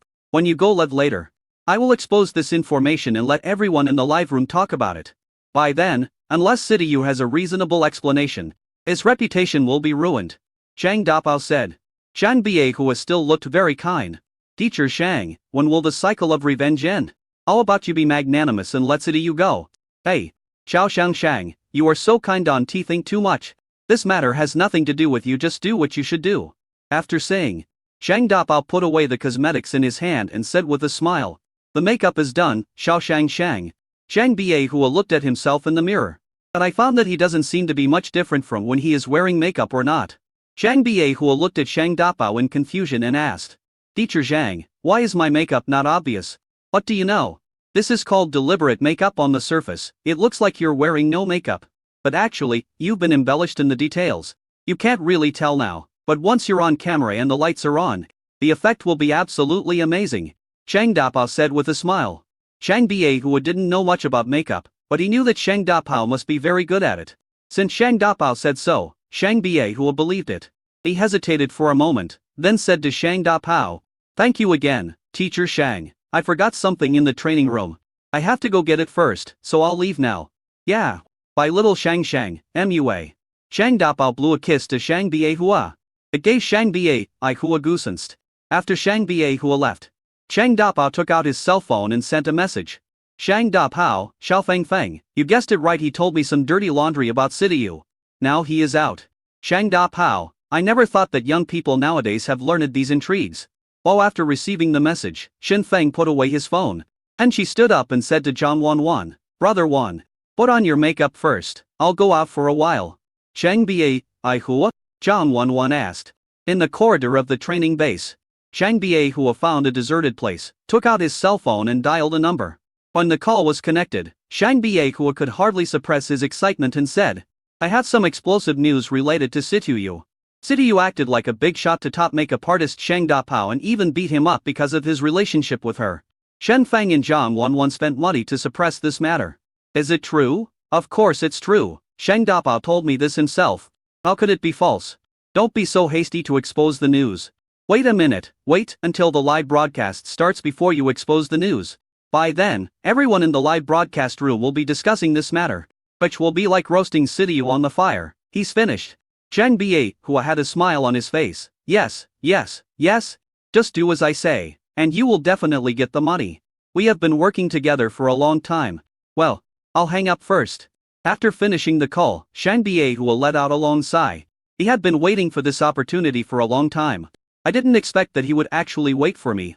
Shang Bie Hua has actually been coveting the C position for a long time. But unfortunately, his voice was not good enough for him to sing the original version of Shi Qian Qiu. In order to ensure the effect of the song, Liu Mingyu and Shen Sheng were reluctant to lower the pitch of Shi Qian Qiu. Liu Mingyu and Shen Sheng are now waiting every day for Sidiyu, the only one who can sing Shi Qian Qiu in its original tune, to make progress and for Sidiyu to be able to perfectly take the C position. And Sidiyu has indeed been making progress every day recently. If this continues, Shang Bie Hua feels that he will definitely have no chance. He was unwilling to just be a green leaf. So he has been waiting for an opportunity. Waiting for an opportunity that will allow Sidiyu to completely leave youth group. As long as Sidiyu leaves youth group, no one will be able to sing the original version of Shi Qian Qiu. At that time, Shen Feng and Liu Mingyu would naturally have to compromise and choose to lower the tone.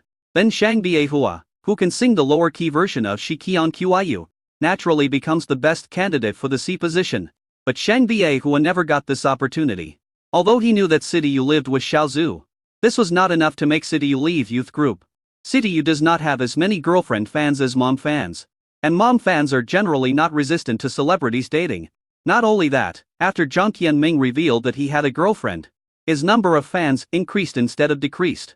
As a result, many netizens are no longer so resistant to celebrities dating. So Shang Bie Hua knew very well that this incident alone would not be enough to bring down Sidiyu. What he didn't expect was, today, Shang Dapao actually brought Sidiyu's dirty laundry to his doorstep. And its huge black material.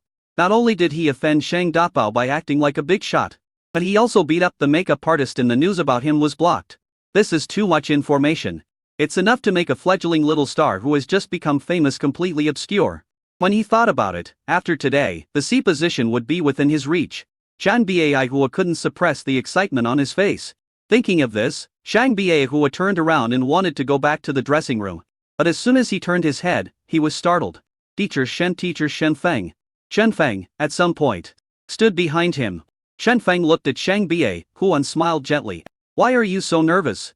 When you called the Navy just now, you didn't stutter so much. Chapter 285, Go get a pair of glasses when you have time. As early as the second round of eliminations of youth group, Shen Feng eliminated a large number of contestants with problematic conduct. But after all, people's hearts are separated by their stomachs. It is inevitable that some fish will slip through the net. For example, Shang Biehua. Shang Biehua was originally in the same group as Liu Mingyu, and was not in the same group with Shen Feng at the beginning. In addition, during the second round of eliminations, Shang Biehua behaved very honestly and did not do anything messy. So Shen Feng didn't really realize that there was anything wrong with him at first. It was not until the group was divided into two groups, A and B, that the popularity of Shang Biehua on Weibo suddenly increased, and Shen Feng began to feel that something was wrong. Before the grouping, Shang Biehua's popularity was not as high as it is now. But after being divided into two groups A and B, Shang Biehua's popularity seemed to increase suddenly. From the beginning, there were only a few thousand followers on Weibo, and the number soared to over 100,000. Not only that, there are also endless news and revelations about Shang Biehua on the internet. Many netizens may not even know such a person at the beginning, but every time I open Weibo, I can see more than a dozen message push notifications about him. Even if you block it, it can't be blocked. As a result, many netizens may not even watch youth group, but they still passively got to know a person named Shang Biehua. Shen Feng and Zhang Wanwan had already realized that this must have been a case of spending a lot of money to hire a large army of internet trolls. Shen Feng even went to talk to Shang Biehua. However, Shang Biehua said at the time that he was unaware of all this and that it must be his agent and agency that were behind it. It is normal for management companies to hype their own artists in order to make money. After all, before Shen Feng and Zhang Wanwan became famous, Sisterland had bought popularity for them.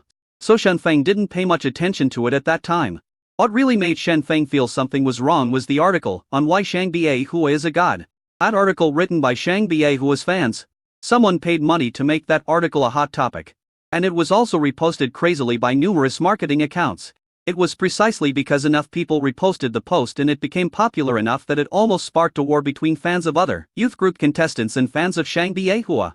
And after Shang Biehua personally stepped in to calm down the fan fight, some people began to exaggerate Shang Biehua's perfect personality.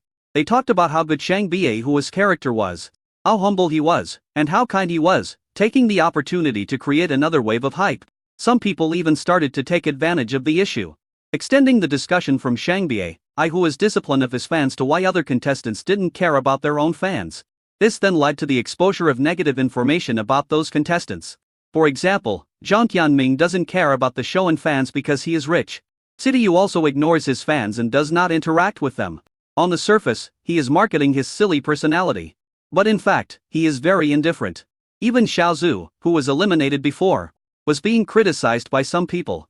It is said that because Xiaozu graduated from a professional school and already had songs before participating in the show, she does not take youth group seriously at all, nor does she care about the fans brought by youth group.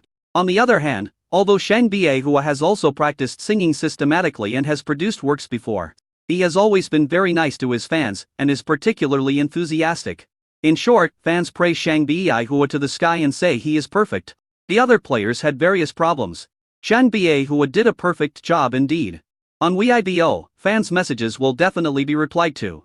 If fans start quarreling with other fans, he will definitely intervene to mediate and apologize on behalf of the fans.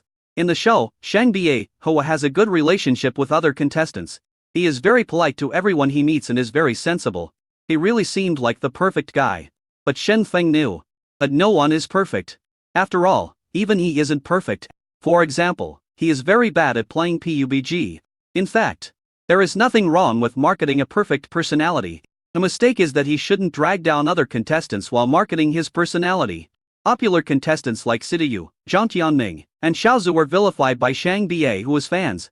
And they even had a quarrel with Shang Biehua's fans, and the quarrel was very lively. As for those contestants who are not very popular, their number of fans may not even be a fraction of Shang Biehua's.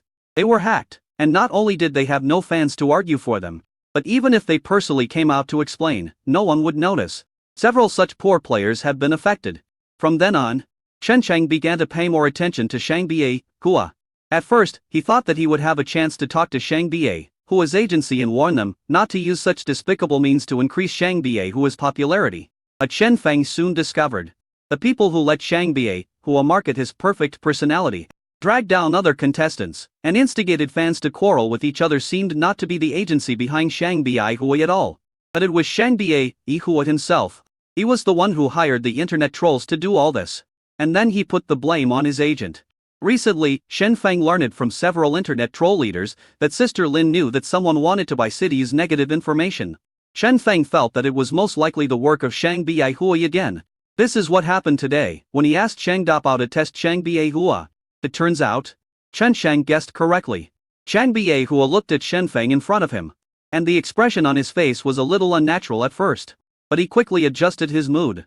With his signature smile on his face, he said politely, "Teacher Shen Feng, what did you just say? Did you mean that I was on the phone with the Navy? Maybe you misunderstood, he is just a relative I know." Shen Feng also smiled at Shang Bie Hua. He walked to Shang Bie Hua's side and said in a gentle tone, "You and your relatives will talk about Situ's negative information. Right? It seems that your relatives are still Situ's haters." Shang Bie Hua knew that Shen Feng might have heard what he had just said on the phone. However, he was not too panicked.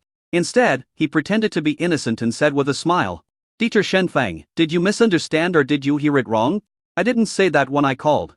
Chen Sheng took out a mobile phone, which displayed the recording interface. The smile on Shang Bie Hua's face finally faded. He narrowed his eyes slightly, looked at Shen Feng and said, "Teacher Shen Feng, are you trying to threaten me? So what if you recorded what I just said? Isn't it more correct for me to expose City's evil deeds than for you to spend money to suppress them?" Teacher Shen Feng, to be honest, I have always respected you. But I didn't expect you to be the kind of person who lets your employees bully others. You really disappoint me. Shen Sheng held the phone in his hand. And after Shang Bie Hua finished speaking, he smiled and said, "Shang Bie Hua, you hired internet users to hype up other contestants. And even instigated your fans to blacken other contestants. Aren't these things you doing making you even more disappointed in yourself?"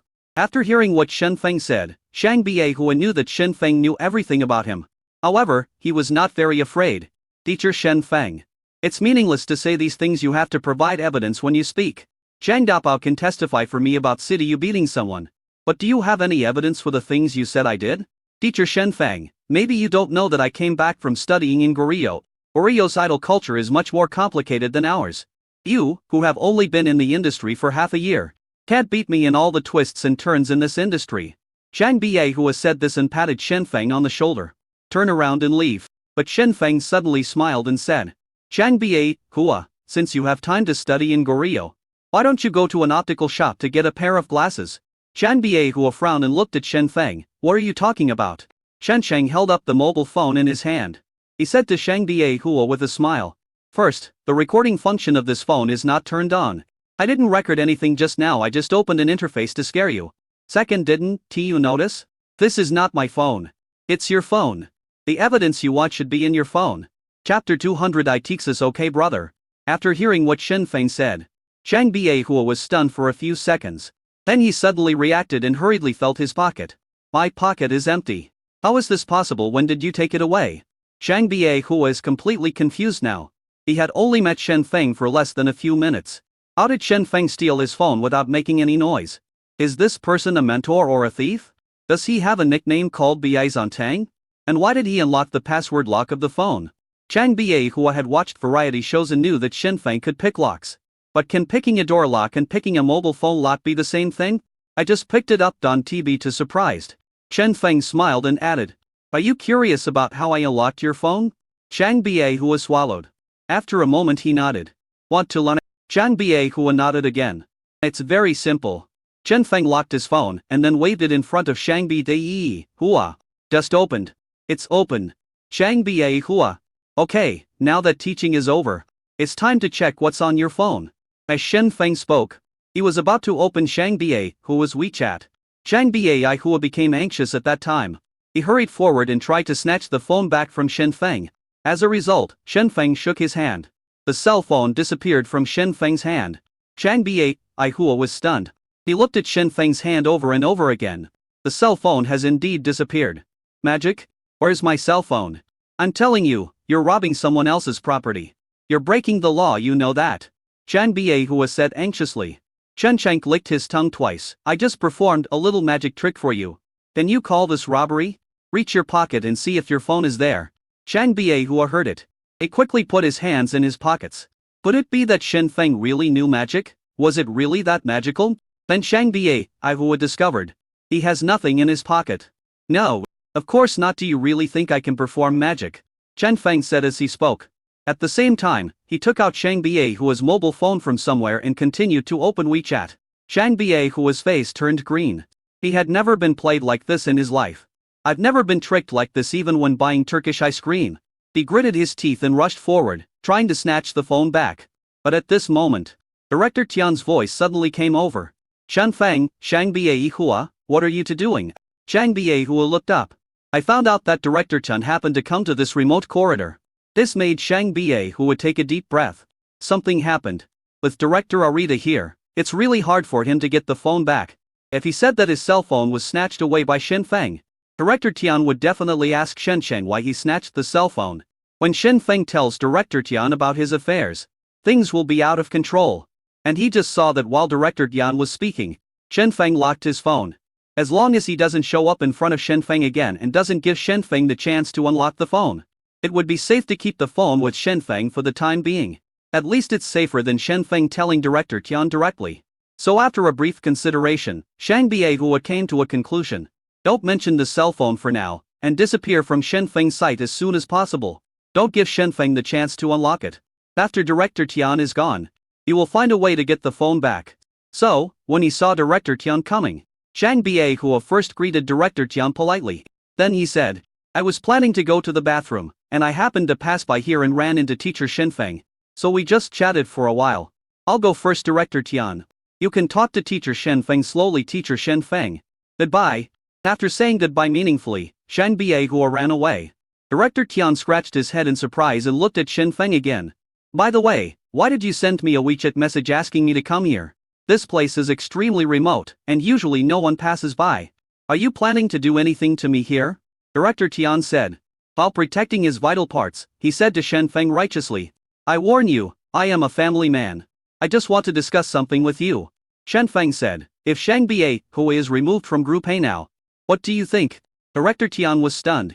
After a moment, he hesitated and said, now is the critical period of rehearsal. If he is removed, will it not affect the program? Yes. But not that big of a deal after all. Chang Biehua is not the center. Even if he is not there, he can be replaced by someone else. Or his part can be deleted. Shen Feng said. Director Tian was still a little hesitant. But why did you remove him? Did he offend you? We hired internet trolls to discredit other contestants on our show and to shape his image by dragging them down. His fans have already scolded several contestants from the show. You know that, don't you? Of course I know, but didn't he personally intervene to stop the fight? Director Tian paused. Are you saying that he directed and acted this all by himself? Comrade Xiaoshen, it's not that I don't believe you, but you have to provide evidence when you speak. The evidence is all here. Shen Feng took out Chang Biehua's cell phone. Director Tian was stunned. Is this Chang Biehua's phone? How did it get into your hands? But it's useless for you to take his phone, it has a password. Shen Cheng entered a few numbers casually. The phone turned on. Director Tian was stunned. Fuck, how did you know his phone password? I said I can tell fortunes, do you believe me? I believe it. So can you calculate what the lottery will be tomorrow? Shen Feng. Shen Feng was too lazy to pay attention to Director Tian. Shen Cheng had checked Chang Biehua before, and he knew not only his cell phone password but also his bank card password. I just deliberately used Chang Biehua's face to unlock the phone in front of Chang Biehua, thus to make Chang Biehua let down his guard. After opening WeChat, Shen Feng found the chat records between him and the internet trolls, as well as the records of him secretly instigating a few fan leaders to lead their fans to discredit other contestants. There were even chat records between him and one of his fans, in which they met privately during the holidays and did some unspeakable things. Director Tian looked at it and licked his teeth. He didn't expect it either. Chang Biehua, who was packaged so perfectly and was so popular before, turned out to be this kind of person. Director Tian looked at Shen Feng and said, as long as it doesn't affect the final performance, you can do whatever you want. Whatever public opinion will arise after kicking him out, I will help resolve it. Shen Feng smiled and nodded. He is willing to ask Director Tian to come over. One reason was to draw Shang Biehui away. Secondly, he really trusted Director Tian. Director Tian and the previous Director Chen are both very serious and responsible about the program. Shen Feng trusts them. What about tonight's live broadcast? Will Shang Biehui still come? Director Tian asked again. Yes, of course. Shang Biehui has hired a group of internet trolls to hype up his live stream since yesterday. A lot of people are watching. But I have to call Shang Biehui's relatives first. As Shen Feng spoke, he opened Shang Biehui's address book.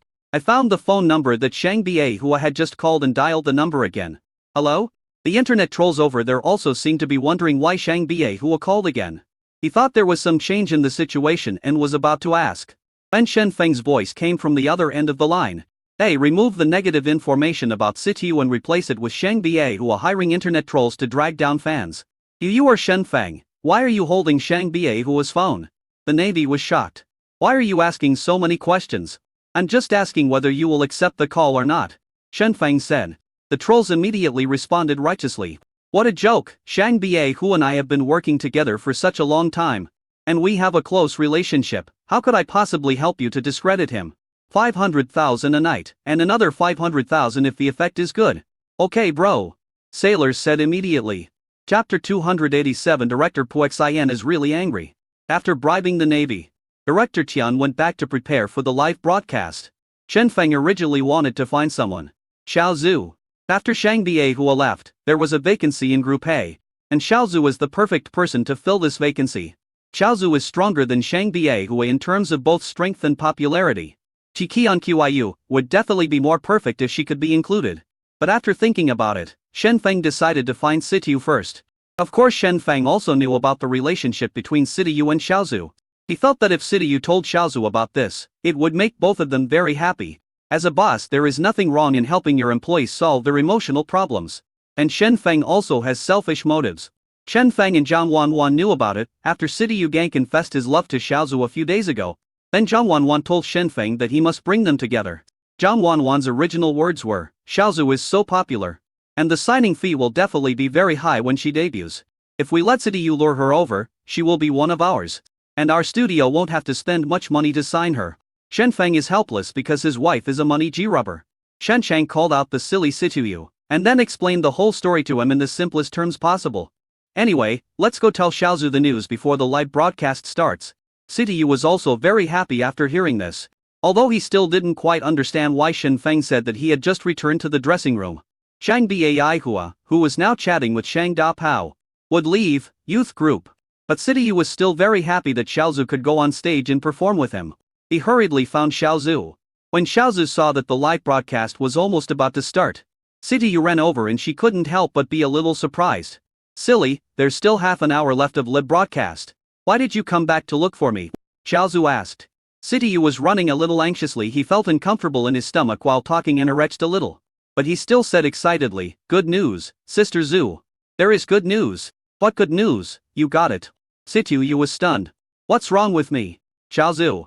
Xiao Zhu thought that she should not make such jokes or tell cold jokes to Situ in the future. This guy's brain is really not working properly. Nothing. What good news did you say? Situ hurriedly told Xiao Zhu what Shen Feng had told him. Xiao Zhu was also quite surprised when she heard this. Originally, she came to the program crew just because she had nothing to do recently and wanted to help Situ. She didn't expect to gain anything. Getting a silly kid is already an unexpected fortune. Unexpectedly, now she still has the opportunity to return to the stage. She is a singer and a dancer. For her, the stage is her other world, another life. Especially after the incident with her teacher. Xiao Zhu was even more unwilling to miss any opportunity to perform on stage. Xiao Zhu has also seen the sample clip or Ji Qian Qiu. From her professional perspective, she can see how valuable Ji Qian Qiu is. This song is absolutely top-notch from the composition and lyrics to Wenhua's choreography. As long as the stage can be presented perfectly in the end, this song Ji Qian Qiu will definitely become a top work that has not appeared in the entertainment industry in the past 10 years. It is probably the dream of most artists to be able to perform such a work. Xiao Zhu is no exception. Would you like to come join us on this show? Listening to Situ's question, Xiao Zhu smiled and nodded. Certainly. A smile also appeared on Situ's face. Silly and silly. It's sweet too. They were able to perform on stage together. After telling Xiaozu about this, Sidiyu returned to the dressing room.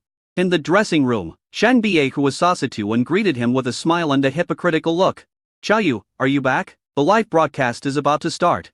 If you don't come back, I'm thinking of looking for you. Sidiyu greeted Shang Biehua politely. Then he scratched his head again and asked in confusion. Brother Biehua, why haven't you left yet? Shang Biehua was stunned. Go, where should I go? Aren't you going to leave youth team? Shang Biehua's expression changed. What nonsense is Sidiyu talking about? When did he say he was leaving? Shen Feng called him away just now. But it be that Shen Feng said something to Sidiyu? How hateful! Shang Biehua hated Shen Feng so much that his teeth were itching. However, seeing other players around him looking over here, Shang Biehua could only smile and explain to Sidiyu. Maybe you heard it wrong. When did I say he was leaving? But you... No, don't worry, I won't leave. As Shang Biehua spoke, the smile on his face became even brighter. Instead of worrying about whether or not I leave, why not think about yourself? Me? Sidiyu was confused. What's wrong with me? Shang Biehua smiled mysteriously, lowered his voice, and said to Sidiyu, if you don't want others to know, then don't do it yourself. Sidiyu, the one who is leaving is not me. But you.